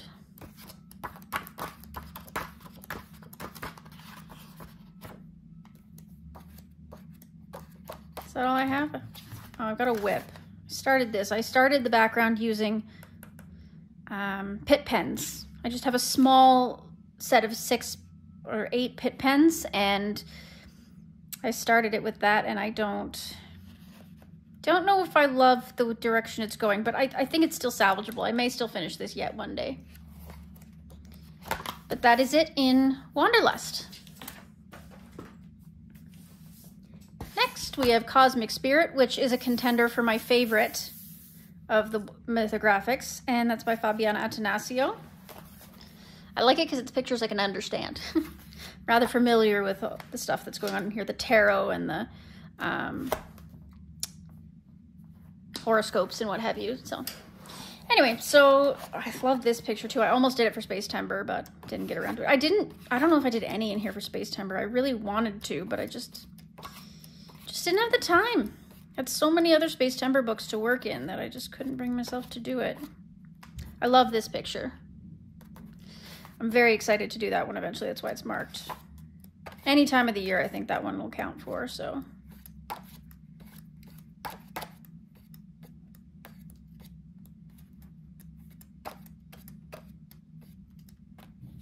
So this is the one I've done in here. This is the Gemini page. And I experimented quite a bit. I did the background here as a galaxy. This is my first galaxy background, and I did it with Albrecht Dürer and Polychromos. So I based it with Albrecht Dürer to get that watercolory galaxy effect, and then I went over it with Polychromos to get it brighter. I think the rest I did with Polychromos. Like, everything is just Polychromos and gel pens, and then of course I bordered it with washi tape. This washi tape is like dollar store washi tape. It's very ugly, and no matter what I do, it just always looks bad, but oh well. I wanted to border it up. But yeah, that one's okay. I'm not mad about it. It turned out all right.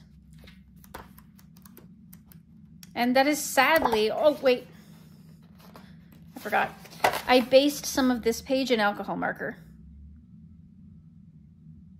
So that I may come back to one day. But that is sadly all I have done in Mythographic's Cosmic Spirit. Again, I think I have that syndrome with that book of I love it so much that I don't want to ruin it.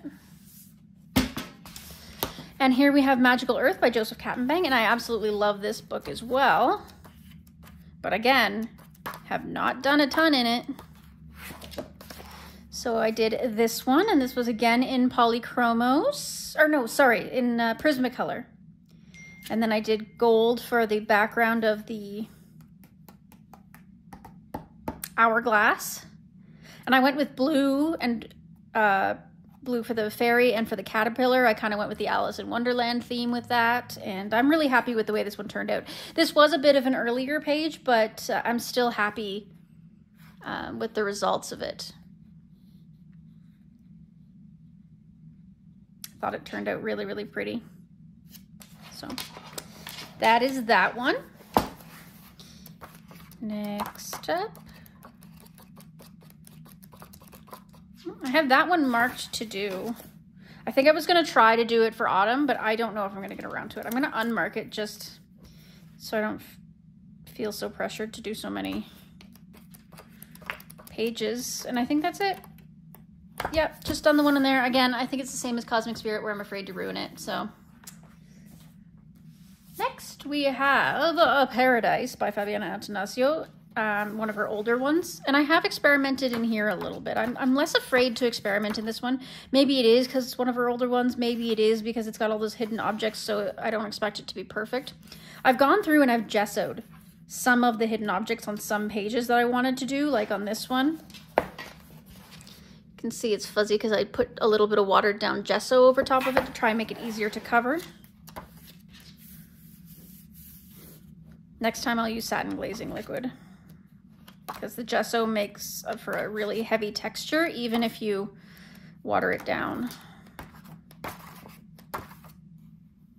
And you can see I closed the book too early on a couple of these. They got stuck together. Oops. Well, I mean, the hidden object's gone. So, look, it ripped off completely. So, I mean, I guess there's that, right?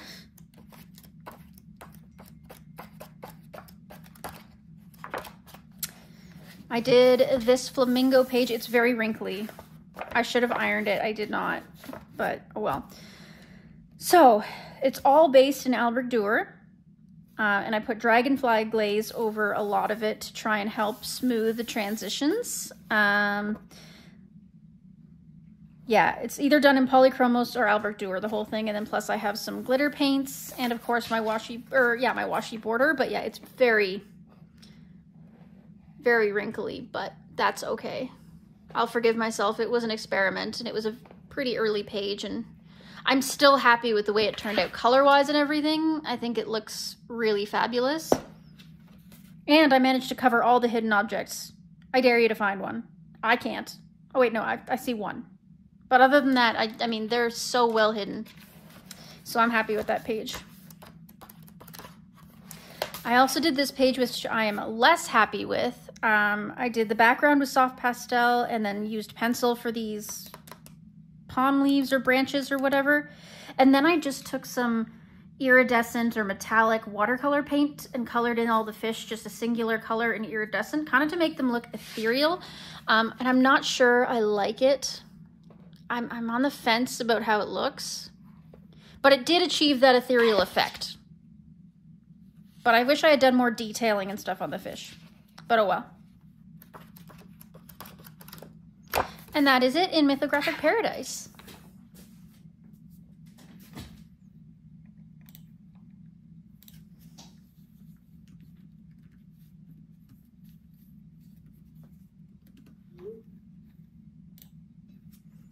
All right, next up we have Deep Blue by Fabiana Antonaccio. I picked this one up at the dollar store, I think for $4, which is super. And this is a pretty cool book. I understand it for the most part, which makes it easier to stomach.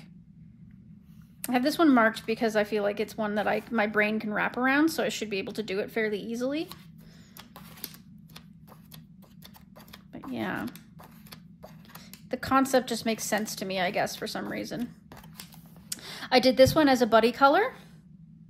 It was either My Starseed or Mizzy Kiara. I cannot remember which, so sorry you two. I know it's one of you. Yeah, so the background is iridescent acrylic and based with alcohol marker, and then I think I just used Prismacolor on top. Some kind of pencil. I'm not 100% sure which pencil. And I've got glossy accents on all the bubbles and on dye.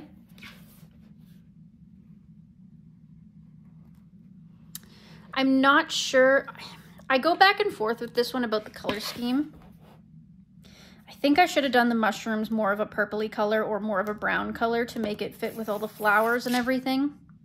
And then I put that border on there and now the purple is dominating the page. I don't know how I feel about it. Sometimes I look at it and I'm like, ew. And sometimes I look at it and I'm like, it's not that bad, you know? So I'm on the fence about how this page turned out. It's okay. Not my favorite.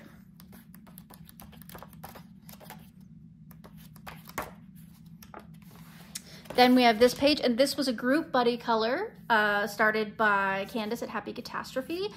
And I believe it was also Dabbler D who was in on it with us. And it was really fun. It was really fun working with those ladies, and it was really fun doing this page. So I did it with Albrecht Dürer and polychromos for all of the pencil work, including the background. I went for a really soft, pastel-y kind of color tone, which is unusual for me. You know, I went with primary colors only, you know, the magenta, cyan, and yellow. I just went really gentle, which, you know, I could have done something so much more bold, but for some reason I just went really soft. And you know what? That's okay. For once, sometimes it's okay to do something different. I feel like I should black out the border. I feel like that would make it stand out more. Maybe I should do that. Maybe I'll set this book aside after. Okay. Yeah, and that's it for Deep Blue. Next, we have Alessandra Fusi's Dreamweaver, which I know a lot of people find super intimidating, but I've actually found a couple of pages in here that I was able to play around with. Why did I have this one marked? I don't know. Don't remember. Maybe the mushrooms for fall. Whatever. This one is a whip. You've probably seen it in a lot of my complete pages videos where I'm just slowly chipping away at it. I had so much inspiration when I first started it, and now I'm like, ugh, I don't know what to do with it. I've lost the inspiration for it, so I'm gonna keep it as a whip, keep looking at it. It needs an ironing too, because I used Albert Durers for the background. I know I finished one in here for Space Timber. Here she is. So I finished this one for Space Timber. It's very chaotic, but you know what? It kind of works for the style. I think that's kind of what it was meant to be, is chaotic. It's a Dreamweaver, right? It's not meant to be realistic. So what I really wanted to do was do this background. This fuchsia background was really where it all started, and everything else followed after that. So this fuchsia background is Renaissance watercolors covered with clear nail polish to protect it. And it's a very shiny, it's called A Go-Go. It's from one of her slightly more recent collections. And it's very sparkly, very glittery, even without the top coat. The top coat is just there just to keep any of it from getting damaged. So I'm happy with that. I based everything else in alcohol marker and then used various pencils, I think mostly Prismacolor, to fill out the rest. And of course I've got gold Signo, Signo Copper, all kinds of different pens just to create that shine. I had a few people comment that they'd never seen anybody tackle this page before. And that was kind of cool. Yeah, that page was fun. And that's it in Dreamweaver. And finally, we have Joseph Fabia and Atanasio's Menagerie. I love this one too. I love this page. I keep looking at it. I keep wanting to do it. The Elemental Lions.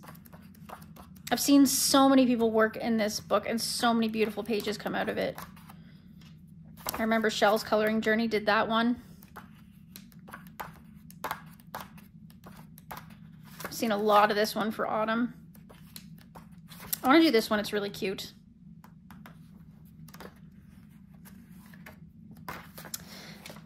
But Mizzy Chiara and I did this one for this autumn, and I'm so proud of it. I love it. I think it turned out fabulously. It's all based in ABR alcohol markers, maybe a little bit of Ohuhu here and there where I was missing a color.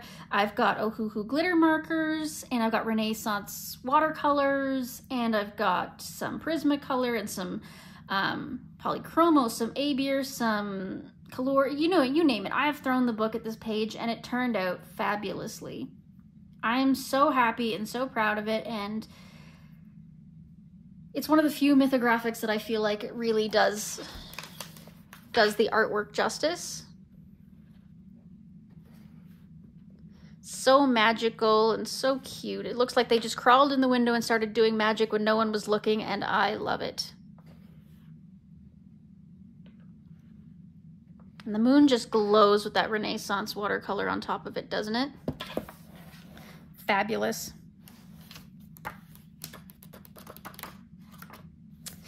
And I did this one again. I believe it was with Mizzy Chiara. We did a daytime versus nighttime theme. So she did the nighttime theme and I did the daytime theme, which is arguably the easier of the two.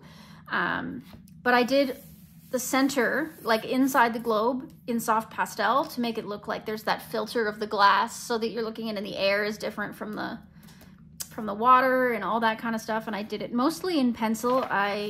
No alcohol marker, all in pencil, maybe a little bit of Albrecht Dürer just to get some basing in there. Some black Posca for the dots on the angelfish.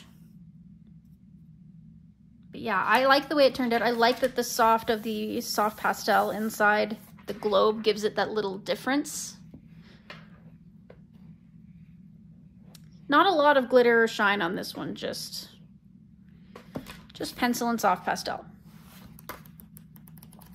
And that is it for all of the Mythographics. So that is the Mythographics. You know, let me know what you think, which one was your favorite, and let's move on to the next segment.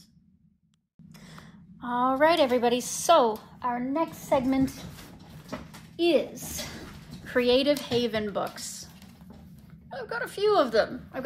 Now, to be fair, I don't have a ton of work done in them, so this shouldn't take overly long. This is probably my biggest group of untouched books. So I'm gonna grab all the untouched ones in one handful.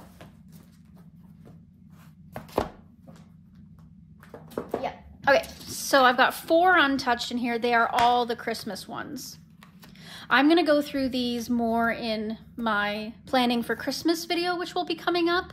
I'm not gonna go through them right now. There's no point since I haven't touched anything in these. It would just be a flip through, and that doesn't make any sense. So I've got Christmas Gnomes, Home for the Holidays, Enchanted Christmas, and Country Christmas, all by Teresa Goodridge.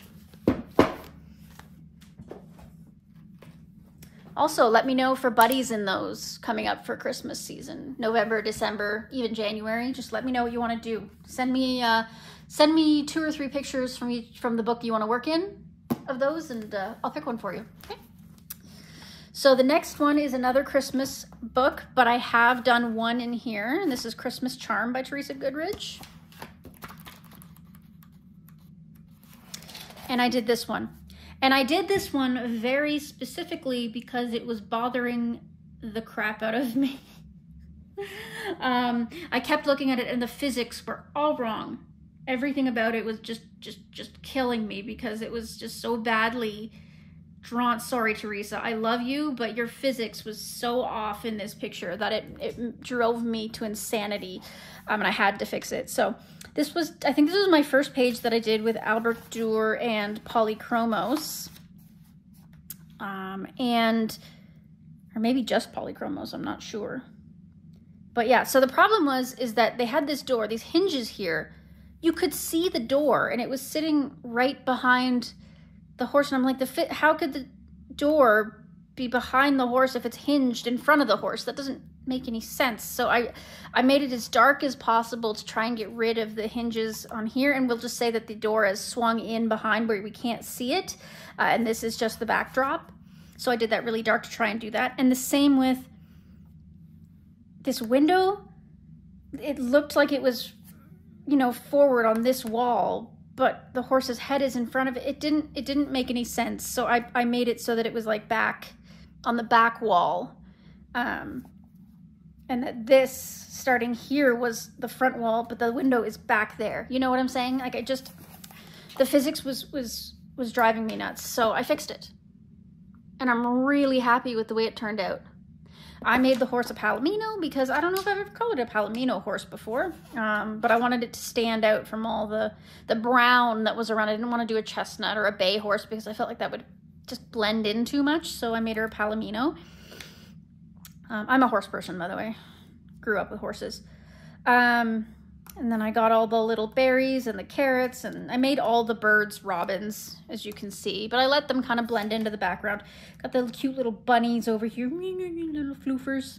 I made the shovel copper instead of silver, and I made the bucket over here silver. And I think I used inspiration from Karen at My Colorful Country Life and her metal combos in order to figure those out. Now I can kind of do it just by heart, you know, just by looking at the pencils. I can kind of figure it out myself. But I think for this page was the first time I really attempted to make it look realistic, so I used her combos. But yeah, so that is it for what's in Christmas Charm. So that is also up for Buddy Colors this season. Are there any more Christmas ones in here? Let's get the Christmas ones out of the way. No, okay, so the rest are all non-Christmas ones. Okay, so let's go to Country Charm. I have one done in here. I have one marked for some reason. What are we marked for? Oh, for autumn. Yeah, didn't get to that. Not gonna get to it. We tore the paper there a little. Weird. Well, that's uncool. Anyway, lots of really pretty pictures in this one. This is an older one, I think. And I did this as a buddy color with My Colorful Country Life. And it sucks because I wasn't in a super great headspace when I did it, so it didn't turn out as well as I would have liked. But at least it's done. At least I managed to get the buddy done. So thank you, Karen, for doing that with me. I did it. I started basing it in my Albrecht Dürer, but I didn't like the way my Albrecht Dürer worked on this paper. Something about this paper was weird to me. So I based it in soft pastel instead after that. And then I went over with Polychromos and Albrecht Dürer as well, just to kind of finish up all the details. And then I've got some gold and silver detailing here and there, some white spots here and there just to clean it up. And I think it turned out okay. Not great. I could have done a lot better, but it turned out okay. So Karen, I'm happy to do a makeup if you want to one of these days. This one just did not do it justice. But yeah, so that's the one that I have done in Country Charm. Next, I have Country Farm Seams. As you can see, I have a lot marked in here, and I think it was for autumn, but I doubt I'm going to get to those. So, yeah, I have that one marked. Let's pull it out. Yeah, see, that one didn't stick. This one's got a pumpkin, so I had it marked.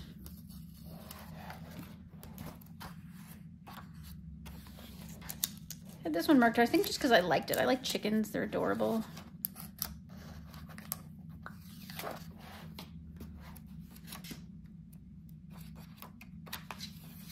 I marked everything with a pumpkin, and if you mark everything with a pumpkin in Teresa's pages, you're gonna end up marking everything.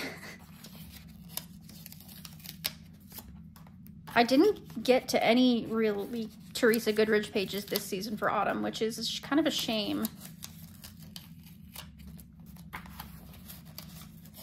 But that just means that I'll have pages for next year. This is the only page I've done. I did this in the summer, and I based it with alcohol marker. And then I just went over, I think, with my Color pencils to finish it off. And I used gold paint for the lettering and the border.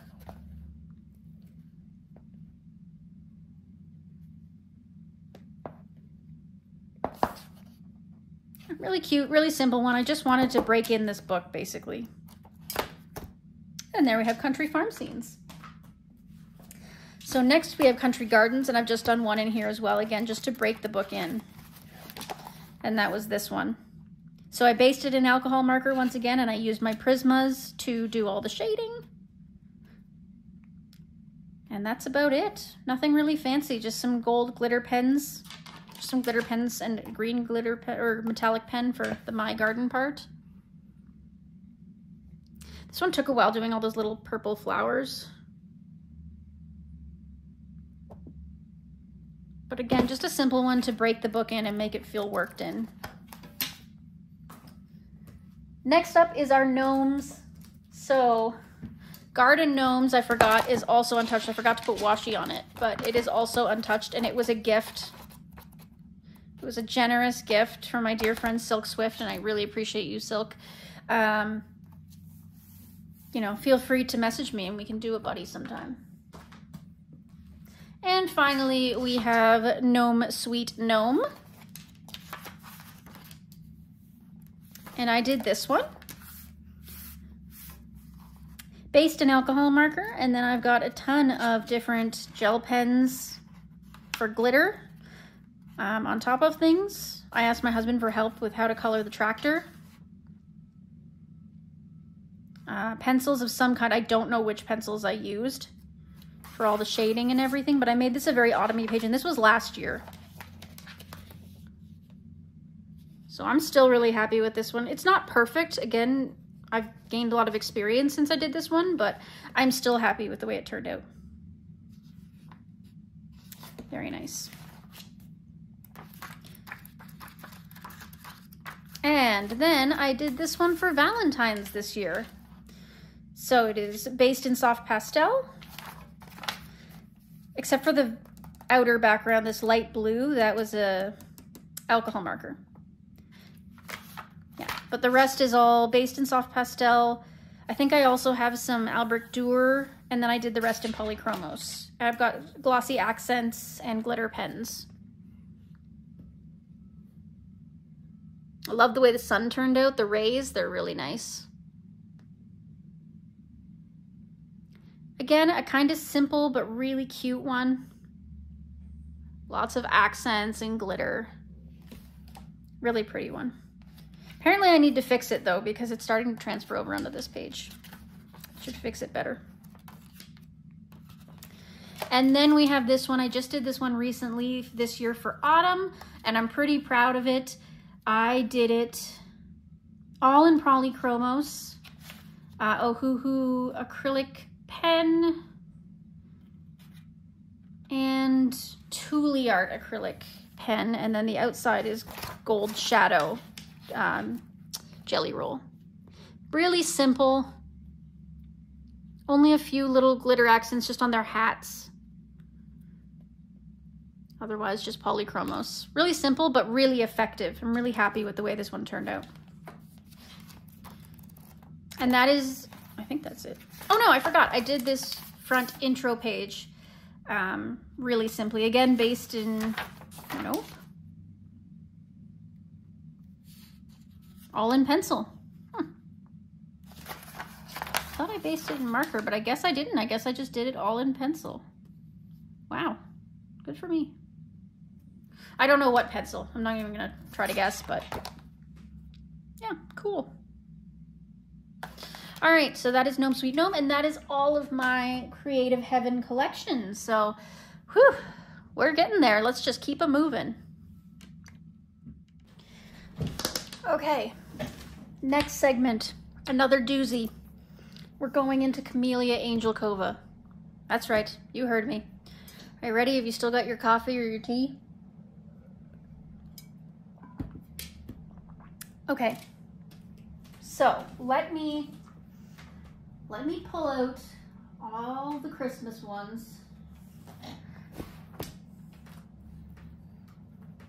Or the winter ones, should I say. Just double check here. Okay. So I've got a pile of winter Kameliya Angel Covas. One is untouched. It's 50 winter miniatures. I've got nothing in here. I do have a page marked. I had an idea to do this for Christmas in July, and instead of making this snow, I'd make it sand. I might still do that next year, so I'm gonna hold off on doing that page, but lots of other things to do in there. Next, we have 50 wintertime mandalas, and I think I've done 1 or 2 in here. Did this one, very happy with it, very much like it. So, based in alcohol marker, and then I used, I think, Artex pencils over the top on the birds and for some shading and everything. I used Dragonfly glaze on top of the snow and the icicles to make them shine. And then I used various glitter gel pens on the outer mandala border. See the shine on the snow though? Really pretty. Dragonfly glaze is great for that. So yeah, so that's one in there. Do I have any others? Oh, I have another one. I have this one, which this is not a mandala at all. So I don't know what's going on there. But anyway, so the background is soft pastel and the rest is pencil. I think Prismacolor. It looks like Prismacolor. So a little bit of shine on the snow there once again. And some silver pen for these little snowflakes and glitter pen for the outside ring. Really nice little page. Apparently I was into doing birds in this book. I don't know. Is that it? Yeah, that's it. 450 wintertime mandalas. Next, we have 50 Christmas miniatures, and I think I have one done in here as well. Oh, two. I have two. Okay. So we have this little giraffe, whom was based in alcohol marker, I believe. Yes, based in alcohol marker, and then just some pencil shading. I'm not going to try to guess what pencil that is. I don't know. I've got Sparkle Pop on the eye and on the bulb, and I've got some kind of pastel. I think it was pastel pencils, actually, for the inside of the border. Yeah. And then I've got some thin washi tape for the border. So I just did a partial border there. I measured it out, and I think that looks really good. I didn't want to go with traditional Christmas colors, so I did blue and pink instead. Very cute. And the next one is obviously this one, which was based in alcohol marker straight. I didn't do any shading on this one. Soft pastel for the background, and then just glitter pens and white, probably Posca pen. You can tell this is gel pen though, because it bled through. They turned pink instead of white. It's a really simple one. I must have been in a weird headspace that day and just wanted to do a really basic picture. And that's it for 50 Christmas miniatures. Again, buddy colors, let me know. We'll do this one first. 50 festive themed miniatures. Again, I think I have one, maybe two. So here's our little snowman. Is he based in anything? Okay, so I based the ornaments in alcohol marker, but the rest looks like it's just pencil. Scratchy pencil at that. Well, this is Prisma. I can tell by the blend. Like the scarf is Prisma and the hat. But the snow, not sure, because it's really kind of more scratchy, so it might be Artex or something like that. And then I've got glitter glue on top of all of the ornaments. And Jelly Roll Glaze for the buttons and his eyes. Just another fun one. These Christmas ones, I don't feel a lot of pressure to go crazy and do, you know, really amazing things with them. Is that it? Oh, nope, did this one too. I remember this one. So this was done with alcohol marker and pencil shading for the birds, soft pastel for the background, Jelly Roll Glaze in areas on their eyes and the buttons, some kind of glittery pen for the berries, and glossy accents on the eyes. And of course, silver pen for the snowflakes.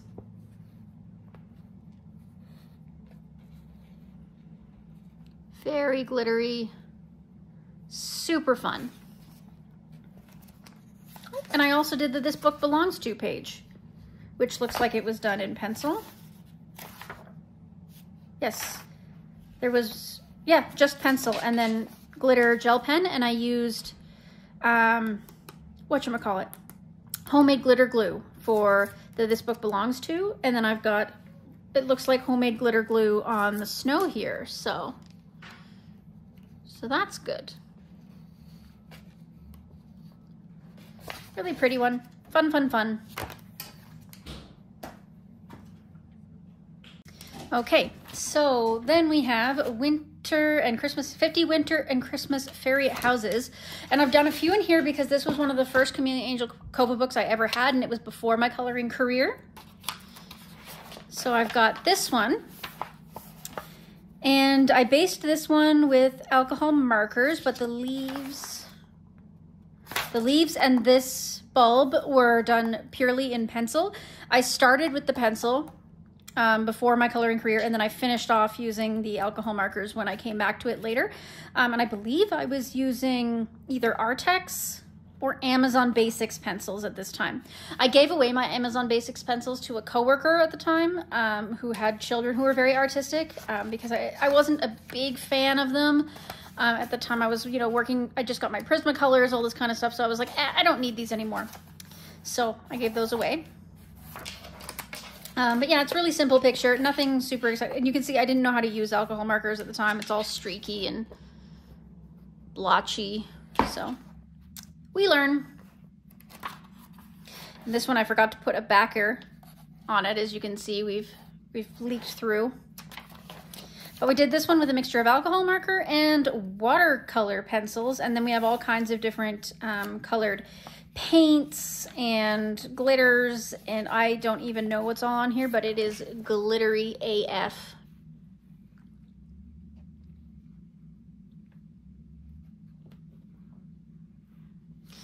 Yeah, there's some pencil shading and stuff in here too, so that's all right.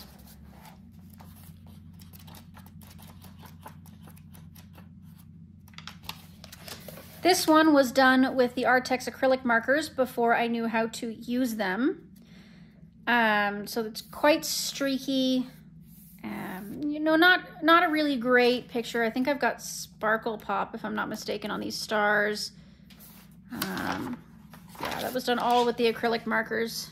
So they're quite streaky. I didn't really know how to use them. And I mean, obviously acrylic markers aren't the greatest on Amazon paper either, so, you know.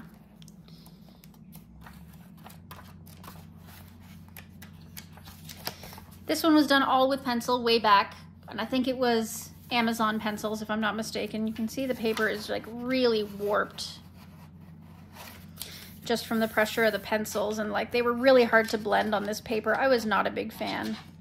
I should go back and finish this and do the background though. I never did the background. It'd be nice to have a background on that. Then there was this one. Again, it was done with Amazon pencils, I think, if I'm not mistaken. And this one was definitely the Amazon pencils. Again, not the world's worst work, especially working with pencils that are a little bit trickier on this paper, but you can tell the difference between this and my newer work, right? Like, and this was, I think, Crayola pencils, if I'm not mistaken, this one here.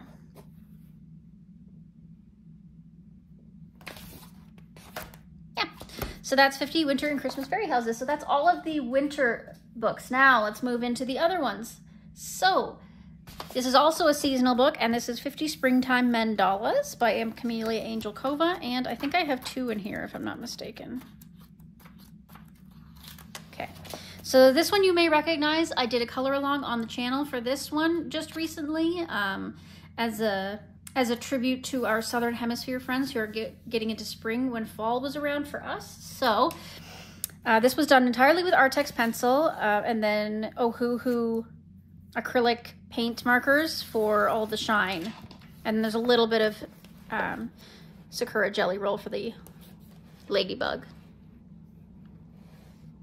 But yes, if you want more information on this one, make sure to go check out the full color along and you can see how all that was done.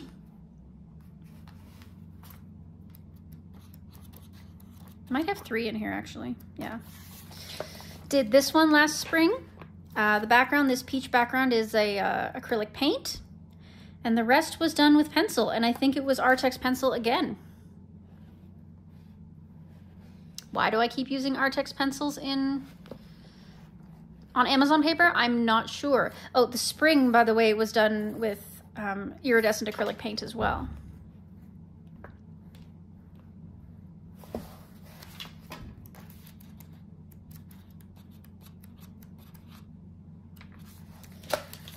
This one I also did in pencil,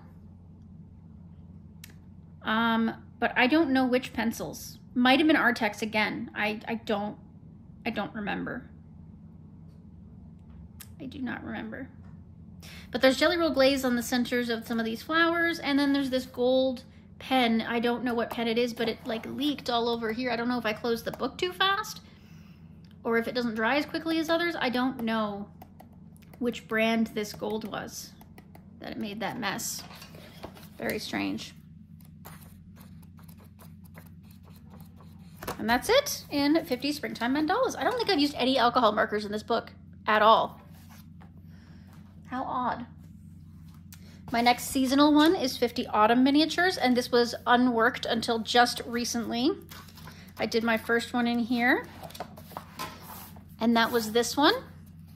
I did this in acrylic markers mostly. So the background is the Liquitex acrylic marker with gold glitter on top of it. And the rest is all the Artex acrylic markers for all the shading and the detailing. I did base with alcohol marker just a little bit, but the rest is all the Artex acrylic markers. It took several layers to get rid of all the black lines, but everything else went really smoothly. Like the shading was good. And I love that glitter in the background. So fun. I'm getting better at putting limited backgrounds in my Kameliya Angel Kova books where she doesn't provide one. You know, measuring out and creating a smaller background as opposed to doing the whole page as a background. And I think that's it. Yeah, that's it in there. Do I have any other majorly seasonal ones? Okay, the closest to seasonal would be 50 Vacation Miniatures because it's pretty summery. Done a couple in here. So I did this one, and this is all alcohol marker, just really limited, minimal shading. I used a stencil for the background with alcohol marker, and then their eyes are Jelly Roll Glaze and some glitter pens, probably Sparkle Pop, I would imagine. But yeah, really simple page. Nothing super exciting about it, but it is really cute with the little Joey and the kangaroo and their water skiing. And I could have really zhuzhed it up some more. I should have put some white accents on the water.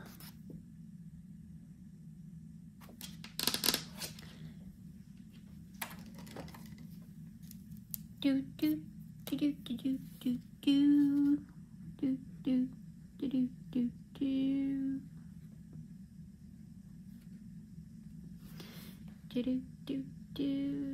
do do do. You see nothing? Nothing is happening right now. I am not changing the page right now in front of you because that would be crazy.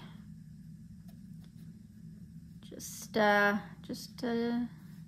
mind your business, folks. I'm not doing anything. You see, these are not the droids you're looking for. If you know what I mean.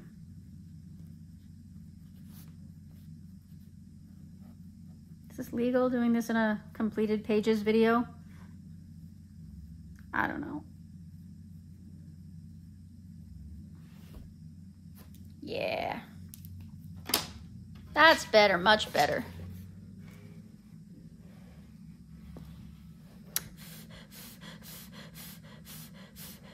Okay, good. Moving on. So the next one I did in here is this camping one, and I did this recently as well. I think I did it in September, if I'm not mistaken, to say goodbye to the camping season. I'm not a winter camper. It's never gonna happen. You're never gonna catch me camping in the snow. Some people are crazy and they do that, and I'm like, why? But anyway, so this is based all in alcohol marker.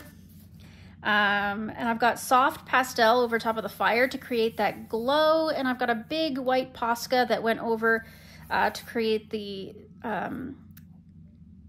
highlights from the glow of the campfire, and then black acrylic for the background.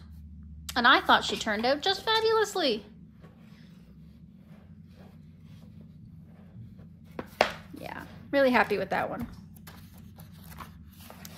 And there's this one. Again, very simple. Decided not to do a background on this one, which I can still change my mind on. That's still an option. But alcohol marker base, pencil shading of some kind. I whited out the lines on the water. Thank goodness for that. And I put some highlights here. Jelly Roll Stardust for the little flowers, and glossy accents on the sunglasses there. Yeah. Really simple. Could still go back and do a background, but not worried about it right now. Ooh, more? I didn't realize I did this many.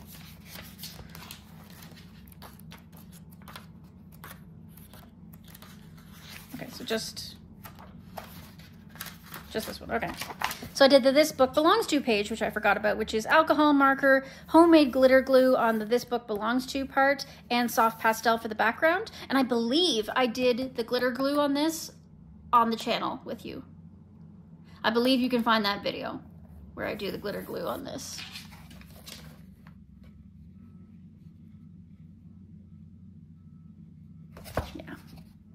cute, just simple, nothing really crazy, right?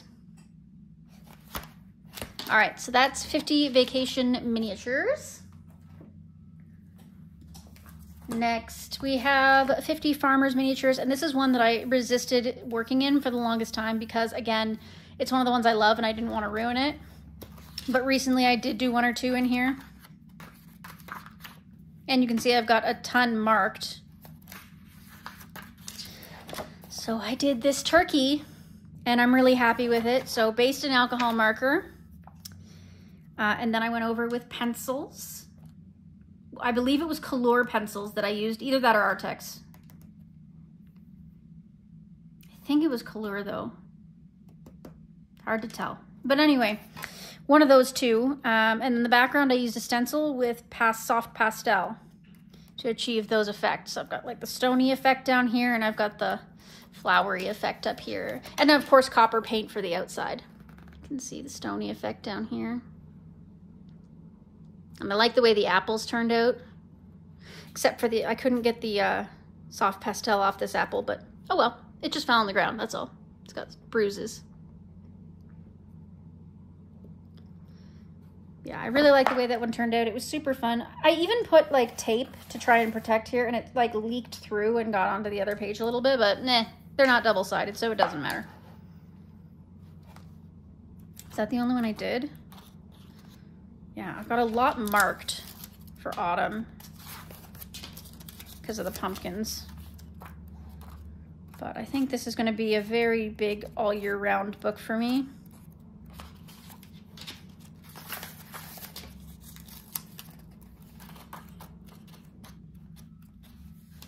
Just gonna get rid of these. We don't need them on every single pumpkin page, do we? Oh, and I did this one. This was a buddy color with Coloring Bumblebee, I think. I'm fairly certain this was a buddy color with Coloring Bumblebee. And yeah, so this was alcohol marker with pencil shading, soft pastel for the outline on here. I whited out the lines on the cow and used glossy accents, and of course used homemade glitter glue in the This Book Belongs To section. Super fun. Just a cute little page. Nothing to write home about, but it turned out very cute. And that's 50 farmers miniatures.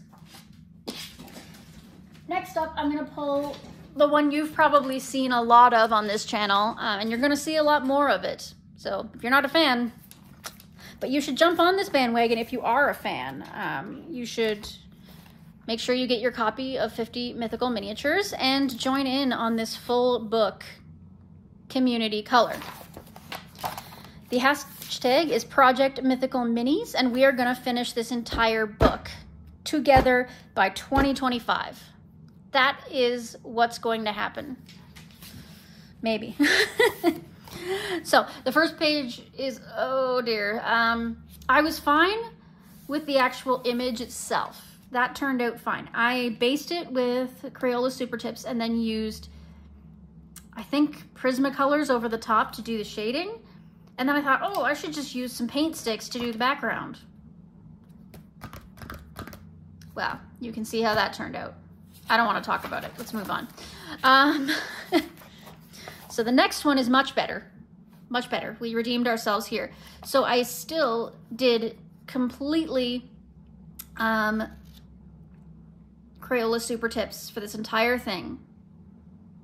Just a little bit of Jelly Roll glaze on the center of the flowers there, and homemade glitter glue on This Book Belongs To, but everything else, all the shading, everything is done with Crayola Super Tips. And not like with a paintbrush, I mean just with the marker itself. I just wanted to try it. I wanted to try using a water-based marker, and you know what? The results are not bad. A little streaky on the griffin itself, but honestly, it almost just makes it look feathery. So I'm not that mad about it. It turned out.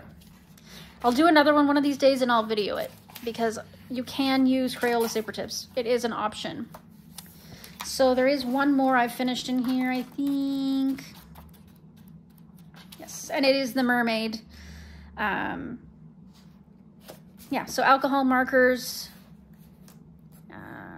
Ohuhu acrylic paint pen, glossy accents, Jelly Roll, you know, the usual suspects.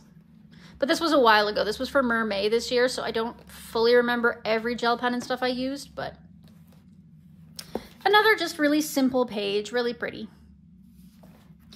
But we have 3 more to complete for November if this is out in November. I don't know when this will be out. This is a long video. It's going to take forever to edit and continue filming. I've still got so many hours of filming and editing left, so who knows when this video will be out. But if it is in November, then we have time to do the last. So we need to do the Centaur as voted by all of you. We need to do the Yeti as voted by all of you. And, nope, that's December.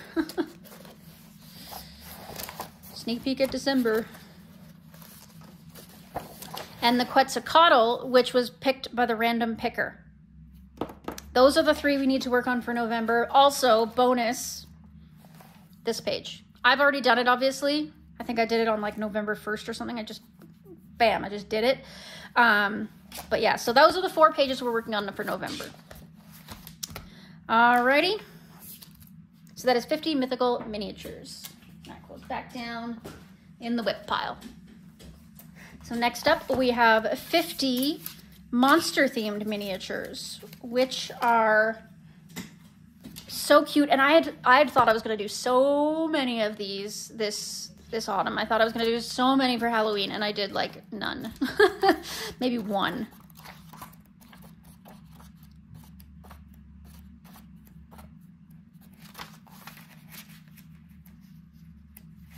Yeah, this is the only one I did for Halloween this year. So I had a color palette for the hashtag 13 for Halloween, and it was color palette number 3, and this was the palette. So background is acrylic paint. The ground here is Artex acrylic marker. It was all based in alcohol marker. And then I have acrylic markers and alcohol markers for shading. The background is soft pastel, and then I have various glitter paints and dimensional magic on the eyes, which cracked a little bit, just a little. I don't know if you can see that. Yeah, turned out good, turned out cute, and the color palette really worked for this page, so I'm quite happy with it. I did this one, I think it was in the spring this year. I just wanted to break in this book. So soft pastel for the background, alcohol markers and pencil shading for the monster, and some glitter pens. Nothing really fancy, very simple. But cute nonetheless. These monsters are adorbs. And that is it for 50 monster themed miniatures. Next, we have 50 safari themed miniatures, and I think I only have 1 done in this.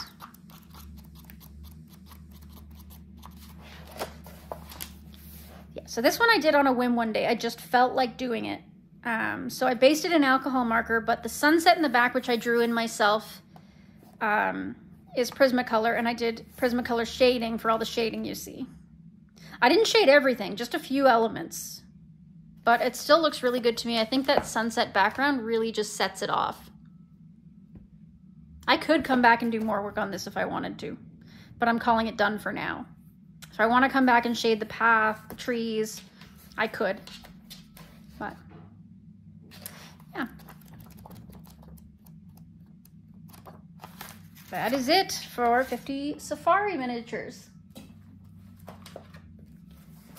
Next up, we have 50 prehistoric miniatures. And again, I don't have a ton done in here, but I do have some interesting ones in here.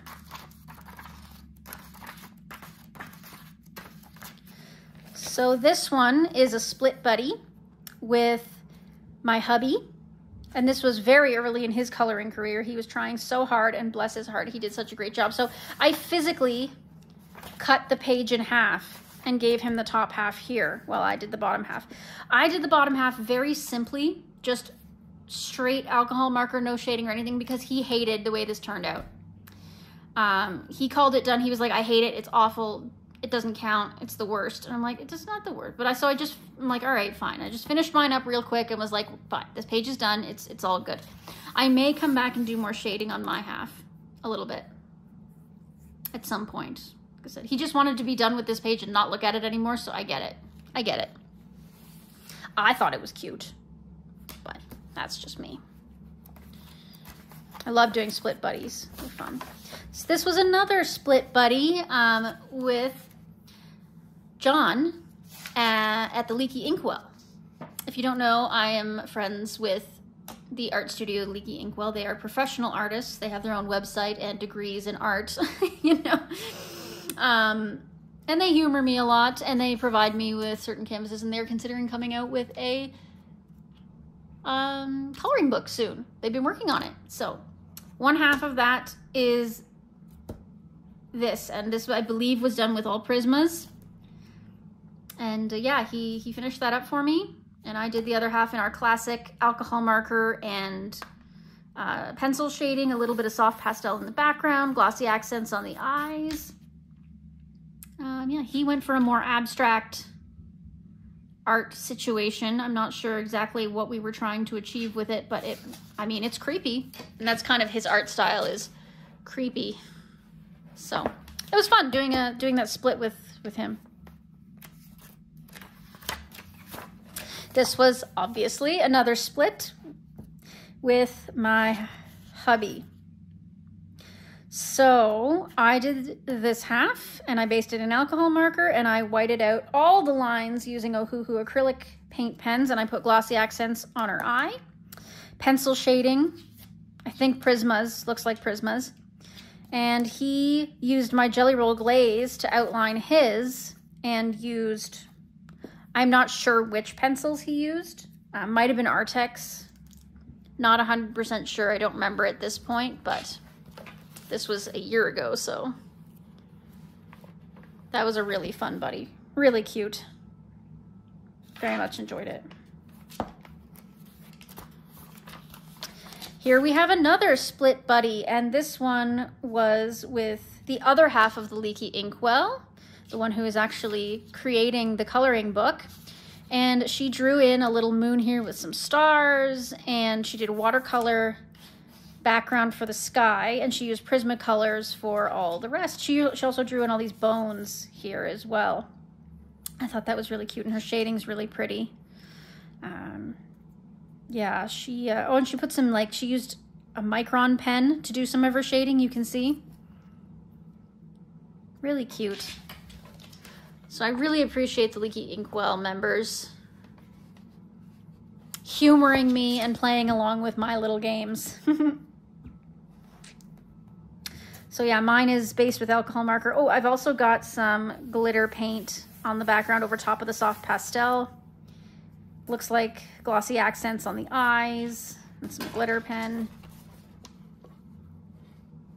So mine is classic and soft. Hers is a bit gruffer, but more realistic, you know, if I have to look at it. So that was fun. This one, again, I was having one of those days where I just wanted to put pen to paper. I wasn't, you know, in a really good headspace, so I just wanted to do something really simple. So I did this page. Long neck dinosaurs are my favorite, particularly the Brachiosaurus. So this one's close, near and dear to my heart. The background alcohol marker was running out.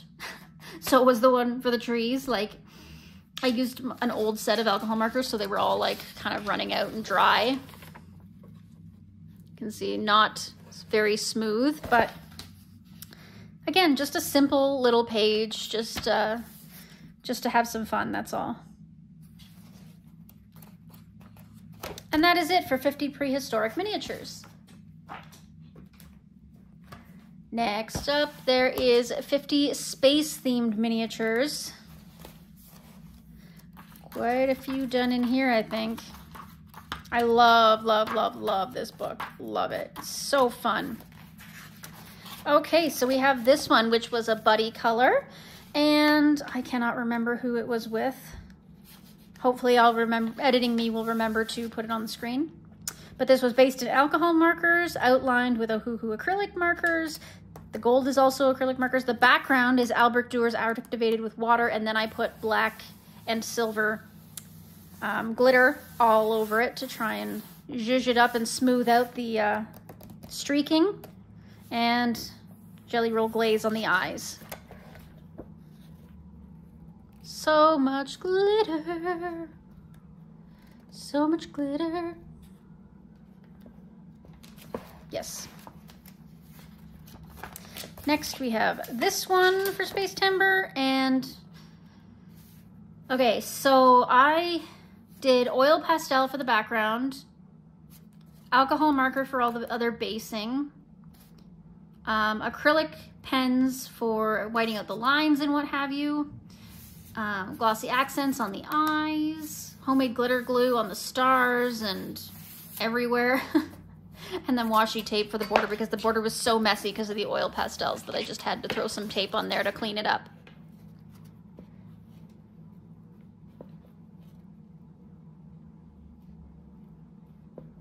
Yeah, cute little one.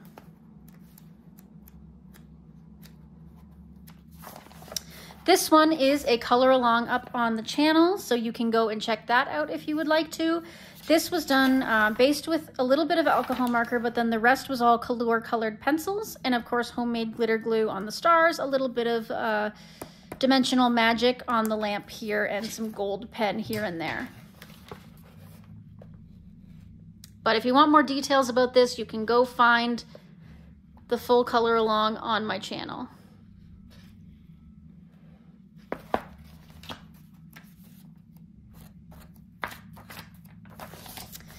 Did this one for Space Timber, and it was based in alcohol markers as well, with Ohuhu acrylic markers for whiting out the lines. We've got dimensional magic on all of their eyes, and of course homemade glitter glue all over the place.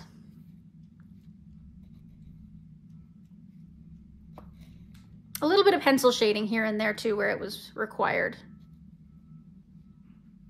I like the way I did this rounded background. That's really unique. I'll have to remember that because I like it.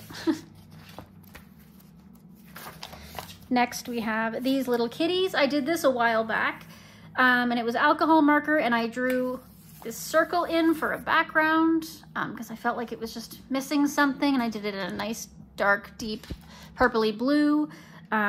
We've got glitter gel pens, Ohuhu acrylic markers, all kinds of things going on here, but just like theoretically just a really simple page still. But I love drawing the backgrounds in this book.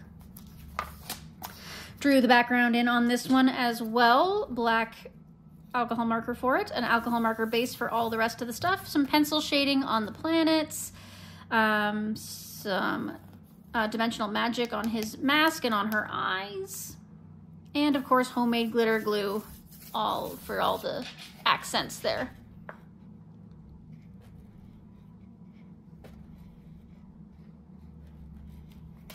Really cute, fun little page. Beautiful. Then we have this page based in alcohol marker, homemade glitter glue again for the accents, and I whited everything out, all the black lines, using Ohuhu acrylic paint markers and glossy accents on their eyes. I use glossy accents and dimensional magic interchangeably. I have both, so I never know if I used one or the other. They're both kind of equally as good. So yeah, that was fun. And then we got the This Book Belongs To page based in alcohol marker. We've got Color colored pencil for accents. These stars, they look like, I'm not sure. They might, I'm not sure. But homemade glitter glue for the This Book Belongs To.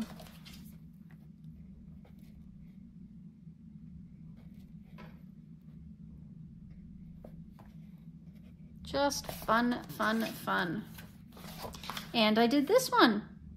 Soft pastel for the background, Albert Durer for the door itself, polychromos, I think, for the rest of the shading, and then homemade glitter glue for all the stars and moon.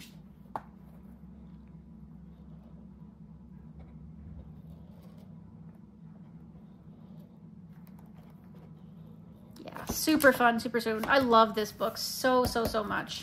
I should probably laminate it because I know I'm going to work a lot in it.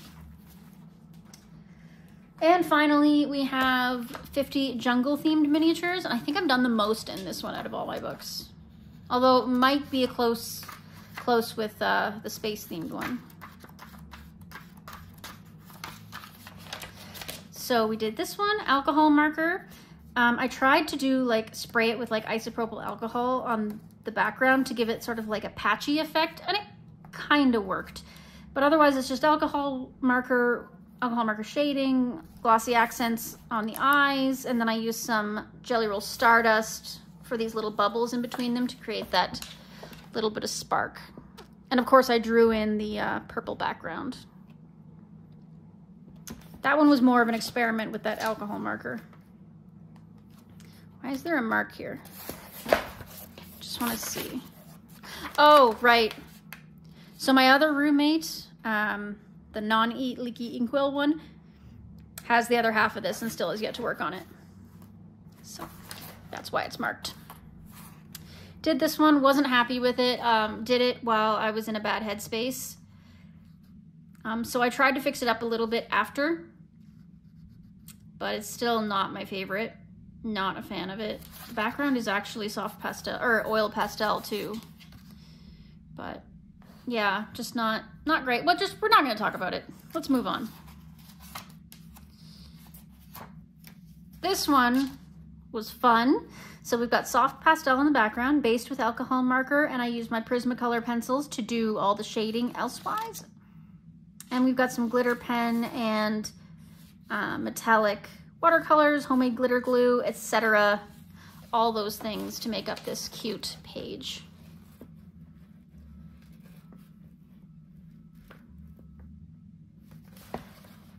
Very nice. And we have this one. So we've got acrylic paint for the background, both an iridescent and a sort of semi-matte. Alcohol marker base. We've got lots of gel pens, glitter glue, pencil. We got everything on this page. This is a pretty mixed bag. A lot of mixed media on this page.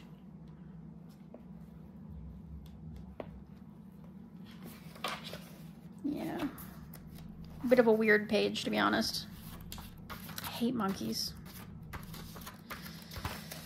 This is a color along up on the channel. If you want to see, I wanted to show you how to use Prismacolors to blend on Amazon paper. So some of it is based in alcohol marker. Well, most of it is based in alcohol marker, but then I did a lot of Prisma work over top. You can barely even tell that it was based because I put so much Prisma on top of it. Just a few glitter gel pen accents. But yeah, if you want to know more about how this page was created, go ahead and go to my page and find the color along for that. I'm not going to post every color along that I mentioned in the description box because we'd be here until next June if I did that. So just, you can find it. You can search for it on my page. I believe in you. Next, I did this one with alcohol marker. I did the bokeh background all by my lonesome. I think it was one of my first attempts at doing a background with alcohol markers that wasn't just straight coloring. Yeah, so I used Prismacolors, Deco Art Glamour Dust, Ohuhu alcohol. Yeah, so that's cool. I'm glad I kept the data for that one. I like the way that this background turned out. I'm gonna have to try that again sometime. Yeah. This book belongs to, so alcohol marker, pencil shading, homemade glitter glue, obviously, washi tape on the edges, and using a stencil and ink for that leopard print on the top and the bottom.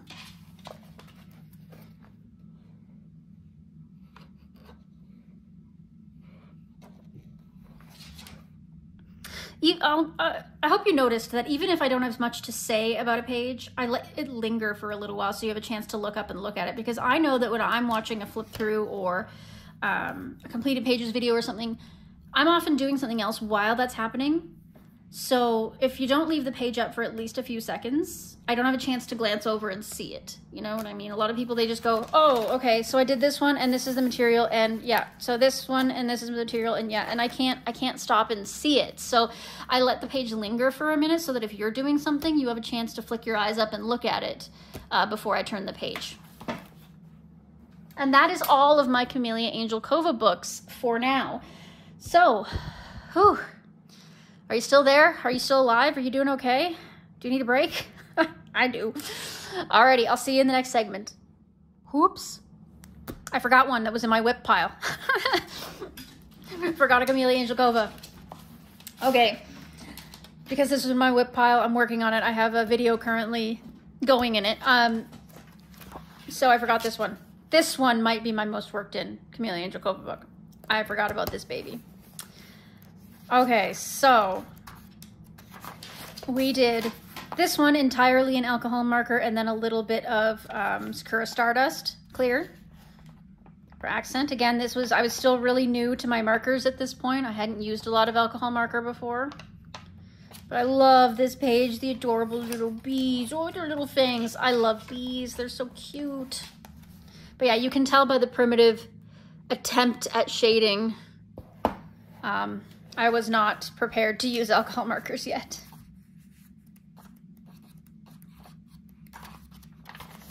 I just did this one recently, I think in October. So the background is oil pastel and the rest is alcohol marker with a gel pen accent. I was more interested in how the oil pastel would work than anything else, so I didn't try really hard with the alcohol markers or anything. This was more of a background experiment, so yeah, that's why I didn't put a huge amount of effort into the alcohol marker.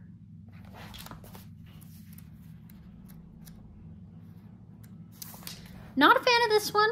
Didn't turn out, I don't like the way the color scheme turned out. It looks really faded to me, and that's because like what I did was I took some acrylic crayons and then I used some mineral spirits to try and dissolve it, but it didn't dissolve as well as something oil-based because they're so wax-based. It just kind of lifted the wax up and it moved around. It was weird. It was weird. So I'm never doing that again. But yeah, so it just I put some iridescent acrylic on the outside, but yeah, this doesn't tickle my fancy. Not a fan of it. This is a sneak peek at the whip I'm working on currently. This is going to be a color along on the channel. And this was done with Ohuhu acrylic, or no, Artex acrylic paint markers. No, that is a lie. I am wrong. This was done with really super cheap Michaels brand kids watercolor paint. I just layered it and layered it and layered it until it worked out, and then I lined everything with Posca. That's what happened. Yeah. Yeah, watercolor, metallic watercolor for the outside, and a few jelly rolls for the accents. Turned out pretty good, but I had to line everything with Posca because the lines were so weird and ruined from the watercolor paint that I was using. It was more like tempera paint. Anyway. Yellowing. It's the first I've seen yellowing in my books. Yellowing. And I don't know if it's from this page, obviously. I don't know if this black is Abier or Ohuhu. I think it's Abier. I don't know for sure, but it really yellowed, and I'm glad it's just the outside border that it yellowed, if you can see that. Anyway, this is based in alcohol marker with a little bit of pencil shading and glitter pen accents. Nothing super fancy. Just a cute, fun little page. Yeah, that yellowing. She's a doozy. My goodness. Okay, So this one was done all in either metallic watercolor or iridescent acrylic paint, obviously except for the border, which is matte acrylic. And then I just used a Posca to line everything. I was kind of into that year. That was last year, by the way. But it's all shiny. All of it except for this candle, which is Prismacolor. Very fun. Did this one, I think this is a partial color along on the channel somewhere. Don't bother going to look for it. I don't think it was a very good video, but it's up there. And it is all alcohol marker, a little bit of pencil, a little bit of metallic, a little bit of Jelly Roll glaze, and washi tape. Nothing super special.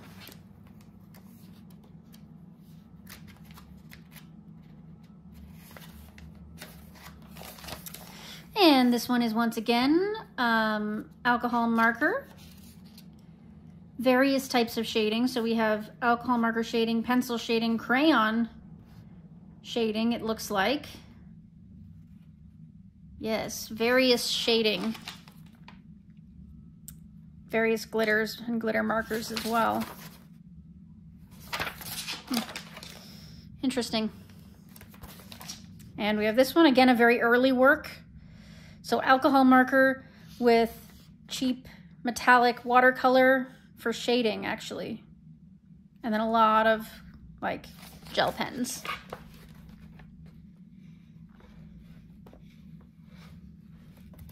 Choices were made on that one.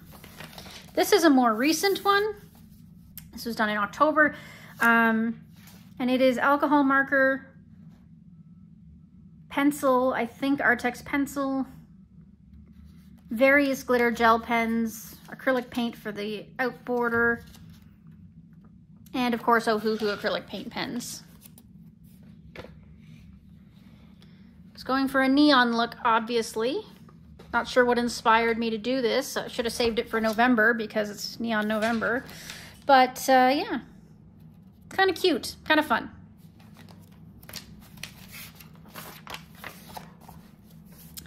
And we have this one, soft pastel for the background.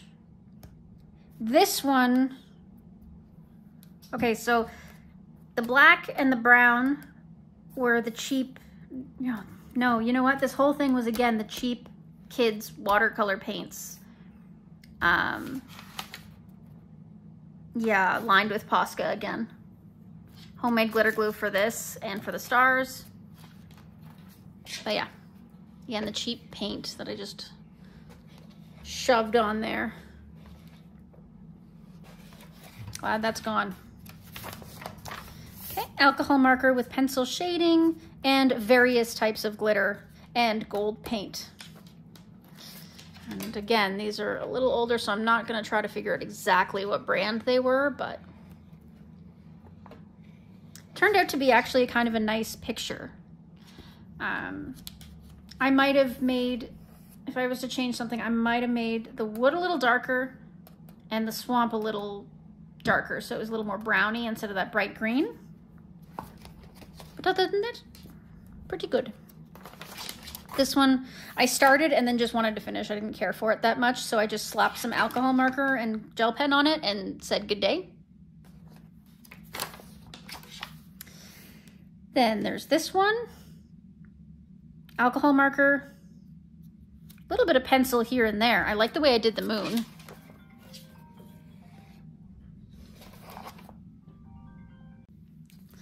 Okay, so we've got... This one was based in alcohol marker. As you can tell, it's early. I didn't know how to use alcohol marker, so it's really streaky and patchy. But it's got some glitter and gel pen accents. The leaf and the stem are just pencil of some kind.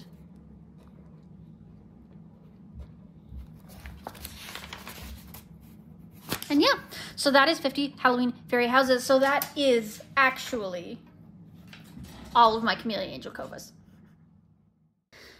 Alrighty, we're back into the next segment.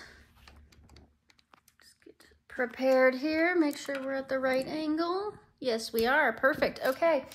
So this next segment is another big one, and it is everything else. It is everything else that I have that is not in one of the previous segments, aside from my color by numbers.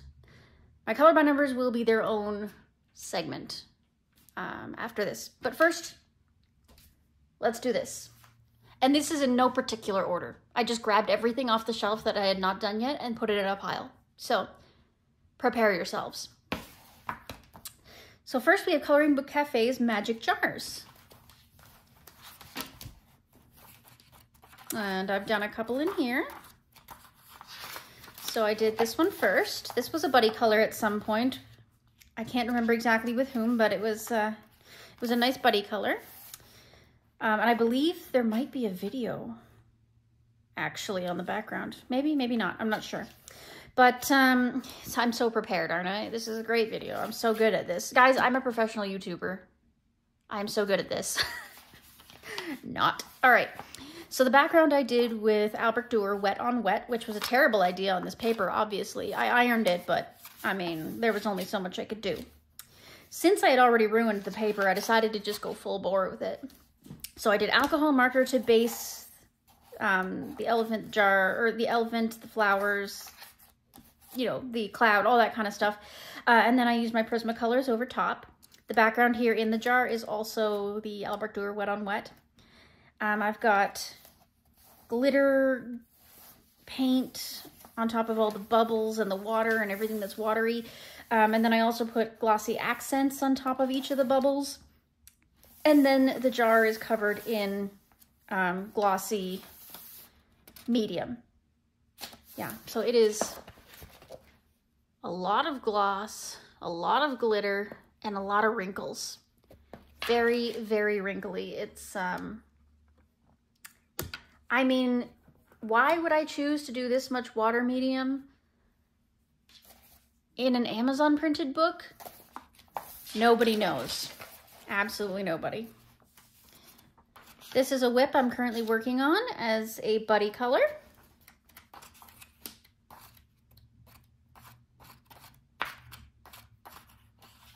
Oh, that's it. That's all I've got in there. Okay, I thought I had more. That's Coloring Book Cafe's Magic Jars. Next, we have 100 Christmas Scenes by Coloring Book Cafe. It is a big, hefty book with very thin paper. As you can see, I tested some mediums. So I know that one of them is, yeah, alcohol marker. I did, obviously, water-based marker and pencil, just to see how it would go on this paper, because it seemed thinner than regular Amazon paper. So I haven't done much in here. I don't think I got it until late Christmas season last year, so I didn't do much. I've got a whip here. Okay. This one I put satin glazing liquid on. So try and protect the page, so I never got around to finishing that experiment. Very little in this book. Oh, here's one. Did this one, a little upside down mousy. So it is based in alcohol marker, and then we've got Prismacolor over the top with a glitter gel pen and some white Posca.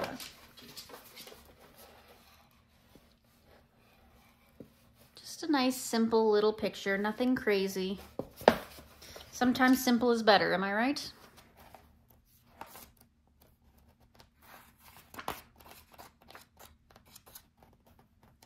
And I did this one, also based in alcohol marker. I think I used the Artex pencils over top for this one, and lots of glitter gel pen of some kind. Not sure exactly which gel pens I used. It was a while back. Oh, and I used water-based marker. It looks like for the background. Interesting. Let me see if I can see it through this thin paper. Yeah, that was water-based marker. Interesting. Okay. And that's it for 100 Christmas Scenes. Next, we have... Oh, I guess I should do these ones in order, shouldn't I? Okay, we'll do these ones in order. I have Mini Mania 1 by Gabby Wolf. This has the double set of pages. I haven't done anything in the second set. I've only been working in the first set. But thanks to Coloring Bumblebee, I have a couple done because of her complete Mini Mania tag. So this one I think was my second most recent one, and I love, love, love the way it turned out. I decided to make it very autumnal because we were going into autumn when we did this one. I did the background, like the basing of the buildings with pan pastel, and then I used colored pencils and Crayola Super Tips for all of the shading and other coloring. And I used some Jelly Roll Glaze and some other glitter gel pens for accent.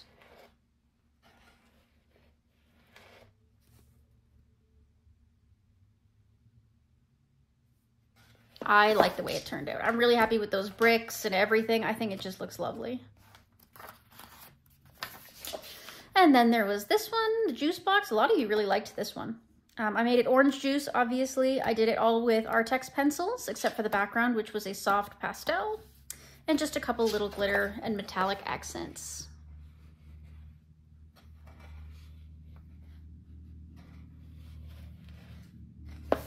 Cute little one.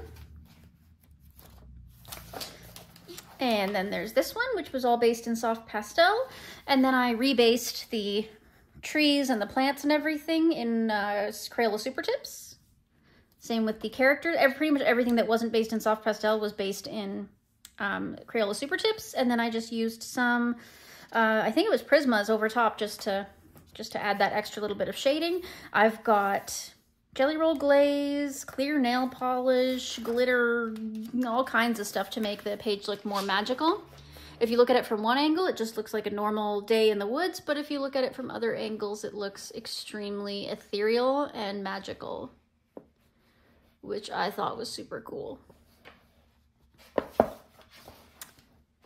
Okay, I think we have one more, do we not? Oh, maybe we don't. Oh, yes, we do. We have this one. So this one was done with, I think, yeah, alcohol marker. And I used different pencils on each one of these characters to test them out. I wanted to see how they were gonna go. This one was Albert Durer.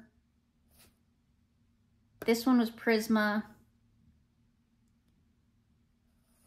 I'm not sure what the others are. I can't tell.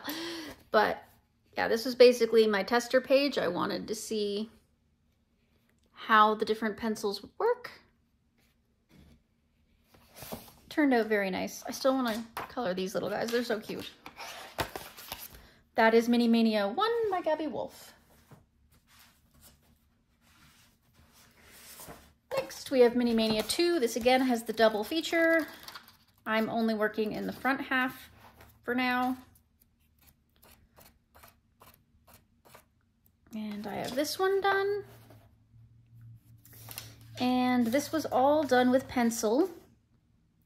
I think it was Prismas or Artex. Maybe Artex. It's really hard to tell. But some glitter for the stars, and that's about it. All pencil. I don't think I used any marker. Nope, no marker. All pencil. So that's cool. I'll hold it up one more time for you to see.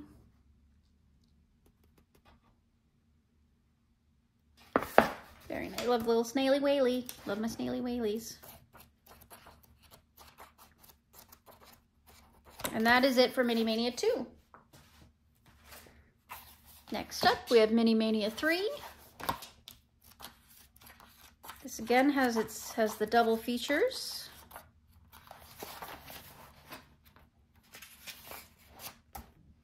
Okay. And I did this one, the board game, and this was with Artex pencils. Was there anything else? Nope. Artex pencils, Ohuhu glitter markers, and it looks like I put metallic watercolor on each of the bunnies for a little bit of sheen.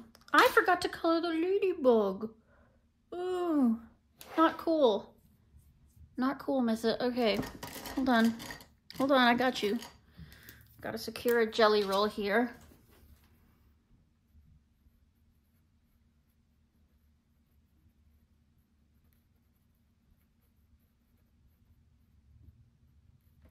Go.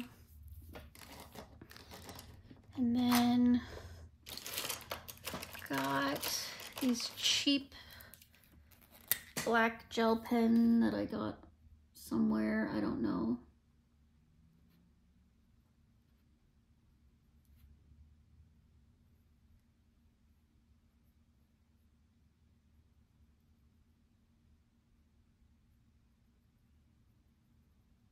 There. Now the page is done. What is wrong with me? Little guy. There we go. All right, moving on. And that's it in Mini Mania 3. Next we have Mini Mania 4. This one, luckily, only has one set of images, which is nice because we really don't need the second set. And I did this one. And this was done with Artex pencils, if I'm not mistaken, once again, and some glitter gel pens. I'm really proud of this one. I thought it turned out really nice. The shading's very contrasty, which is what you want. So, love the bees, the bees. So cute, so happy. And that's it for Mini Mania 4. Next up, we have R.J. Hampson's Serendipity. This one has the second images with a black background. They're not too different. A couple of them have a few little differences, but they're not crazy different.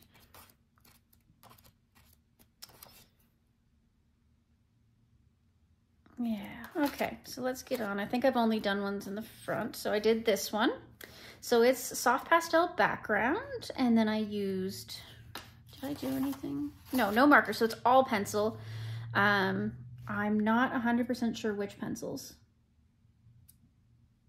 Yeah, I don't remember which pencils I used for this. But I do remember that I used a black paint pen to do his stripes, and a couple of little glitter pens for the inside of the flowers, the butterfly. Yeah, this is just a cute one, just a really simple one, nothing super crazy about it. But again, sometimes simple is better when you feel like just coloring something and you don't want to, you know, put so much effort into it that you feel exhausted by the end.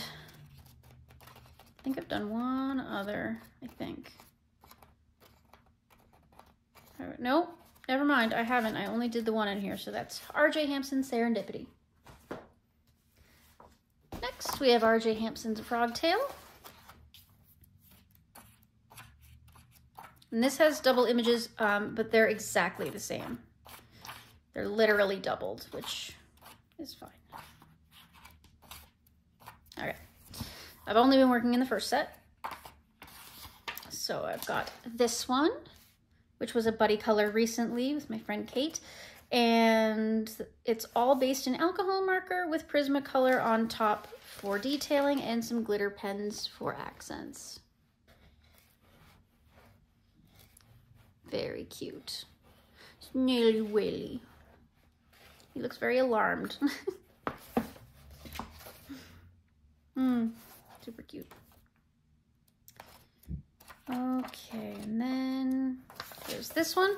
I did this one very early in my career when I first got this book, and I wasn't in a good headspace when I did it, so I did it all just with alcohol markers. Not really much shading, only a tiny bit of pencil shading on certain objects. Like you can just see it just a little bit on this hat here. I slapped on a little bit of glitter and then called it a day. And I'm glad I have the chance to do it again on a different, with a different mindset this time. Not a fan. This one was nice. This was another buddy color with Kate. I've got a little bit of soft. Nope, I keep forgetting. I did that in pencil. This is all done in Prismacolor pencil aside from a little bit of gel pen. It's all Prismacolor. Decided to go for a little bit autumnal theme despite the fact that this doesn't really look like it's not an autumn scene because of the strawberries and what have you, but I don't know. I felt like these darker brownier tones were kind of appropriate. And that's it for R.J. Hampson's A Frog's Tale. Next, we have Coco Wyo's Cute Stuff, and this was a gift from my dear friend Wendy. And I love these books because they're just so not serious and so unrealistic that I can just relax. Kind of like the cute and cozy ones. They're kind of similar.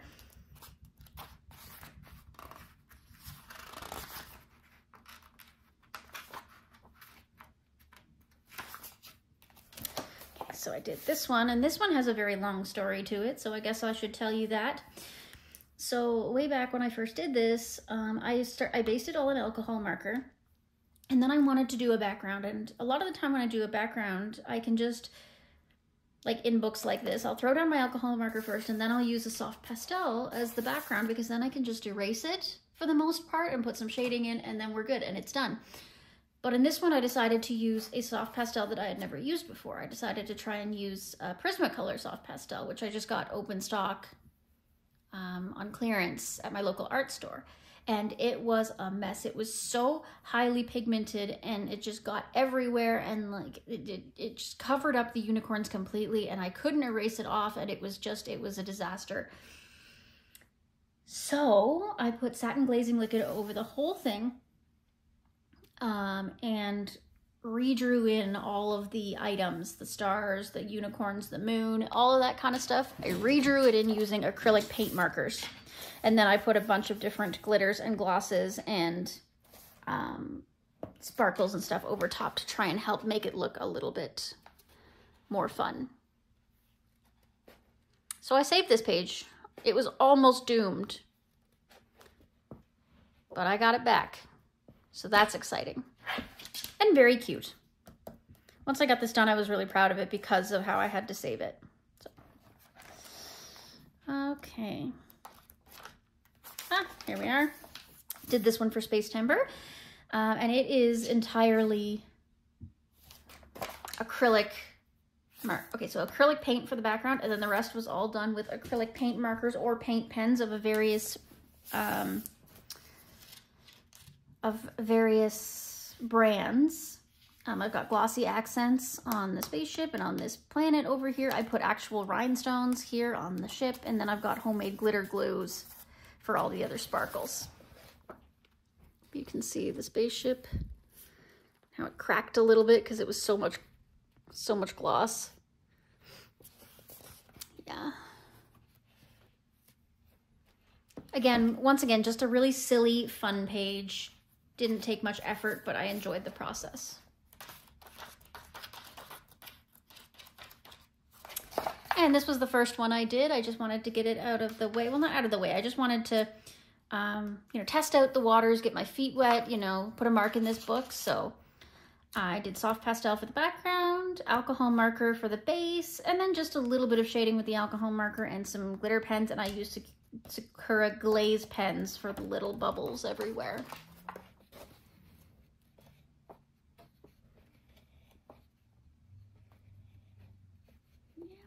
Super cute, super simple. Love this book. Next up, we have Creepy Fantasy.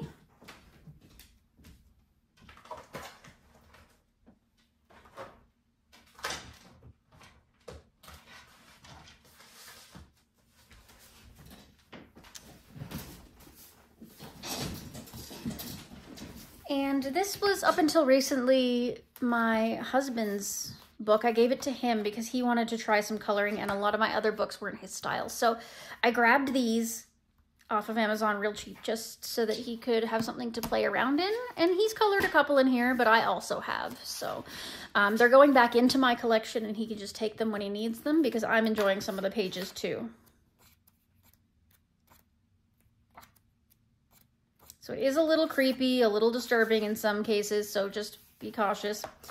So we've got this little guy that my husband's still working on, a little guy with the mask. He's obviously using pencils of some kind. I'm not sure which pencils, but he's put down a little base layer, it looks like. He tried to blend some here in this moon, perhaps, whatever it is. But yeah, he's giving it a good, you know, a good old try. And I'm really proud of him. This one was me.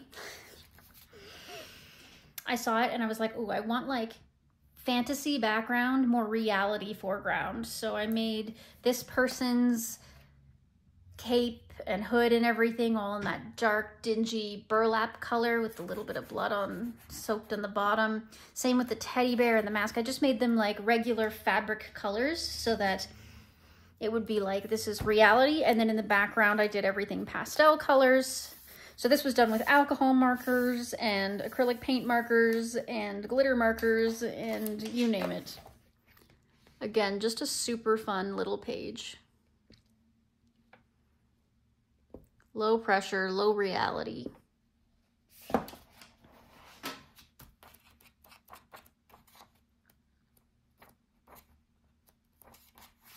This was a split buddy between my husband and I, so he did the spine half and I did the outer half.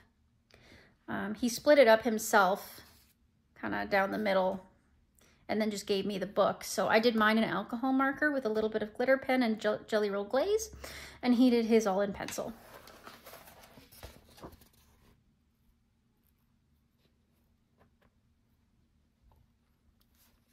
So you can see his half. He's got this slimy wall back here. He did his in black with a little bit of red outlining.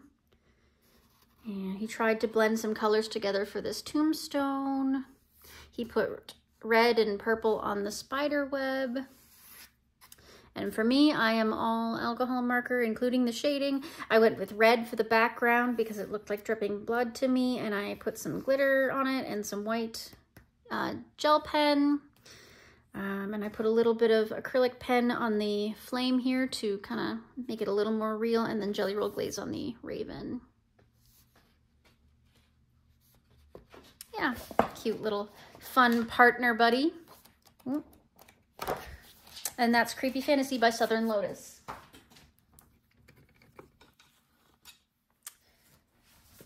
Next up, we're going in the same vein here. So we've got Mystical Halloween by Southern Lotus.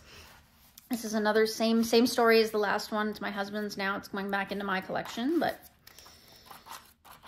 we've got, ooh, he started a page there. He was working on his blending. Yeah, my husband, he's getting there. He's trying.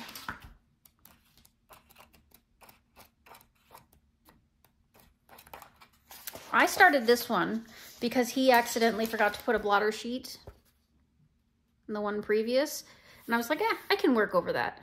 So I started it, but I never got back to it. I should. Yeah, and he did this one. He's decided that he doesn't like alcohol markers. They don't make his brain happy. So he did this mostly in pencil, but he did the window and the background in alcohol marker, and he's not happy with it. So he intends to he's actually been working with water-based marker recently. So see if he has any of those laying around. That's Mystical Halloween. Next, we have Pastel Goth, which, as far as I know, doesn't even have an illustrator listed. Why can I not get this page? Yeah, it does not have an illustrator listed, but anyway. So I did this one, alcohol marker, a little bit of pencil for certain shading, a lot of glitter pen and glaze pen and dragonfly glaze, and I just had fun with this one. It was just so cute, and I was like, you know what? I want to color it. So I did.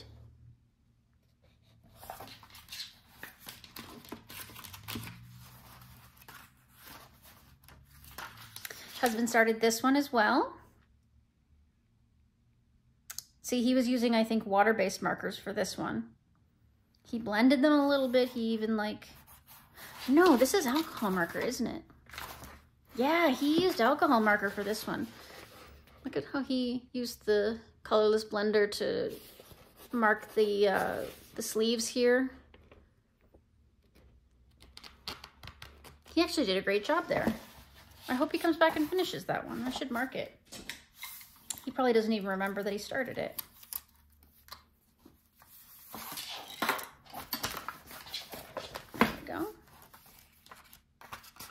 He also started this one. This was also alcohol marker. He did a good job with this.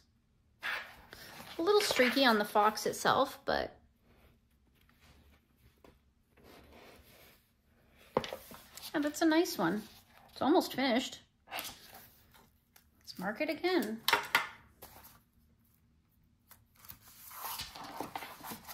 He's really hard on himself when it comes to these pictures. He's like, if he makes one little mistake, he just abandons the page. And I'm like, you'll get over that. He started this one. It's really cute. This one is obviously in pencil.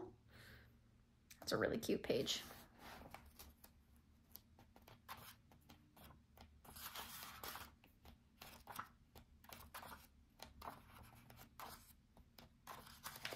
He did this one. That's a completed one for him. He didn't want to do the background, and I don't blame him, to be honest. It's very cute though. All pencil. He blended colors together to create this color for the cloak and for the hearts. So good for him.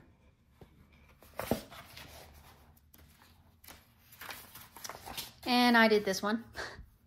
I saw it as he was flicking through it. I was like, nope, that one's mine. I'm doing it.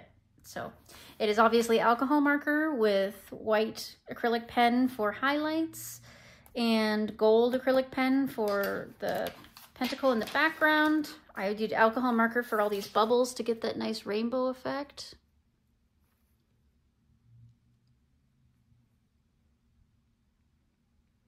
I really enjoyed doing this one. It was so much fun. Really cute. He started this one. It's almost finished. You should probably come back to it. I should point these out to him. I think sometimes he forgets what he's done and what he hasn't. Yeah. And that is Pastel Goth by no one, apparently.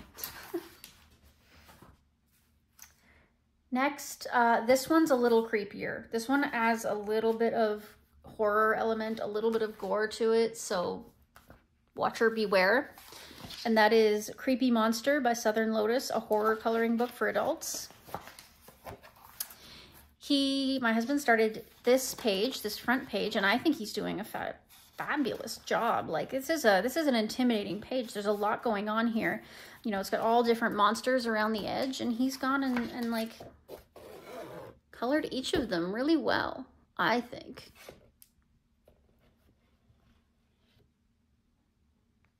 Yeah, I hope he finishes it. He's not got much to go. I think it would look great when it's done. I don't think he's done anything else in here. And I know I haven't. No. Should have done something for this Halloween. Oh well. Okay, we're out of the creepy horror stuff. We're back into normal cute stuff. Okay, so my next one is Tiny Cats by Kokowayo, and this was a present from my friend Kiara. Got a couple done in here. Again, much like the cute stuff one, I made a mistake. I ironed a page, and I didn't realize that the heat would cause the black background to transfer onto every single page. Did not know that was going to happen. So unfortunately, there's a bit of blackness on each page, but that's okay. I'll work through it. But yeah, this is the page I ironed. I think, no, it's not. I think there's a different page. But anyway, this one I did for Halloween this year. And so the ground here was done with gel crayons activated with water. The background here was done with tempera paint stick. And then the rest was based with alcohol marker. And then I used pencils, Prismacolor, I think, to do all the shading, like on the hats and the cauldron and stuff. And then I've got Guangna Super Golden markers, or Lightwish Super Golden markers for outlining these bottles and using, you know, on the fish and all that kind of stuff. And then I put a whole bunch of glitter to accent everything, all the magic that's happening up here. I wanted it to look like this little ghost was putting magic into the concoction. We've got all this pink glitter flowing out of her hands. And then this guy's got a little ball of glitter that he doesn't know what to do with.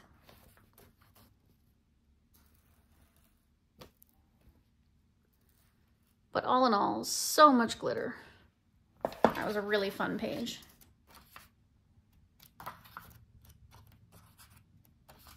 Got that one marked to do for autumn. I think I might take these marks out. I don't think I need them.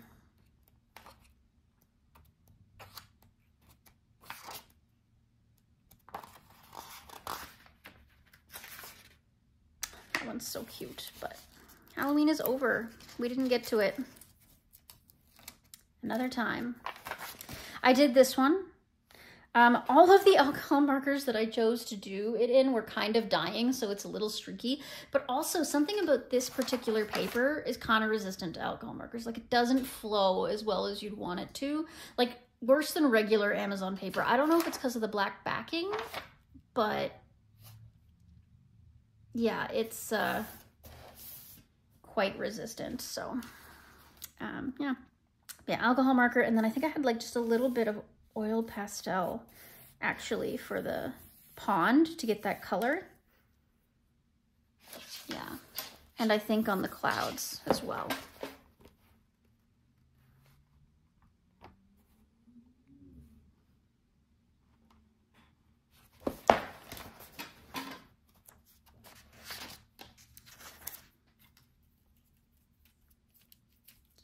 Get off, there we go.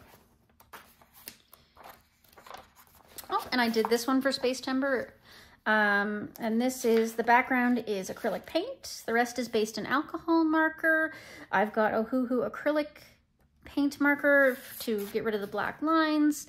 And then I've got glitterific paint over the moon and the ring of the planet.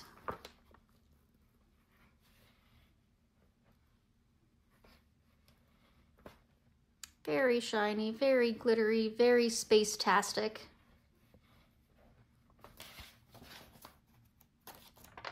And then I got this one for Space Timber as well. Same materials, except add a little bit of Color pencil in there.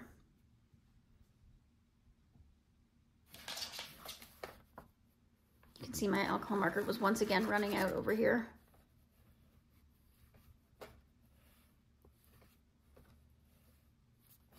Very fun. And that is it for Tiny Cats. And now we have Tropigoth by Carla Magana. I've done a couple in here. This was a gift from my dear friend, Emily.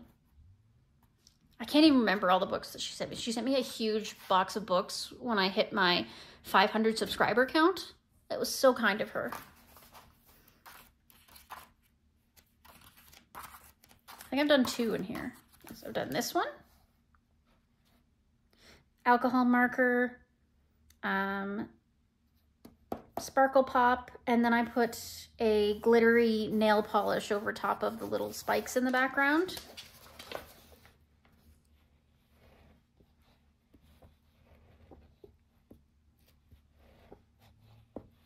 And for some reason, I didn't think that she needed a background. I thought she was good the way she was.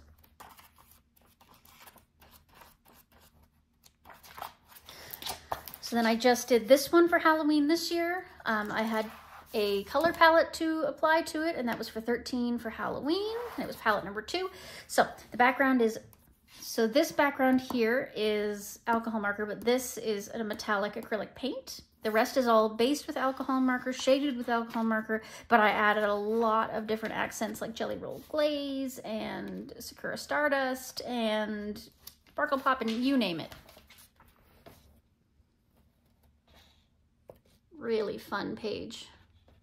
I was surprised I was able to pull off this color palette, but it really worked. Really fun. I'm looking forward to doing more of those. That's Tropigoth. We're about halfway there, ladies and gentlemen. Next, we have Frogs and Friends Coloring Book by Chris Rainiac, and this is both volume 1 and 2 put together. You can buy them separately on his Bindlewood account if you would like, as a PDF. But I have done this one for Space Timber and for Meg and Amanda's Frogs and Friends coloring tag as well. So the background is soft pastel with white Posca for all the stars and moon, and then alcohol marker for everything except I put glitter paint over top and glossy accents for his eyes. I wanted to put the background in like this because I felt like he on his own was not a lot to color, so I wanted to make sure that there was something else that made it very spacey for Space Timber. It was one of the first pages I did for Space Timber, so I was really excited. I did this one just recently. I think it was this month's, and it's alcohol marker for the main piece with homemade glitter glue. And then the background was all done with tempera paint sticks. Sometimes the tempera paint sticks really come through for me. Sometimes they really mess me over. And I did this guy. Oh, he is so cute. Alcohol marker, soft pastel, glitter nail polish for his wings, and clear nail polish for the eyes. Really simple page. I just really loved a Buzz Bee. So cute.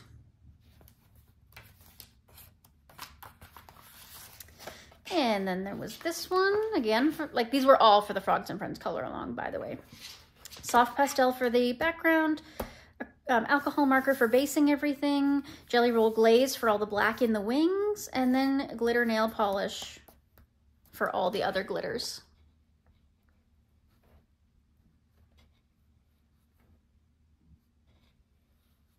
This book is just adorable.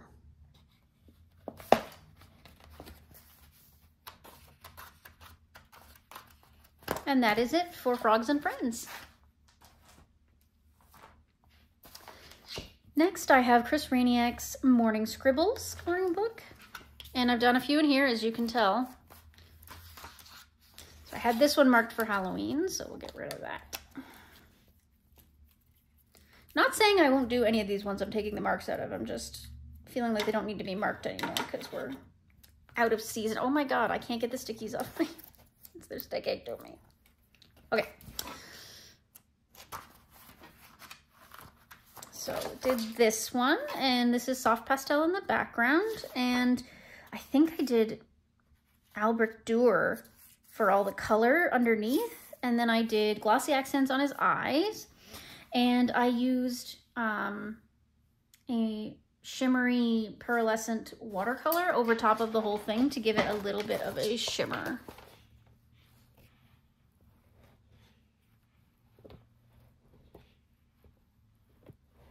So that's a cute one. For me, he had to be a blue jay just because of the way his eye was. So I had to make him a blue jay.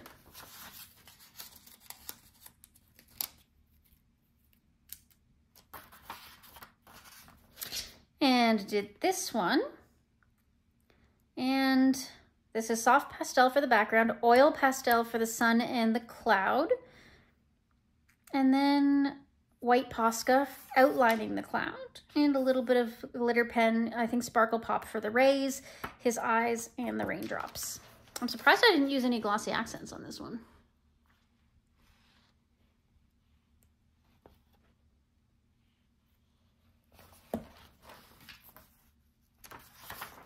Next, I did this one because he reminded me of my roommate.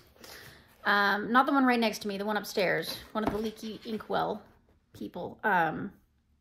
Just reminded me of her because she just loves to collect bugs and reptiles and all of the things, and I don't know, this just reminded me of her. It's really simple. It's just alcohol marker with a little bit of glitter on his eyes, but I think that was maybe the first one I did in this book in the very beginning of my career. Very cute. And I did this one. I'm not sure what I did to the background. Could be soft pastel, just really lightly. And the rest is all alcohol marker. Again, just very simple. Not even any glitter on that one. Well, there's accidental glitter there. My husband and I did this one as a split. So he did a little bit of marker, but mostly pencil on this side. And I did alcohol marker entirely for this side, and I put nail polish on his eye to make it shiny, but I closed the book too early. It wasn't quite dry yet, so it stuck. But yeah.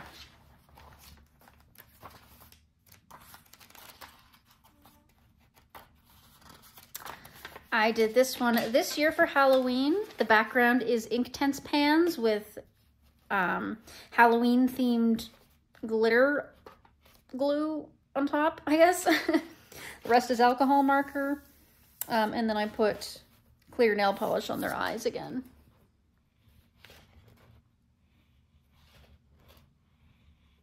So that was fun. I did this guy too. He needs a background. I should do a background for him. But yeah, so he's just alcohol marker, colorless blender on his, like, for some shading, and some glitter pens. I don't know which glitter pens, but glitter pens for outlining and stuff.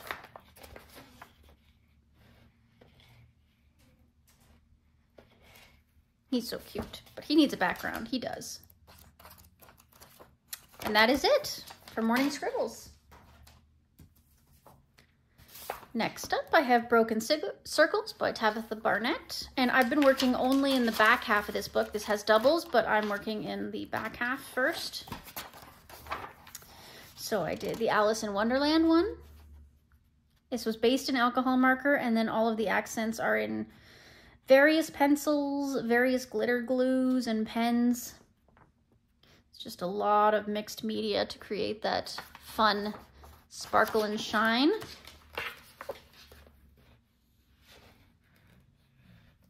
Very fun. And I did this one. This was all that really, really cheap kids watercolor paint. It's not even really watercolor paint. It's like tempera paint, but comes in a palette of like 36 at Michael's, you know. And then a little bit of glitter pen and gold pen just to do some outlining.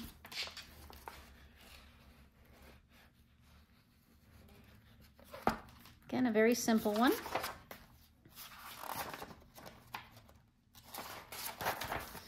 I have this one, which is alcohol marker and glitter pens again. A little bit of shading with pencils. Looks like probably Prisma.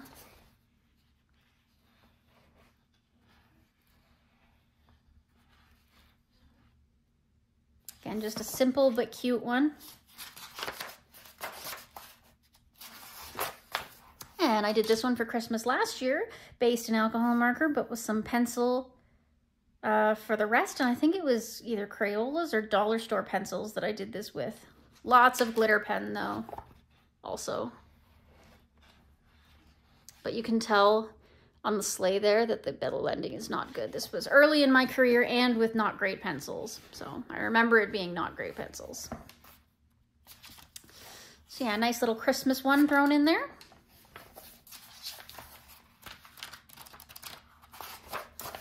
And this one I think I did for February. Again, based in alcohol marker. We've got glitter glue on their wings. Of course, they're outlined with a Hoo-Hoo acrylic marker. And I've got some pencil on the flowers. And their skirts, it looks like. It looks like it wasn't all based in alcohol marker. No, it wasn't. You can see what was and what wasn't. It's the flowers. They were just pencil. So, it's a cute little page, sparkly, the wings on the dragonflies, very cute. Keep meaning to do another page in here. It's been a little bit since I've done one, but I don't know what to do. It's like all springy stuff. I meant to do this one for Space Timber, but I didn't get around to it. Where is it? I know I've got another one here somewhere. Okay. Did this one for St. Patrick's Day this year. And I think, okay, so the background is alcohol marker, but all the characters were done in pencil. I don't know which pencil, hard to say, but I put glitter glue over pretty much everything because glitter.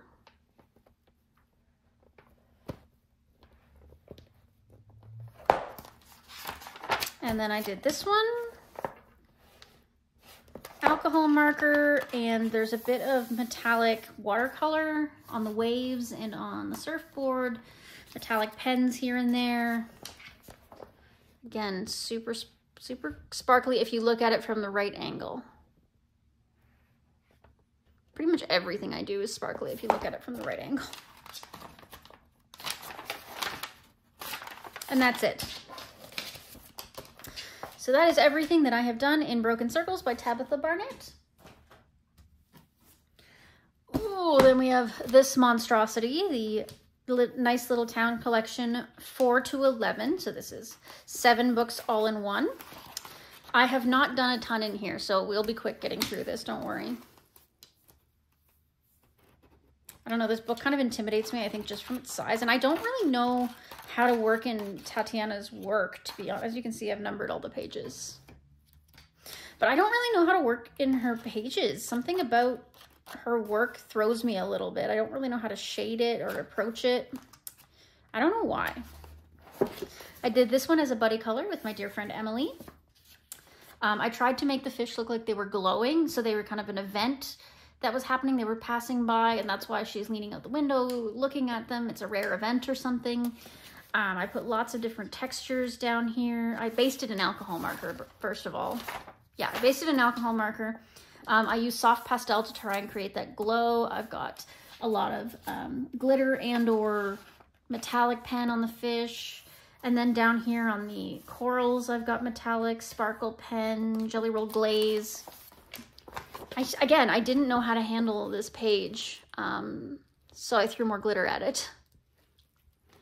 That tends to be the default. If I don't know what's happening, if I don't know how to handle something, throw the glitter at it. That'll fix it.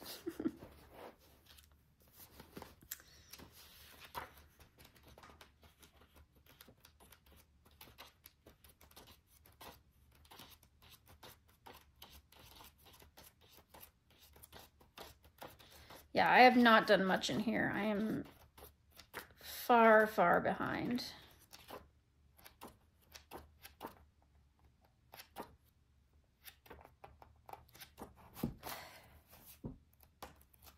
And then I have this whip. If you've been around recently, you'll know that this is a whip that's turning into a long-standing whip.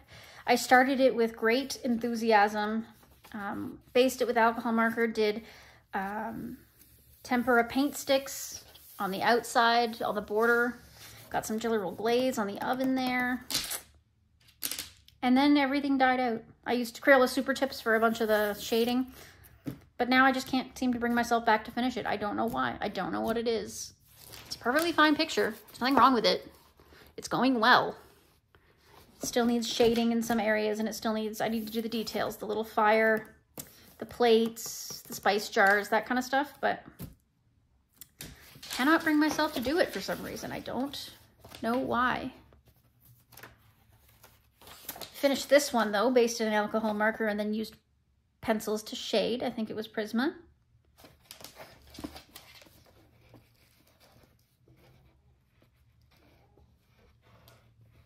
I don't know what drew me to this page, but apparently something, because I just did it. And I liked this one. I liked the way that this one turned out. I based it in an alcohol marker, did my shading in some kind of pencil. I don't know which pencil. It was a little while back. And I just did some glitter, I think Sparkle Pop in there, and that's it. Soft pastel for the outside of the ring there.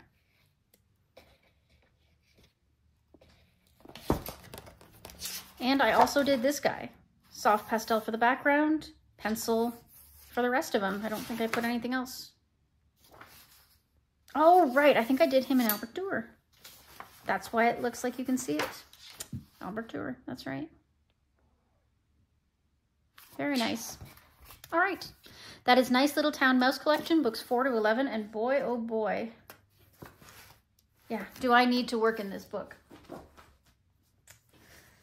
Next, I have Mystic Animals by Stratton Peterson. And I have done one in here, and it is a color along up on the channel. And that is this one. So this was done using Prismacolor pencils and glitter markers. And that is it, just Prisma.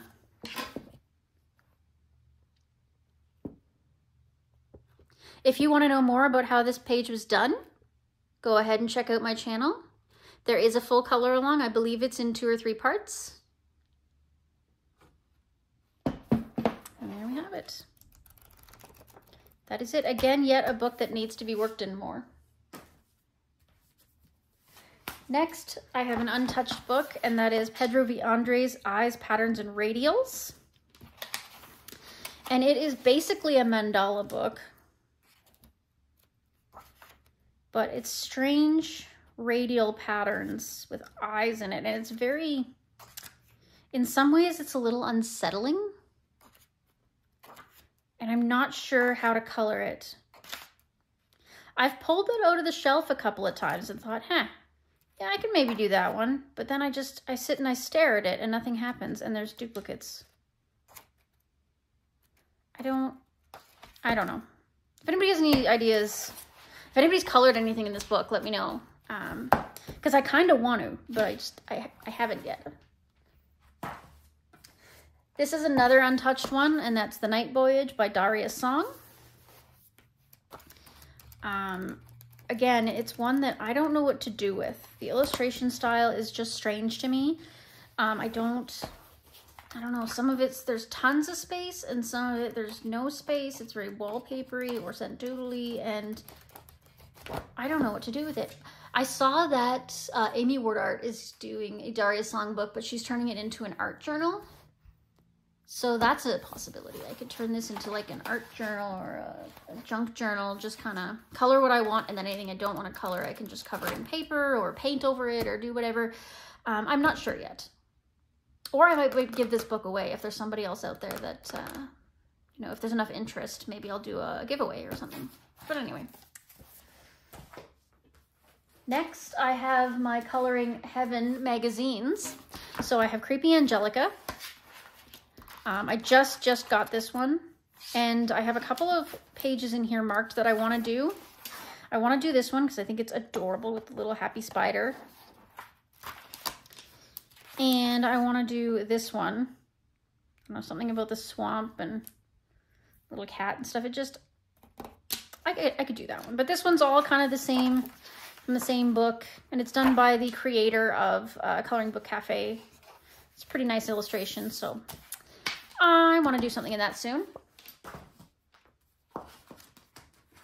Next, I have the Halloween special this year. That's issue 119. And I did a complete flip through of this book, and in that book, I tell you, I was not super impressed with it.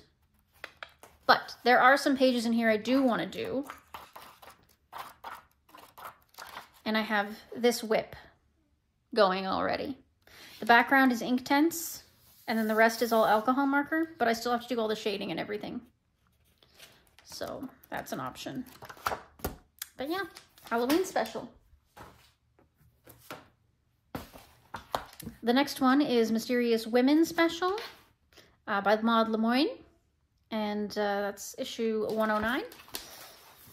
And I have lots marked to do in here.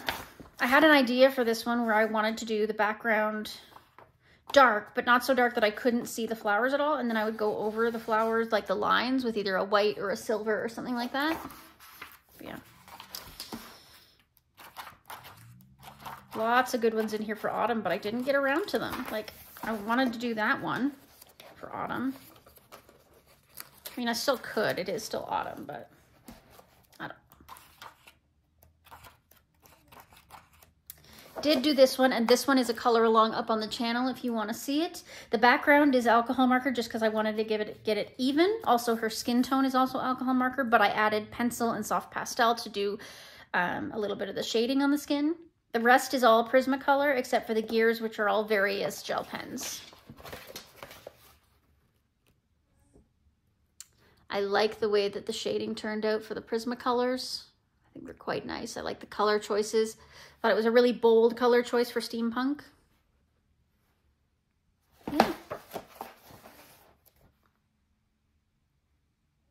I don't know if you can hear it, but my bunny is snoring. Goodness gracious, the little thing. And that's all I finished in Mysterious Women. finally, before we get into my color by numbers, there's one last addition to my coloring book collection, and that is The Art of Coloring Disney Animals, 100 Images to Inspire Creativity and Relaxation. And this is a doozy. Any of you who have ever had Hatchet Hero books or art therapy books know what kind of mess this is. So this was a 2016 book. I don't think it tells you, yeah, it doesn't say if there's any specific artist or anything, but this is an extremely Zen doodle book. So I didn't know what to do with it for the longest time. I played with it a little bit when I first got it because, you know, I wasn't into my coloring career and I didn't care. But yeah, but I've also done a couple since. So I did a couple recently and now I know how to handle this book better. So it gives you a little story about the movie in the back. So I started this one and I did it with like some water-based pens. I've got like a ballpoint pen there. Yeah, I don't know. I started this one way back in the day and I don't know what to do with it now, but you can see it's so doodly. I started this one just today, actually, and it's going to be a color along up on the channel, so keep an eye out for that. It's not done, don't worry. This one I did with, I think, colored pencils of some kind, way back when I was, you know, before I knew what I was doing. This one I did recently. This one I gessoed the whole page, and I put acrylic paint on the background. Well, it's all acrylic paint. But acrylic paint just like with a brush in the background, and then I used acrylic markers of various brands and even acrylic paint as well to do all this and to cover all the Zen doodle stuff. And it worked out really, really well. So I will be doing that more in this book where it's possible. See, I thought about doing this one too.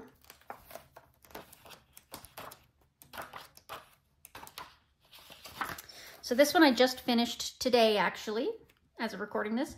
It was already done, so Nala herself already had all the gel pens colored in and the leaves down here colored in. So I did that early in my career. Today, what I did was I came in with an alcohol marker and I did this green section at the bottom and then these stripes at the top just to finish it off a little bit. I thought about going back with a pen of some kind, a black pen or a silver pen, and doing all these little characters, but for now I'm calling it done. If I decide to go back and do that, I do. If I don't, I don't. So doodly though, like, look, what is this? Anyway, this is when I started in gel pens way back in the day and never finished. So, see what happens there.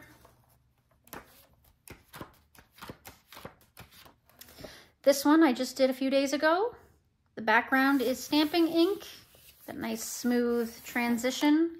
I'm starting to like ink. And the rest, of course, is all acrylic paint markers.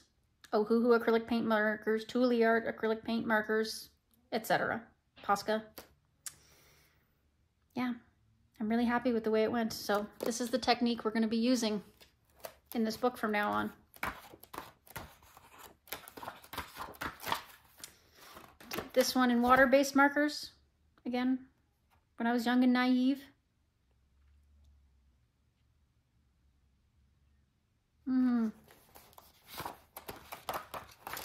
Did this one in pencil. Could definitely salvage this one, that's for sure. Okay, so that is The Art of Coloring Disney Animals, 100 Images to Inspire.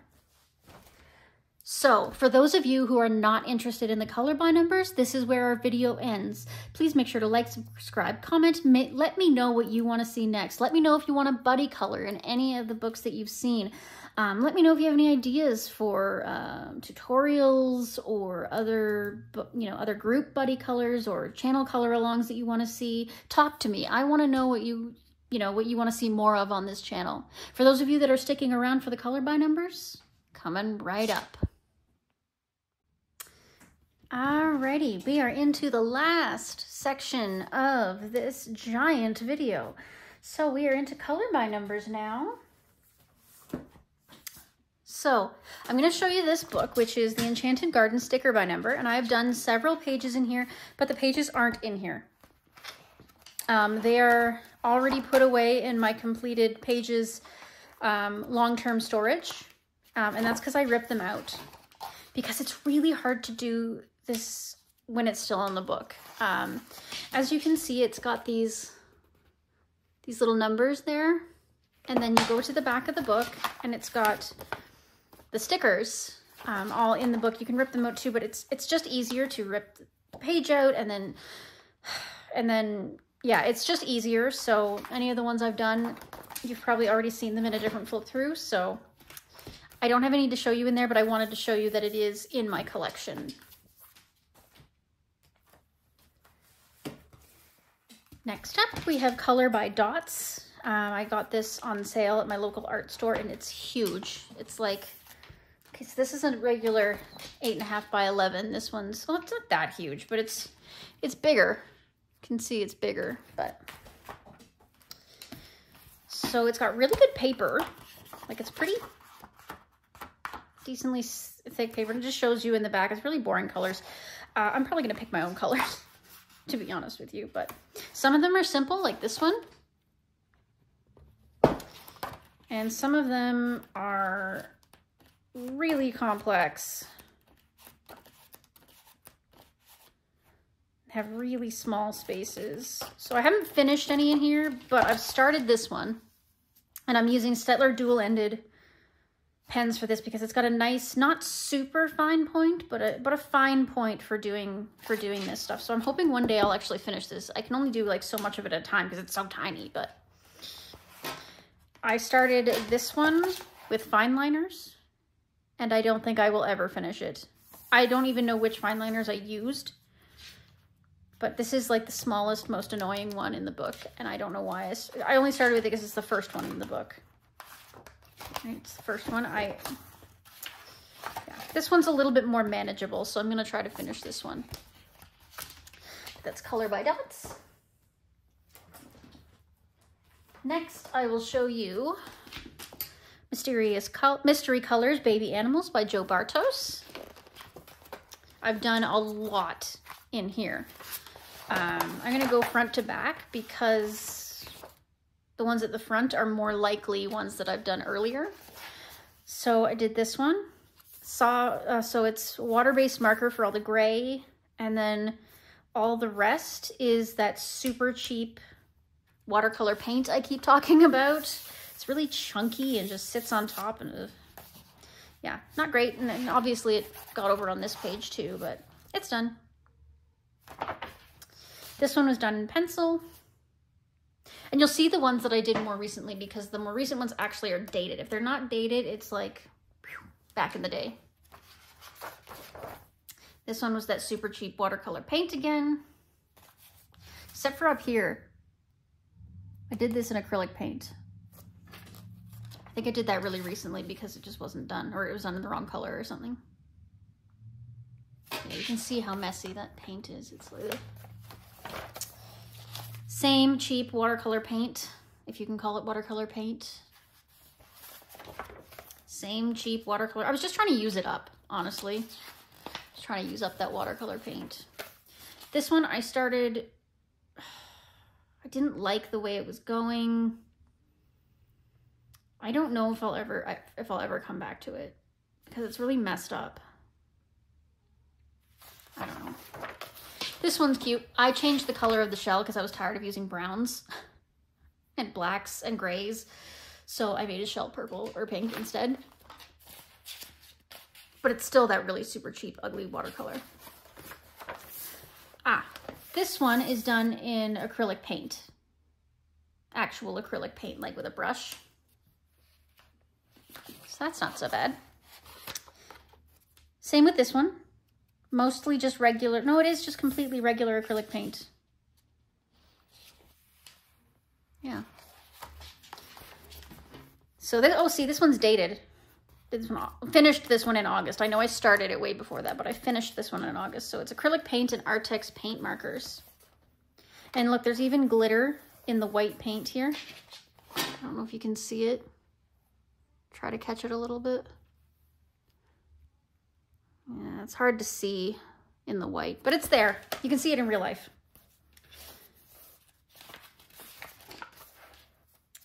This one was all acrylic paint. The kitten itself was Artex acrylic paint markers. The background was just regular acrylic paint. Oh, sweet baby. Acrylic paint again. I love hippos. They're my favorite. Hippos are absolutely my favorite. July 24th, Artex acrylic marker, Liquitex, and other acrylic markers. So just all acrylic markers.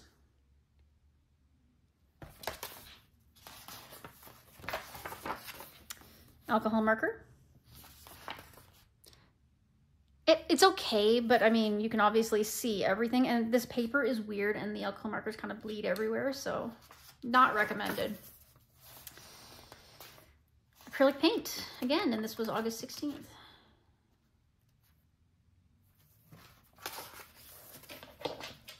Artex acrylic markers.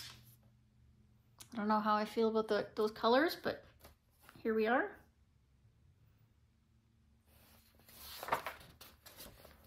August 17th, the Hoo acrylic pens and acrylic paint. Everything is the Ohuhus, I can tell, except for the light gray. I know I don't have a light gray acrylic marker. I might now in the, I haven't used the, I don't know if I've used the Sim Taps. I just got the Sim Taps. I don't know if they've been used in these books yet. I have to double check. This one was Artex acrylic markers again.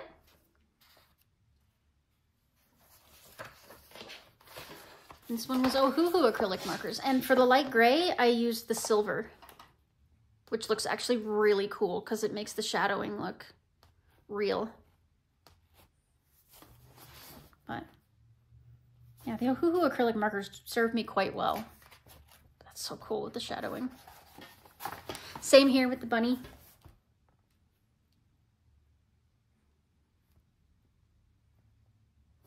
Cute. And here we have an acrylic seal. You can see there's some acrylic marker and some regular acrylic paint mixed together.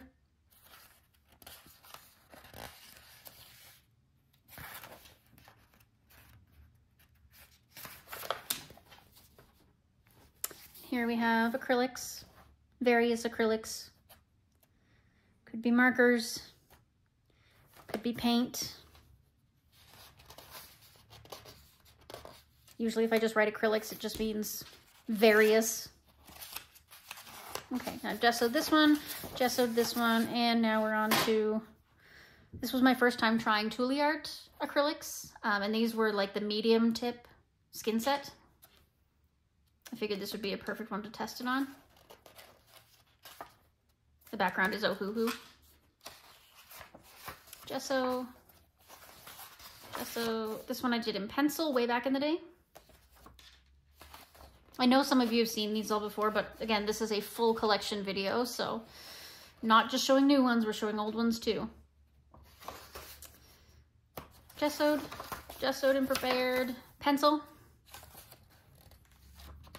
Back in the day.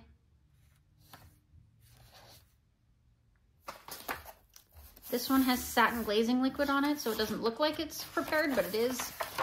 Gesso, gesso, gesso, gesso. There's more, trust me. But I've got lots to do in here still, so that's cool. And then we've got Artex acrylic marker.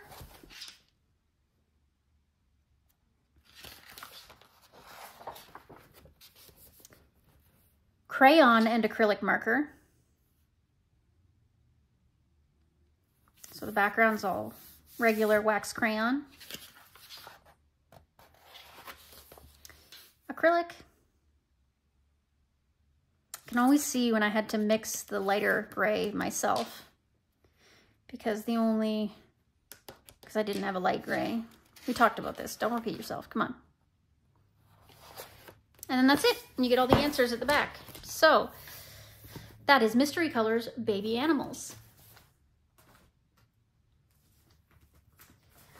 Keeping in that vein, we have Mystery Colors The Original by Joe Bartos. Same concept, slightly different pictures. Some of the pictures are repeated though, but I've done them differently. So this one's pencil. Way back in the day, there's like metallic pencil. I don't know if you can see that. It's like a little shiny, cheap metallic pencil. Yeah. Water-based marker. Okay, I dropped something and it bled.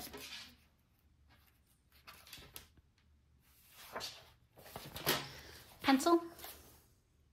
Again with that cheap, shiny pencil. Doesn't really pick up on camera. It's okay, it's really subtle. Pencil again. I could go over these pencil ones in acrylic if I wanted to.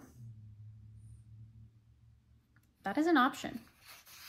I don't know if I care that much, but could one day. Pencil. See, I should go over all this white in acrylic because I never did that, but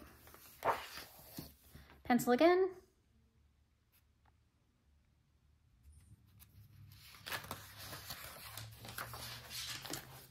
Pencil again.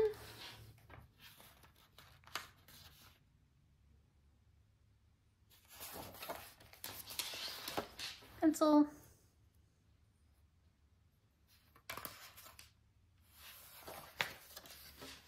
Pencil.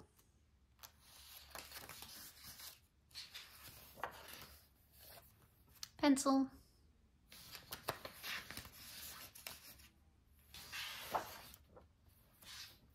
Pencil. These are all old, back before my coloring career really started.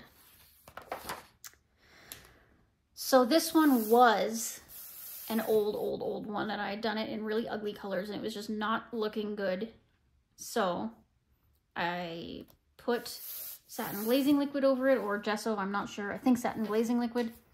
And on August 16th, I redid it in acrylics. All like with a brush acrylics. Repainted it completely. And it turned out great. Pencils.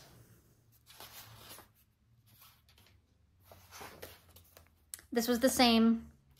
I gessoed it, what was there before, and then redid it in acrylics. That was August 17th. So this was a rescue again. See all that silver. Woo. Pencil.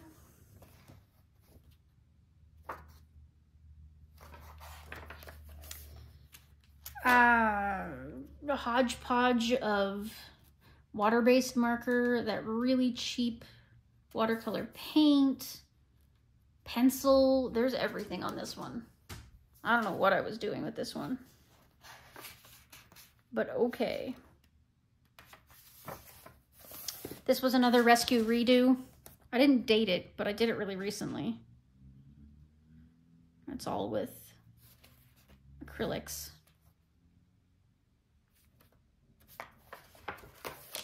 This was done with water-based markers of some kind.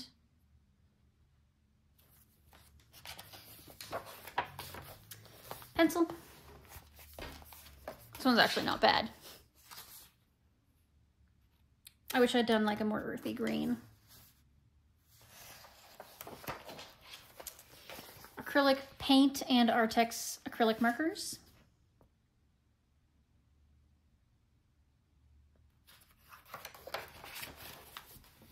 Pencil.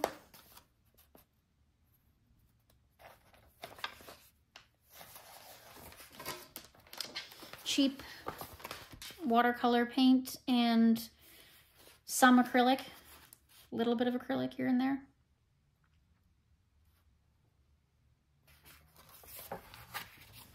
Mixed acrylic mediums, I wrote that down.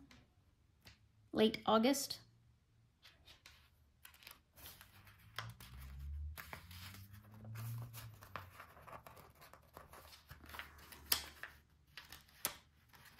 my goodness. There we go. All mixed acrylics, of course.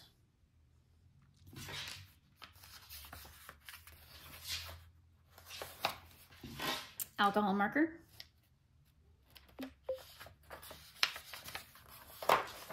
Alcohol marker is okay, but like it's not ideal in this book. Albert Duers. Yeah.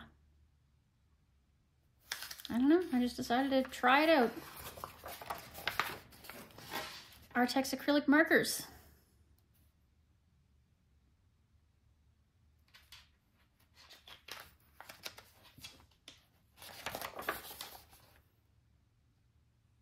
Artex acrylic markers. They don't look much better than water-based markers, to be honest with you, but this one was recent, September 30th, with acrylics. Yeah, I remember doing this one. It was fun. Okay, then we got gesso, gesso, gesso, gesso, gesso,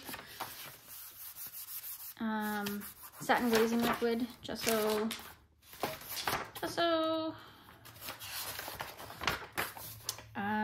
water-based markers, and Arteza gel pens.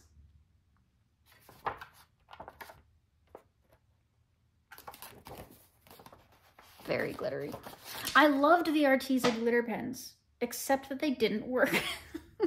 Like when you did get them working, beautiful, steadfast.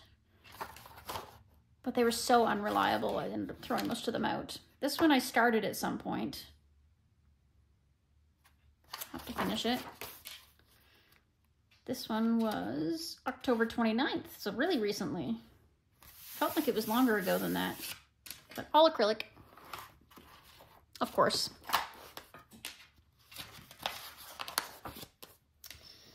October 14th, acrylic for the hamster, but the background is tempera. Tempera paint sticks.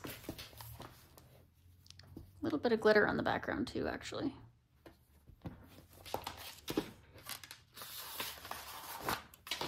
Acrylic marker, acrylic Artex marker, Posca and Ohuhu acrylic.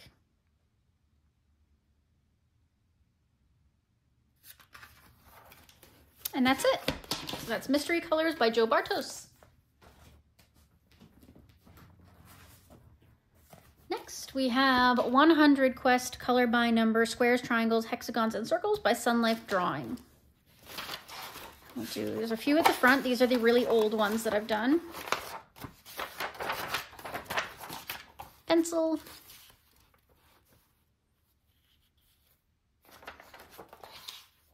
Pencil. Pencil. And that's it for the oldies. Slightly more recent. October 24th, Super Tips.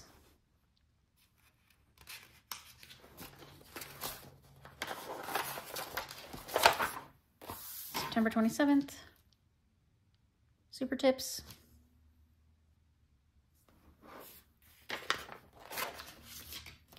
October 2nd, Super Tips.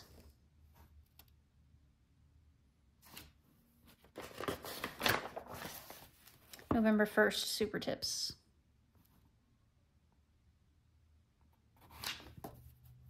Let me just flick through and make sure there's nothing else in the middle of the book.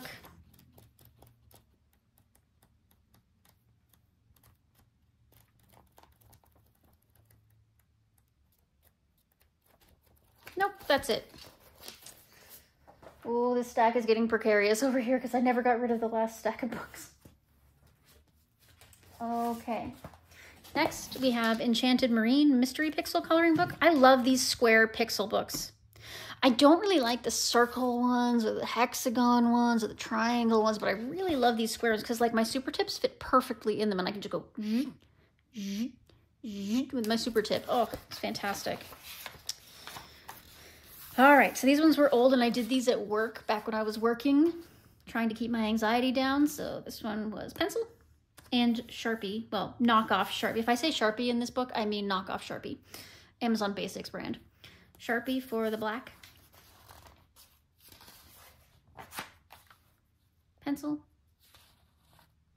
Sharpie. Pencil. Sharpie.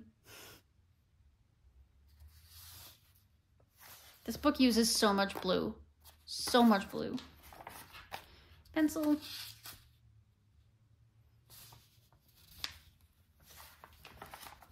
Pencil and a lot of Sharpie. This is why I had to have a box of like knockoff Sharpies on me, because this book would use too much black and then I'd run out of black pencil or pen or whatever I was using. So I just had Sharpies on hand to do all this black outlining and stuff. Plus I had a book that's now stored in long-term storage that I finished that was so much black. Like half the backgrounds were black and you had to do them, and I ran out of so many like pens and pencils and stuff. So I started using the Sharpies. Knockoff Sharpies. Same.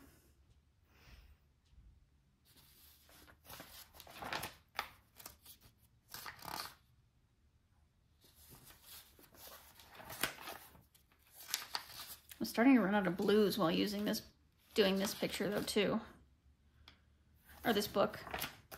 So much, especially the light blue. I need to buy like open stock Tombos of light blue soon, because I'm running out. And I just got a set of Ohuhu water-based markers and they don't have any light blues either. It's like, this is like the lightest blue. This is all pencil still, by the way.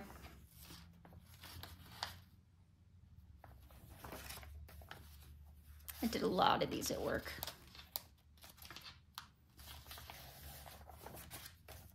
Look at all the blue. The whole page. That one's pretty. And this was done with Settler dual-ended.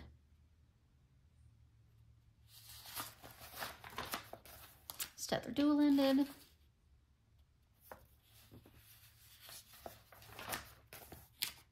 Settler dual-ended.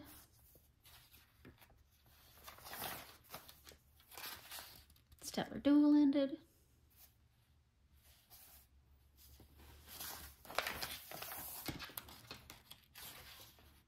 Same.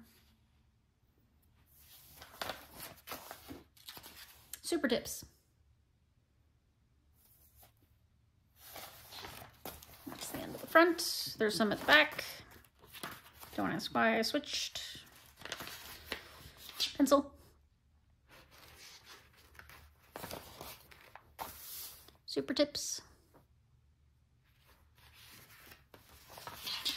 Super tips. Super tips. More super tips. Super tips works so great in this book. Super tips. You can see I ran out and I had to use a different one. Super tips. And that's it for Mystery Pixel Enchanted Marine. Next is Mystery Pixel Color by Number Halloween Edition. Let's start at the front for this one. We're back to pencil again. This one's really fun though. There's so much color. I love coloring this one because it feels fair. You know what I mean? Like that other book, The Marine, didn't feel fair. It felt like I was using only blue pencils and all my other pencils were getting completely neglected. So this one, as you can see, is so much fun. It's got so many different colors and I enjoy this book. I could color this all year round, and I do sometimes. Pencil and Sharpie, knockoff Sharpie. Same.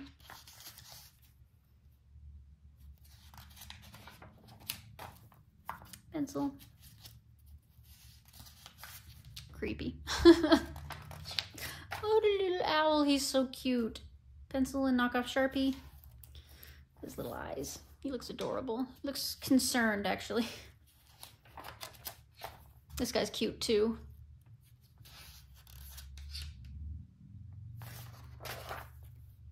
Grody.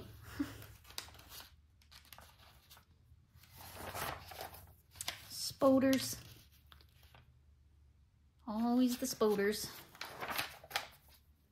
Not sure what that is. I can see a little ghost cookie there. Is that a spider cookie? I don't know. It's kind of hard to tell. Vampire.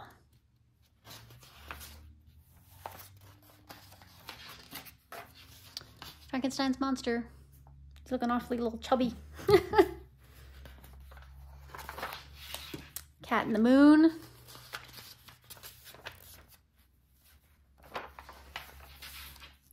A werewolf.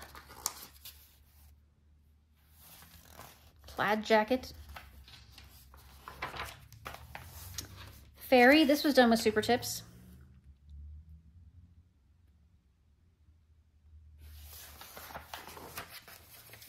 There's my color code. And this was Artix pencils. I was very specific with that one. Crayon. Crayola crayons. Staedtler dual-ended. Those candles. Why is one candle different? Why didn't you just make them all the same? Super Tip snake. Cute. Super Tip pumpkins. This one looks a bit sickly. Same with that one. Okay, and then we go to the back. Super Tip grave.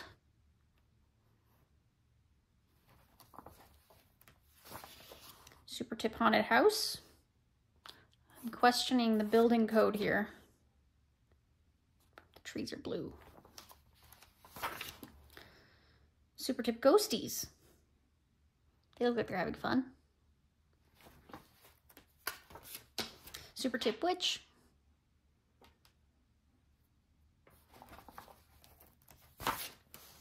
Super Tip snake in a pumpkin, I guess. Super Tip cat in the hat.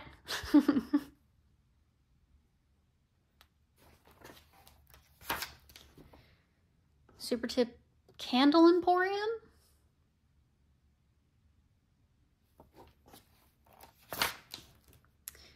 Super Tip monster book.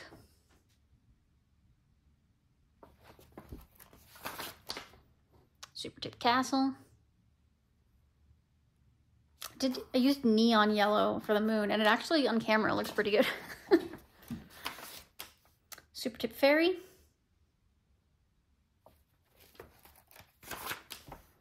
Super Tip and crayon. Oh yeah.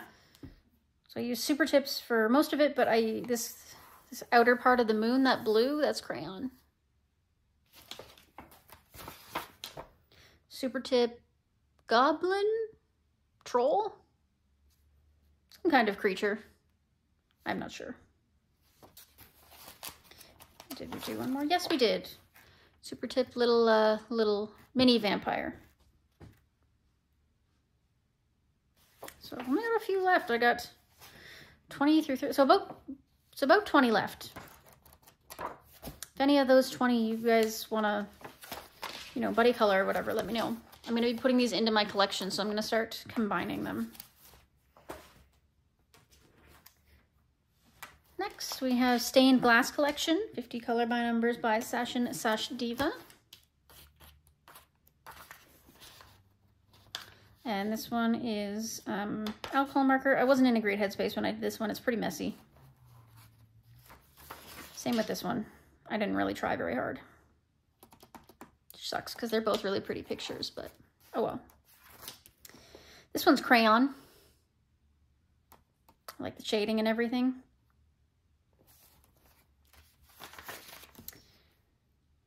Super Tips, Ohuhu acrylic, and jelly rolls. So I did Super Tips for all the main coloring, and then I whited out the lines in the water with the acrylic, and then I used jelly roll for the bubbles. Crayon and aviator marker. So background is crayon, all the blue, and then his face and everything is all alcohol marker.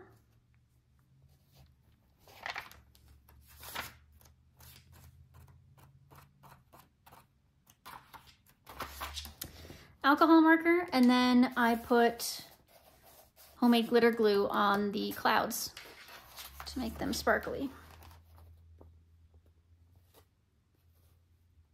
Very, very glittery. For some reason, this white glitter really doesn't show up on camera. I'm not sure why.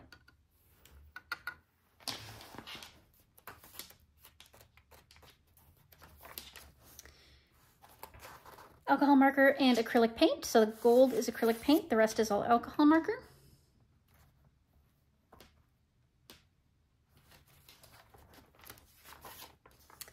This one I'm pretty proud of. This one's multimedia, as I call it. So it's all based in alcohol marker, but then I put glitter paints and pencil. I think I used Color pencils to shade. I've got glitter paint around the edges. It's a lot of fun. I love when I get the chance, like the energy to put some effort into even my color by numbers. It makes them, you know, look a little more worthwhile. This is alcohol marker with a few super golden marker accents. You can see there, like the little border here and his belt are super golden marker. Super Tips, and I used a Uniball Sino to white out the lines on their bodies, their bones.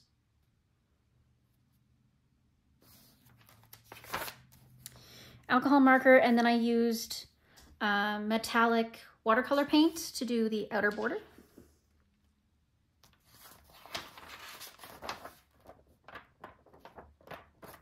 Looks nice. Oh, that one's a whip.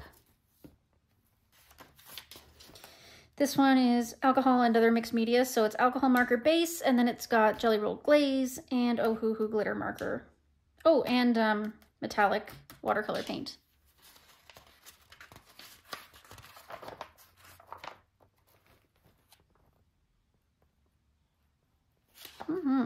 Cute. Got Christmas ones, lots of Christmas ones to do coming up.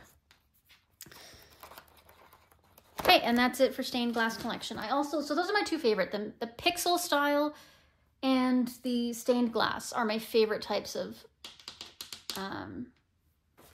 color by number.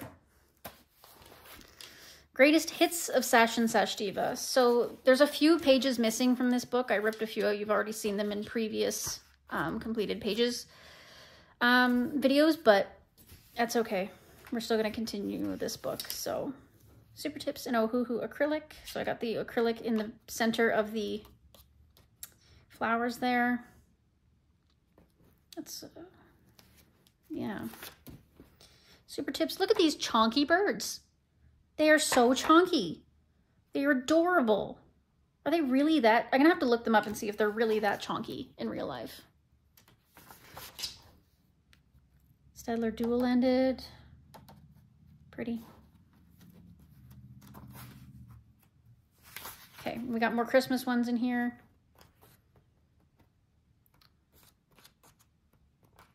Okay. Super Tips. These ones are just so colorful, and I don't ever know what to do with them, so I just basically straight color them. I have a hard time shading them because I don't even know where to begin. Super Tips again. I don't find the Super Tips look bad on these ones because like they're made of wood, right? So the streaks kind of like just make them look more wooden. Alcohol marker on this one.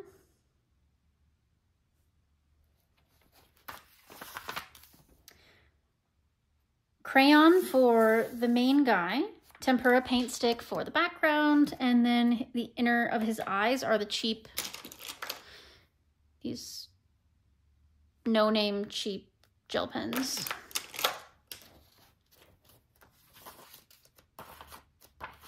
Lots of Christmas ones again.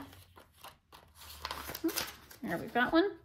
Super Tips and crayons. So all the really light blue is crayon. I feel like this one they didn't complete it. I feel like they forgot some numbers. You know what I'm saying? Just doesn't look, like down here, it just doesn't look finished. Anyway. Super Tips on this one. Pretty bright flowers. Super Tips on this one. Pansies. Everybody's seen pansies. I've had pansies in my garden before. Got a few more of those to do. I got celestial ones. This one's Super Tips as well.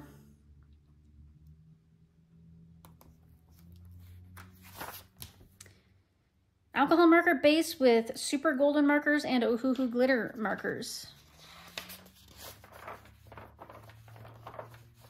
Very shiny. Love those super golden markers. More of that to do. Super Tips and a glitter pen of some kind.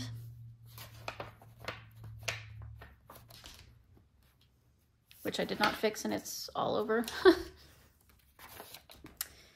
Super Tips. I don't like these ones, and not just because they're Christian, like it's fine. It's just the colors. Who chose these colors? I don't know. I don't like it. Same with this. I don't understand why one letter in each is red. They don't make up a word or anything. So I don't understand. But Super Tips again. So I got Artix pencils and acrylic paint.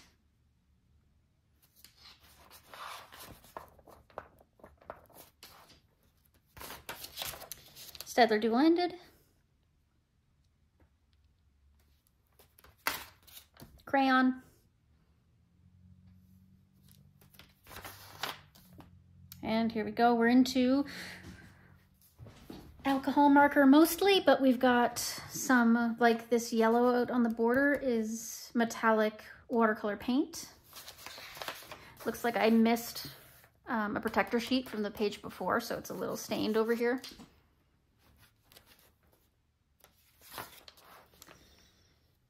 Started with Crayola pencil many moons ago, and then I finished it with Artex pencil. It's not great, but it is what it is.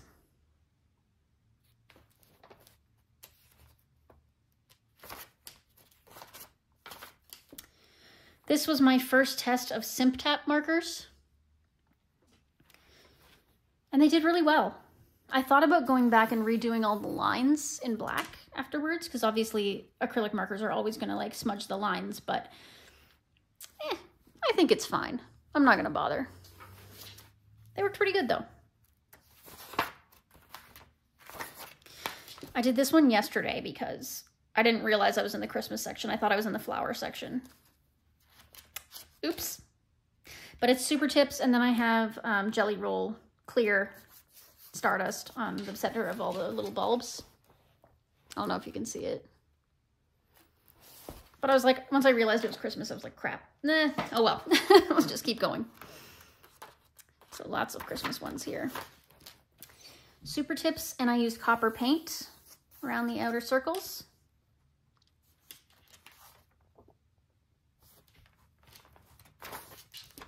Super Tips. Again, strange color choices they have. I don't know if I would have put pink in there, but okay. Super Tips and acrylic marker, or acrylic paint. So this is acrylic paint in the background, and then acrylic marker to like white out lines and do some of the borders and stuff. This one is clearly falling out, but it is Super Tips.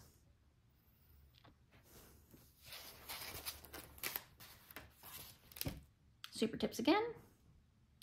Again, I think I changed the colors on this one. I don't think that this was the colors they were supposed to be. I think some of them I changed because I didn't like them. Alcohol marker.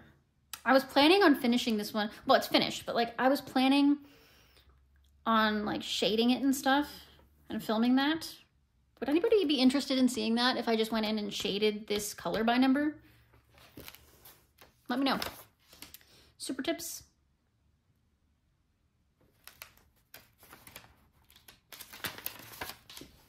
Stettler dual-ended. I don't know if I'm into the patterns. Like, I'm all for meditative, but it's like, wow. A-beer markers.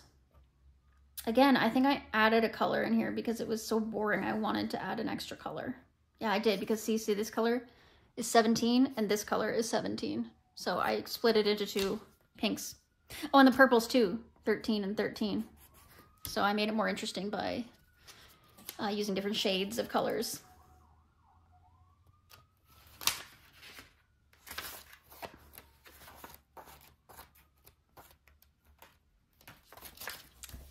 Alcohol marker, and then we've got gold paint on the border there.